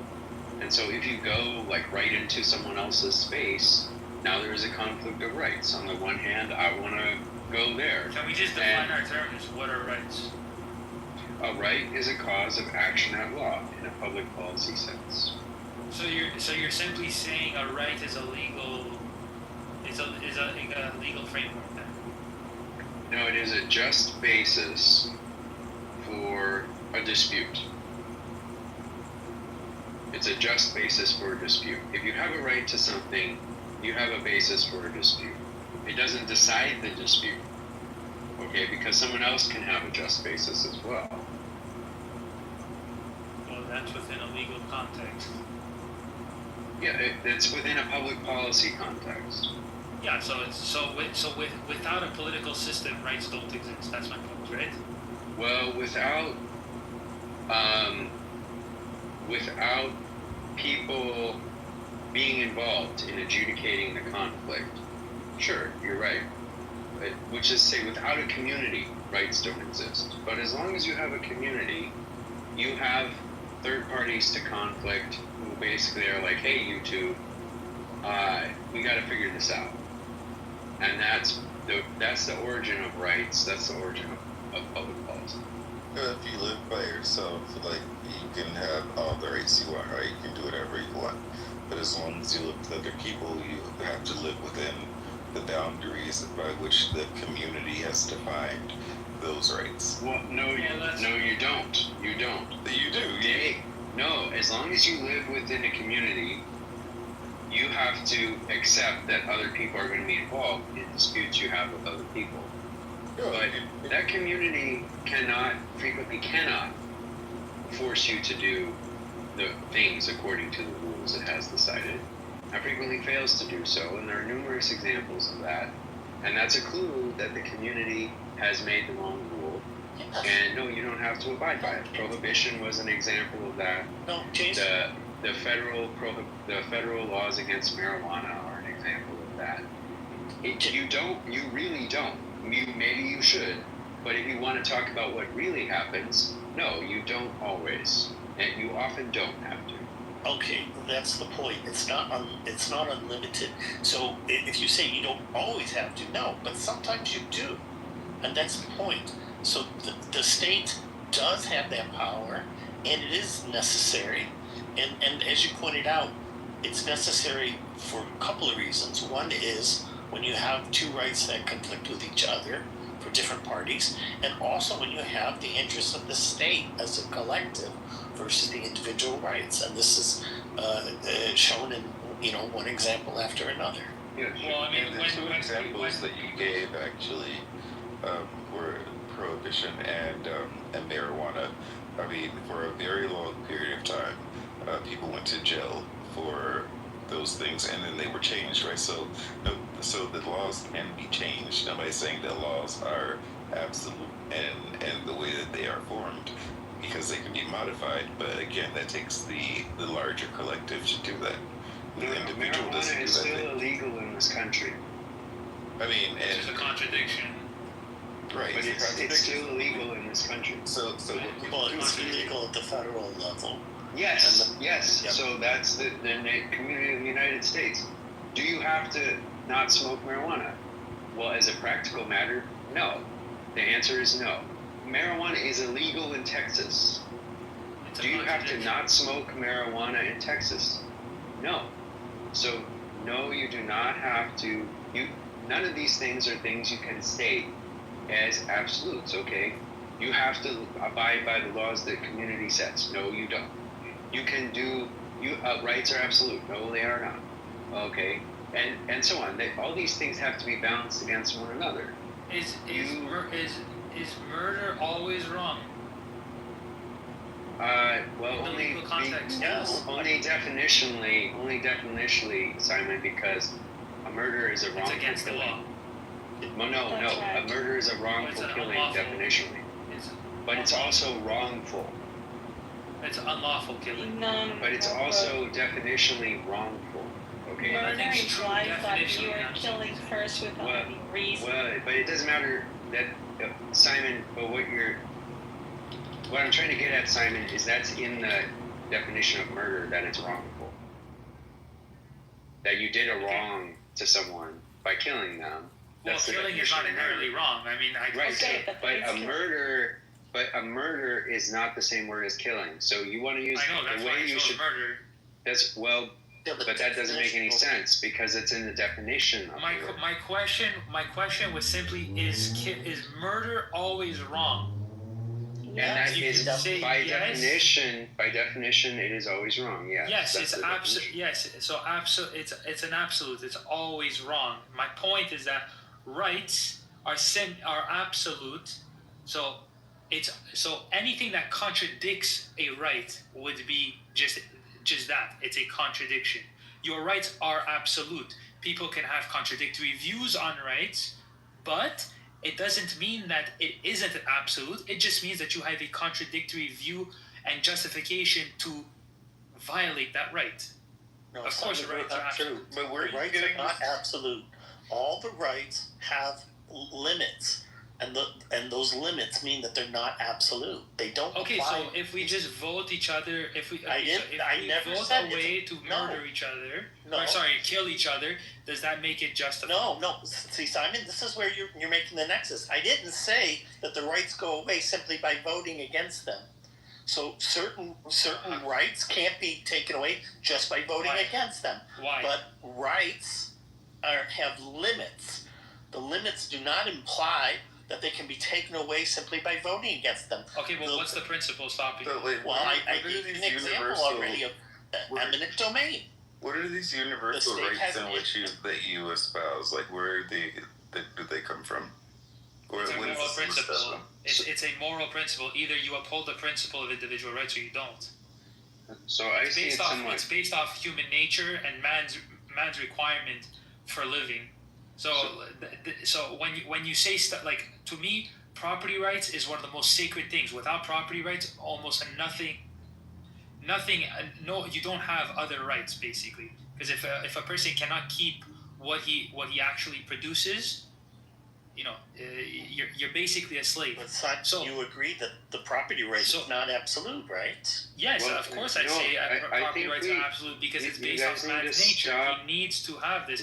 If you just believe in contradictory justifications to remove certain things, of course. If you're simply again, you just said the state can take away because of eminent domain. Eminent domain is just there because we voted on it. Like if you vote away eminent domain, it goes away. How do you obtain property? Sam asked a good question earlier that I would like to address, okay? Just where do these rights come from? And in classical liberalism, we have a different idea about where they come from, right? Which is that you try different things, and it turns out certain arrangements of rights actually work. Your government system actually works. And certain arrangements lead to chaos, okay? And things that you don't want in your society. And so the truth is, we don't know. Maybe they come from God. Maybe they come from nature. This is what you see in Adam Smith's writing on this topic and why they are called natural rights or God-given rights. Because we don't know where they come from. But the proof is in the pudding if you organize things in certain ways. And then when Euro says rights have limits, I think in a classical liberal framework, we have a very different way of articulating that. Just simply that rights come into conflict from time to time. They come into conflict. And then you must adjudicate that conflict. Do they have any inherent limits? No. I mean, if they never come into conflict, then there's no limit, right? But they do come into conflict, and then you must adjudicate the conflict. Well, I mean, that's the whole point of the legal system. The point is that all of the laws are supposed to define what your freedom of actions are based off of individual rights. So, for example, your property rights, your property, the law says if you take someone's property without their consent, you're stealing. The principle is if your freedom of action intervenes in someone else's freedom, which is it includes their property, then now you are in violation of a person's right. Now you can bring in the courts, an adjudicator to adjudicate the situation. Now that's the principle of every law. Every law is supposed to be based off of individual rights. So when you say individual rights are not absolute, it's like, well, what do you mean? The entire legal system and framework is based off of this. So what would that actually mean, and what would be the... There is no legal framework anywhere in this planet where rights are absolute. Rights are always limited. I didn't say that they are. But he's asking what that means. Pointing to an example. He's asking what that means. What does it mean that rights are not absolute? It means they operate in certain domains, and that they have limits, and they do not apply beyond those limits. So you have a right to property is a good example, but you can lose that right to property through several different means. So one of them, I already stated, eminent domain. I mean, there's also adverse possession. But hold on. You're not losing the right. It's just eminent domain itself contradicts property rights.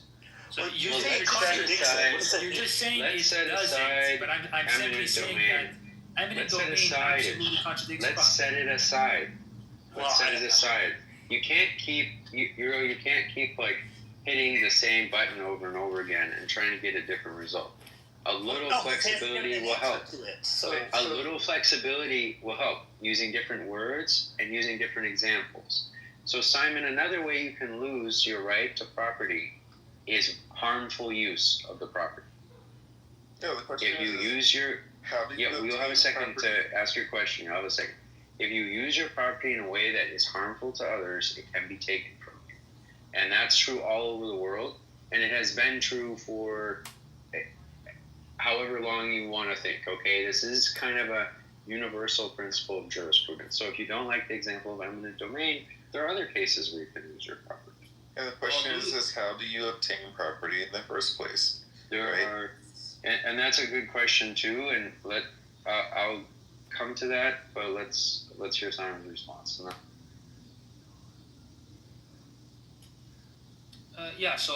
So the fact if you're saying that you violate someone's right, you don't lose your right to property. You simply just have some sort of, I mean, give me an instance of that actually happening, because I don't know, like you have a gun and then it's taken away, for example, or like what? Like give me an actual. You own a house and you own land, and the government wants to build a highway. No. We're talking about harmful use now. That's eminent domain. We're talking about harmful use now. And so you have to stop hitting the same button. You're not answering the question he asked. You're not answering the question. You're not answering and he's allowed to dismiss it. You're not answering the question. You're not answering the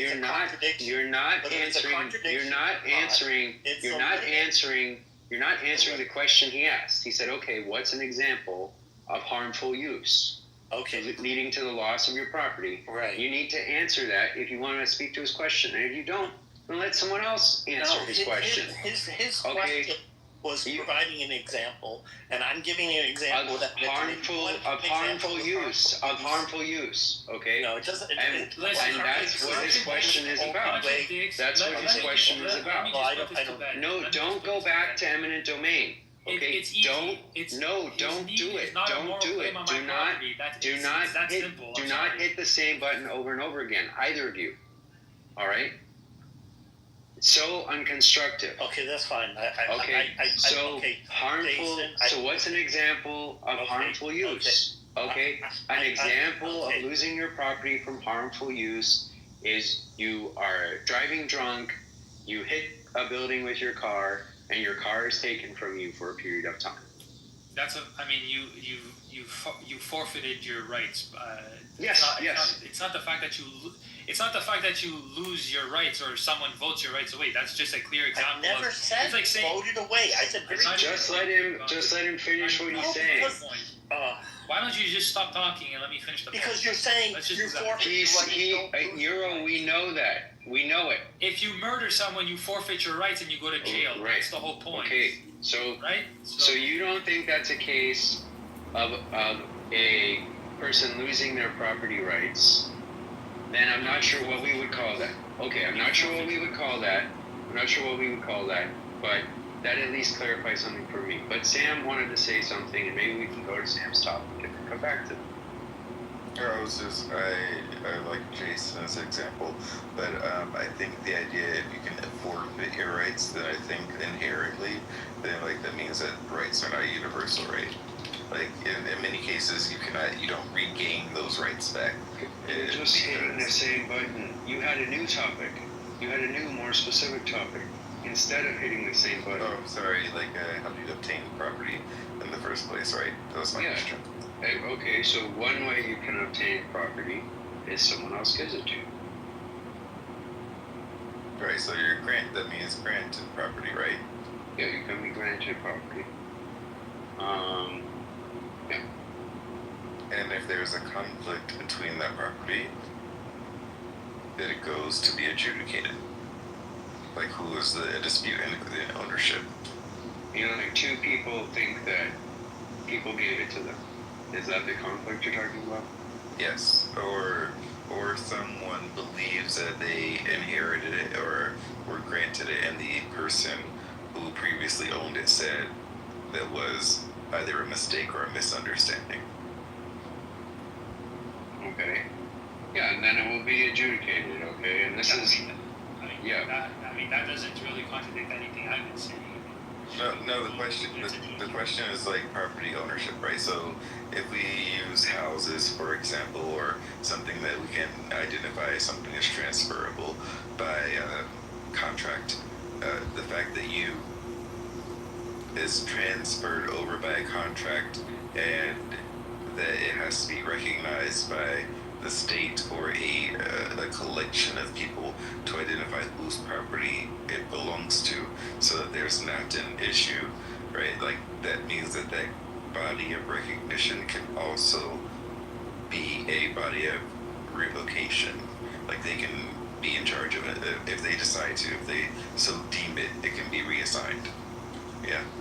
Well, that's not really getting to like the heart of what I'm actually talking about. I'm simply so it means that you don't actually have right to your own property as long as if society says that you don't have the right to that. That's exactly what I'm saying. I'm saying if you don't believe in property rights and you just come into my house and steal everything, well then I don't have rights, do I?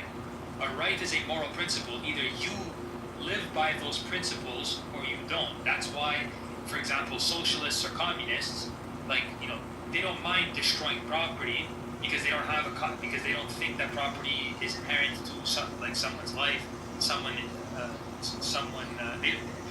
essentially they don't believe in the concept of property rights, so they don't care if destruction and all that type of stuff. That's why they don't mind giving away everything to the state, right?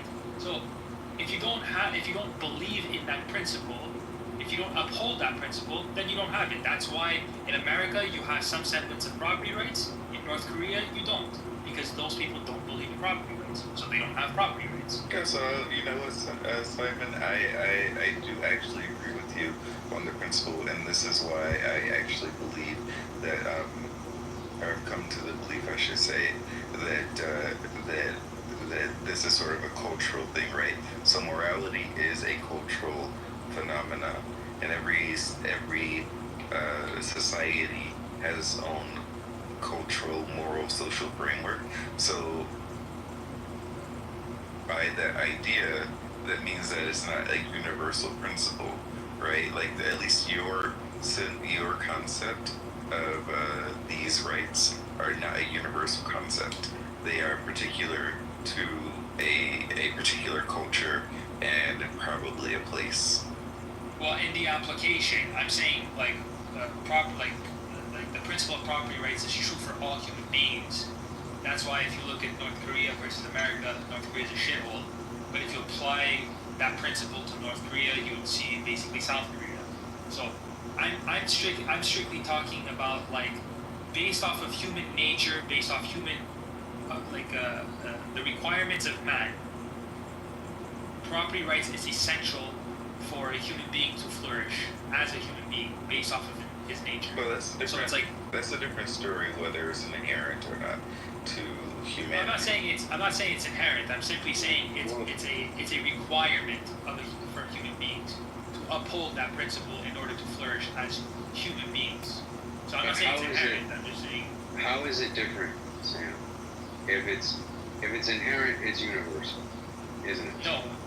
No, I'm asking Sam. Oh, sorry. No, I don't think so, actually. I think that those are, and quite honestly, I don't know if it's actually inherent. I think that we have just sort of come to this conclusion at our current stage in human evolution to say that it may be something inherent because we feel like it's a concept that currently works, right? But there are many people out there who believe that it doesn't work, and that's their own personal philosophy or issue.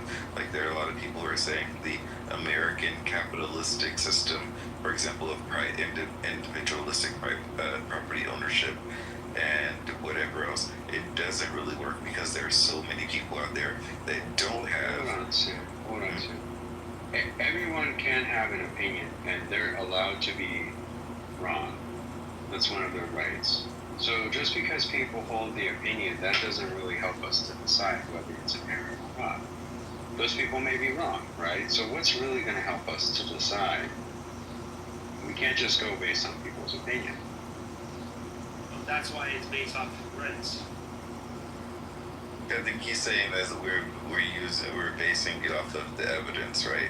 So we can see that individual property rights as a concept works in society because we see society flourishing for a particular period of time, where we see countries or concepts where people don't have individualistic property rights and they do not flourish. Therefore, the evidence is contrary to the idea of human human flourishing.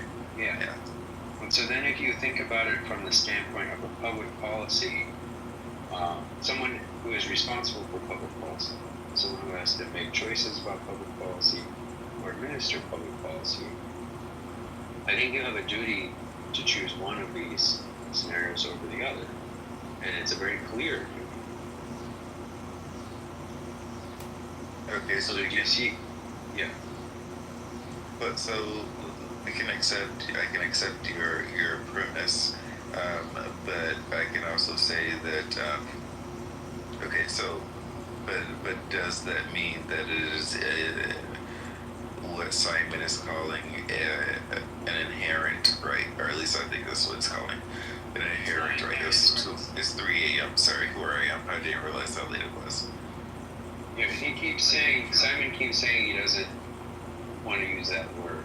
No, but it's because I'm not saying it's an attribute of a human. I'm saying based off human nature, property rights is a principle that you should uphold as a moral virtue.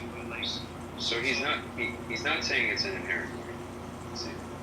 But I think it is clear that it's the best we know we can do now. And as far as our understanding of human nature, like Simon is saying, it's the best we can do now. It's the best we know now. And shouldn't we try to do the best that we know now? I mean, yeah, it's an idea, but I think what Euro is saying is that, like, naturally and in society, when you have like a collection of people, that is not something that and I'm not trying to contradict what you're saying. I'm saying what I think I understand Euro to be saying, which I think I may agree with, is that when you have like a collection of 100 people or whatever, then the rights that you have are something that is only extended by virtue of whatever the majority of the people are that establish the system. It goes down to what I said earlier, and it's basically the vote. So just to press back on the point of his eminent domain thing, the only reason I said that eminent domain is inherently just contradictory to property rights is because if you look at the proper function of a government, essentially it's there to protect your rights. That's the only function of a government. Now, when you break it down, if you say that I have property rights, and then you tell me, well, the role of government has the power to use eminent domain, all you're saying is that I have the right to property, but now, because the government needs something, they can take my property, literally expropriate it, and then use it how they want. That's the literal definition of the violation of my rights. But only because you have allowed the government to, you somehow justify that, that doesn't negate that you're violating my rights. That just means that you have justified the forfeiture of my property and the legal, and you've just given, a legal justification for the government to do so. But that doesn't mean that you're not contradicting my right to property. Okay, so some people can say that the right to own property is only extended to you by the government, right? Say that again. So the government doesn't. The government is there to recognize your property. So Why? That if I have. Why can't they just say the government owns the property totally, and that you are? Well, okay, but Sam, they can say that. So that I don't have property. But Sam, you keep coming back to this position that is like people can say this, people can say that, but that's not an argument. People can say anything. That doesn't give you any basis. I'm not saying people. I'm saying the government, right? Same thing. They are people. When I people, they can say whatever. They can say whatever they want. Anybody can say whatever they want to say. And that's not an argument. Anybody can say whatever they want to say. But the reality of it is that governments are structures that humans as a collective create. Right? This is what we fight wars over. This is what we kill people over. This is it. And also legal systems are things that are structures that people as collectives create. And you can have all the rights or freedoms and do whatever in your own space and your own time. But as long as you live with other people, then you are bound by the rules of other people. And what we have created in the West, as I understand it, is a balance between the state control and the individual rights and freedoms. So, which does not exist again universally in every society, but is something that is a thought experiment that expanded into practicality through Western society with the invention of things like liberalism and whatever else you want to call it, right? Like those are just things that. But Sam, this is not an argument. This is guys. Hold on a second. Sam, you're introducing all this stuff, but it doesn't really help us to discuss eminent domain, right? Well, we're not discussing. It would be better. Exactly, eminent domain. Yeah. But Simon was saying, if they can take your property, okay, then how do you have a right to property? It's a contradiction. Okay. No, the question is how do you have a right? How do you even have a right to property at all? Right? It's an extension of the state giving to the individual. The state. Okay, so you're advancing that, okay, as a thesis, but we don't have to accept that, okay? So, I mean, if you're going to say, well, I assume that property is due to the state's grant to you, then I assume it's not a violation of your rights, okay? But you can't make us work with that framework, okay? We need to be able to comment on that. You can't just force us to accept that, okay? That's assuming the conclusion or begging the question, all right? We don't accept, neither Simon nor I believe that that's what property comes from. So you want to introduce that as a hypothesis? Okay, sure. So where do you believe that property actually comes from? It's a good question. Nobody knows where the natural rights come from. And there are several recognized ways to obtain. There are several property. There are several. Yeah, there are several recognized ways to obtain property all over the world. One is you receive it from another person. Another is continuous use. There are 5 or 6 others. Acquisition, the creation of something out of something else, and then the fruits of something that you own is another classical way to obtain property. So, for example, if we agree that a certain person owns a certain tree, an apple tree, the apples belong to that person. Okay. And these seem to be true all over the world. When you look, when anybody has property, they more or less accept these. There are Smith will list 5 of them, 4 or 5 ways to obtain property. We all agree that the primary case is possession. If you possess it, then it likely is yours at some whatever, right? Yeah. If you possess it, it is probably yours. Okay. That's certainly a good starting point. So let's use a bit of a thought experiment. So let's say you go on an island somewhere, right, and that nobody has touched before, and as far as you know, and you plant your flag, and you live there for 5 years, and the question is, does that property belong to you? Well, I mean, you can't really claim property to yourself.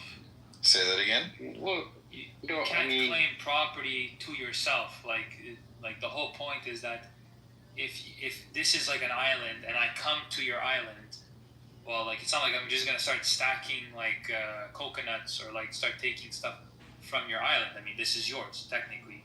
Oh no, I said nobody is there. No, you're the first person. You don't. Then you own it. Sure, the concept of property itself doesn't even apply. But then someone else comes to the island. It does apply.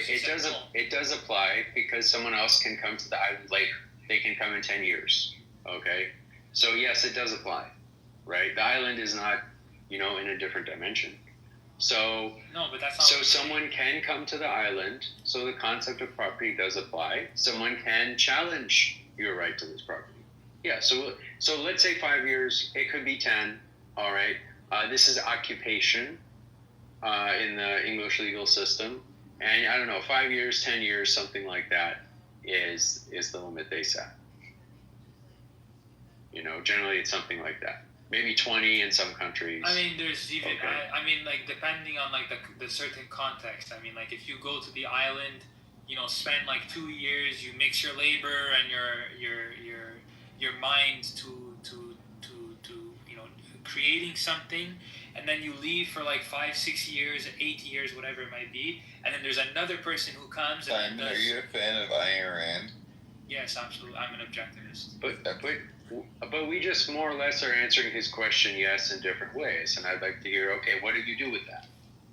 Well, I'm giving. I'd like to hear foundation for property. Well, you're just giving me another one, but we answered Sam's question. So Sam, what are you going to do with that? Okay, if I said yes, what are you going to do with that? All right, so this is the question. Now that we have like the property dispute, right? So a second person comes after like 10 years and says, well, like, I see this property, this is my property. Like, do they not have a right to the property? Yes, it's called adverse possession. There's an entire legal framework on this. Adverse possession. All right, so we have adverse possession. So in adverse possession, I presume that there was going to be either some sort of war or somebody's going to end up dying. No. That's not what adverse possession means. Okay. But I see what you're getting at, but maybe you should. You could just read him the definite. Please don't do that. You could look it up, Sam. But adverse possession is when you act as though you own the property without the permission of the owner for a long enough period of time. Okay. So that's what it's called, adverse. And in this dispute, so how are we deciding or determining who is the rightful owner of said property, right? So normally like in actual like legal disputes and how it's been adjudicated is that the person no longer took care of the property and then someone else came and then actually mixed their labor and their mind with it, and then they basically adjudicated in favor to the person that was actually taking care of it, because there has to be like some sort of like, you can't just like leave land for like 50 years and then like let it rot and all that stuff. I mean, well, now you can do whatever you want to with it. Simon, I think what you said there is, but Simon, I don't think that's completely intellectually plain. Okay. No one says mix your labor and your mind or whatever. Yes, there's actual. With that. No, this is how I know that he follows Ayn Rand or likes Ayn Rand. Yes. Okay, please let me look. Please let's. I'm telling you, it's not true. Okay, I'm allowed to tell you that something is wrong. Okay, you don't have to agree with me, but we can't have a conversation if you don't let me tell you that something is wrong. All right.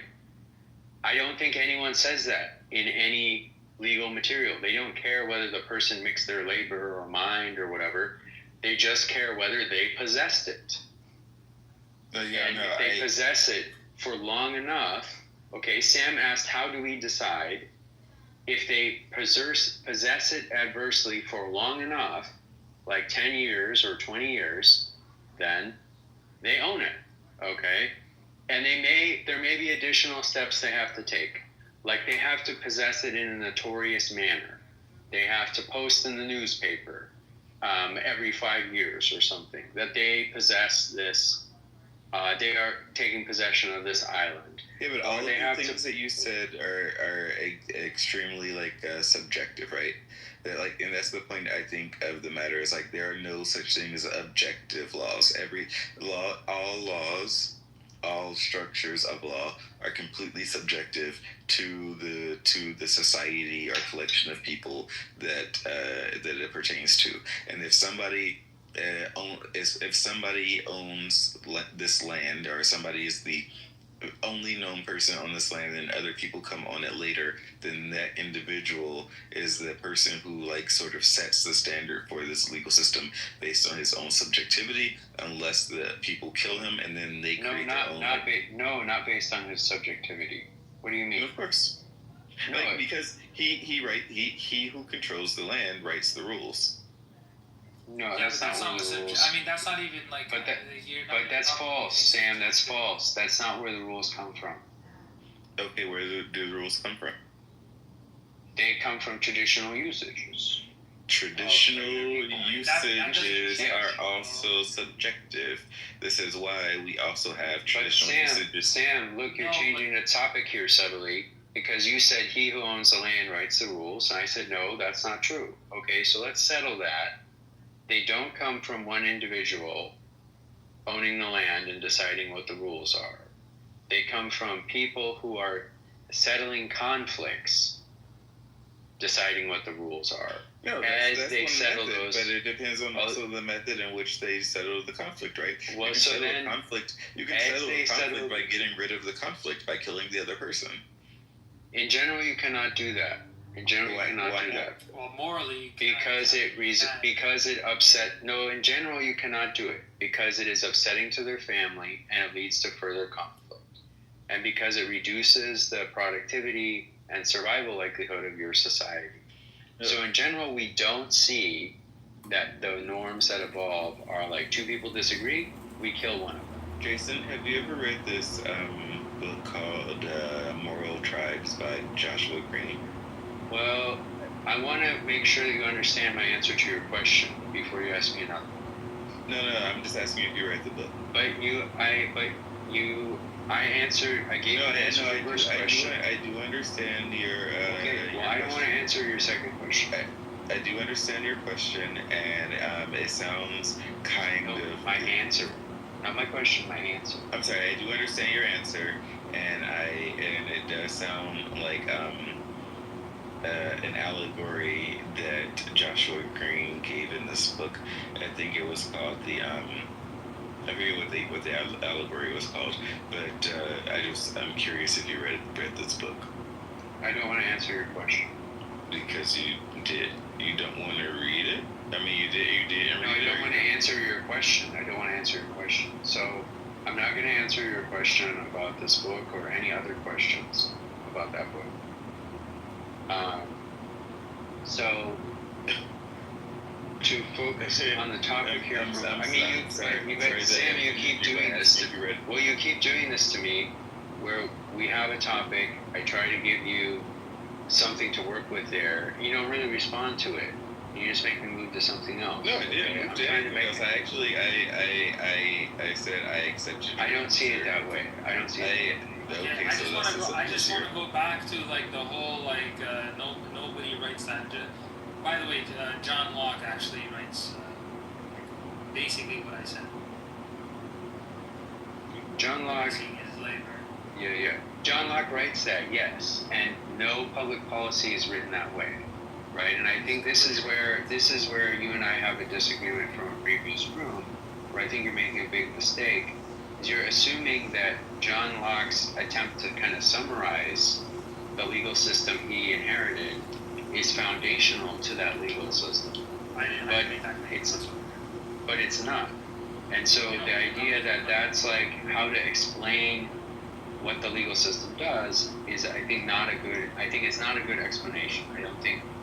I think there are much better ones, and actually Adam Smith does a better job than Locke. Blackstone does a much better job. Well, and that's why I disagree with your frame. To go back to the original claim you made was that laws are not philosophical in nature, and my claim was that they are, because politics, the nature of political philosophy is that it's the application of ethics to social questions. So without a moral philosophy, you can't have a political system.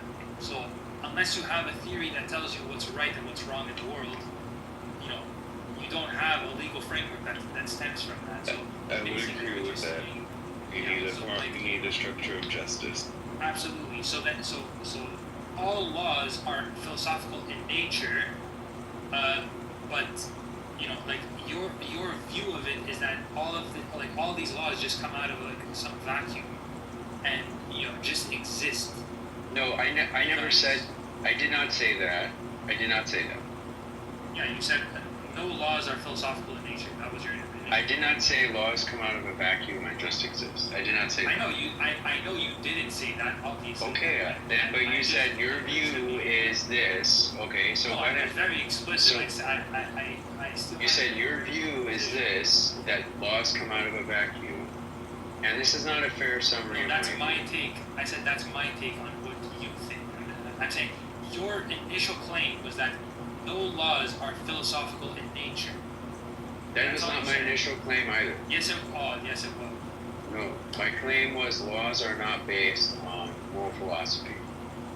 Something along those lines. That if you look at where they come from, they don't come from people reflecting on philosophy or working from the works, in particular, of moral philosophers like John Locke.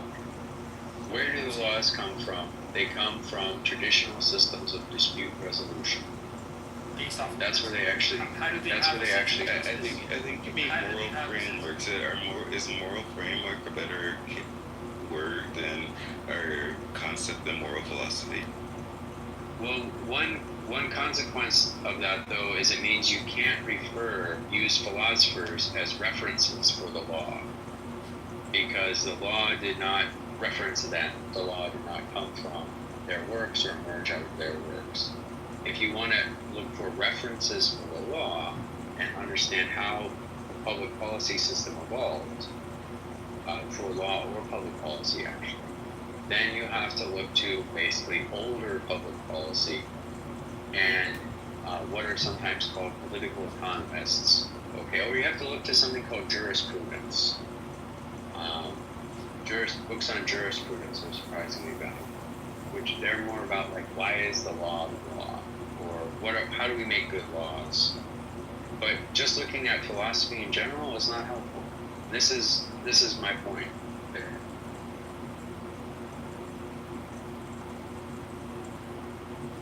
Well, I mean, every person who has some moral framework got it from some philosopher. I think that's just true for literally everyone. Yeah, I think this is a chicken or egg thing. Yeah, well, no, but the thing is, that's why I'm saying, like, politics is the application of ethics. So you can't have politics if you don't have an idea of what's right and wrong. So every person has some sort of sense of right and wrong. Whether it's actually a good system or not is irrelevant. If you have a system of right and wrong, all of your political positions stem from that moral framework. So you can't have a political system without that moral framework. So you might not explicitly say, oh yeah, this law is because of Locke, this law is because of Rand, this law is because of Kant. That might not be the case, but where it actually stems from are from these philosophers. I think usually the philosophers are just right. So hold on, Simon. It doesn't. Gosh, is it? Goed. Alright, so what they do have an understanding, right? They don't thought, like, you know what? Maybe Drew might need some help, so he might need a master moderator. So then I'm out of Honey and Aaliyah, right? And then I was thinking, oh, Danae, I'm gonna stay in the count. Got him out Danae. Advance a bunch about it. And that's how I got him on the list. Game Changer was trying to bait me into a I ain't lying. And they not even gonna get into the read to the bench in front of them. You gotta try to bait me into the debate. You know my policy. You wasn't trying to bait me in the last room. Oh, okay. You're lying. Oh, okay. When you become a scammer and you're a fucking liar, I'm but you believe in her, but you knew me first. Do you believe in me? But I'm such a scammer, but you trusted me enough to cash at me and pay me. What? I paid you $50. So how am I? So why would you pay a scammer? So why would you pay a scammer and a liar though? Yeah, you are a scammer. So why would you pay me? I will hit your head when you do. So why would you pay me though? Something real. So why would you pay me though?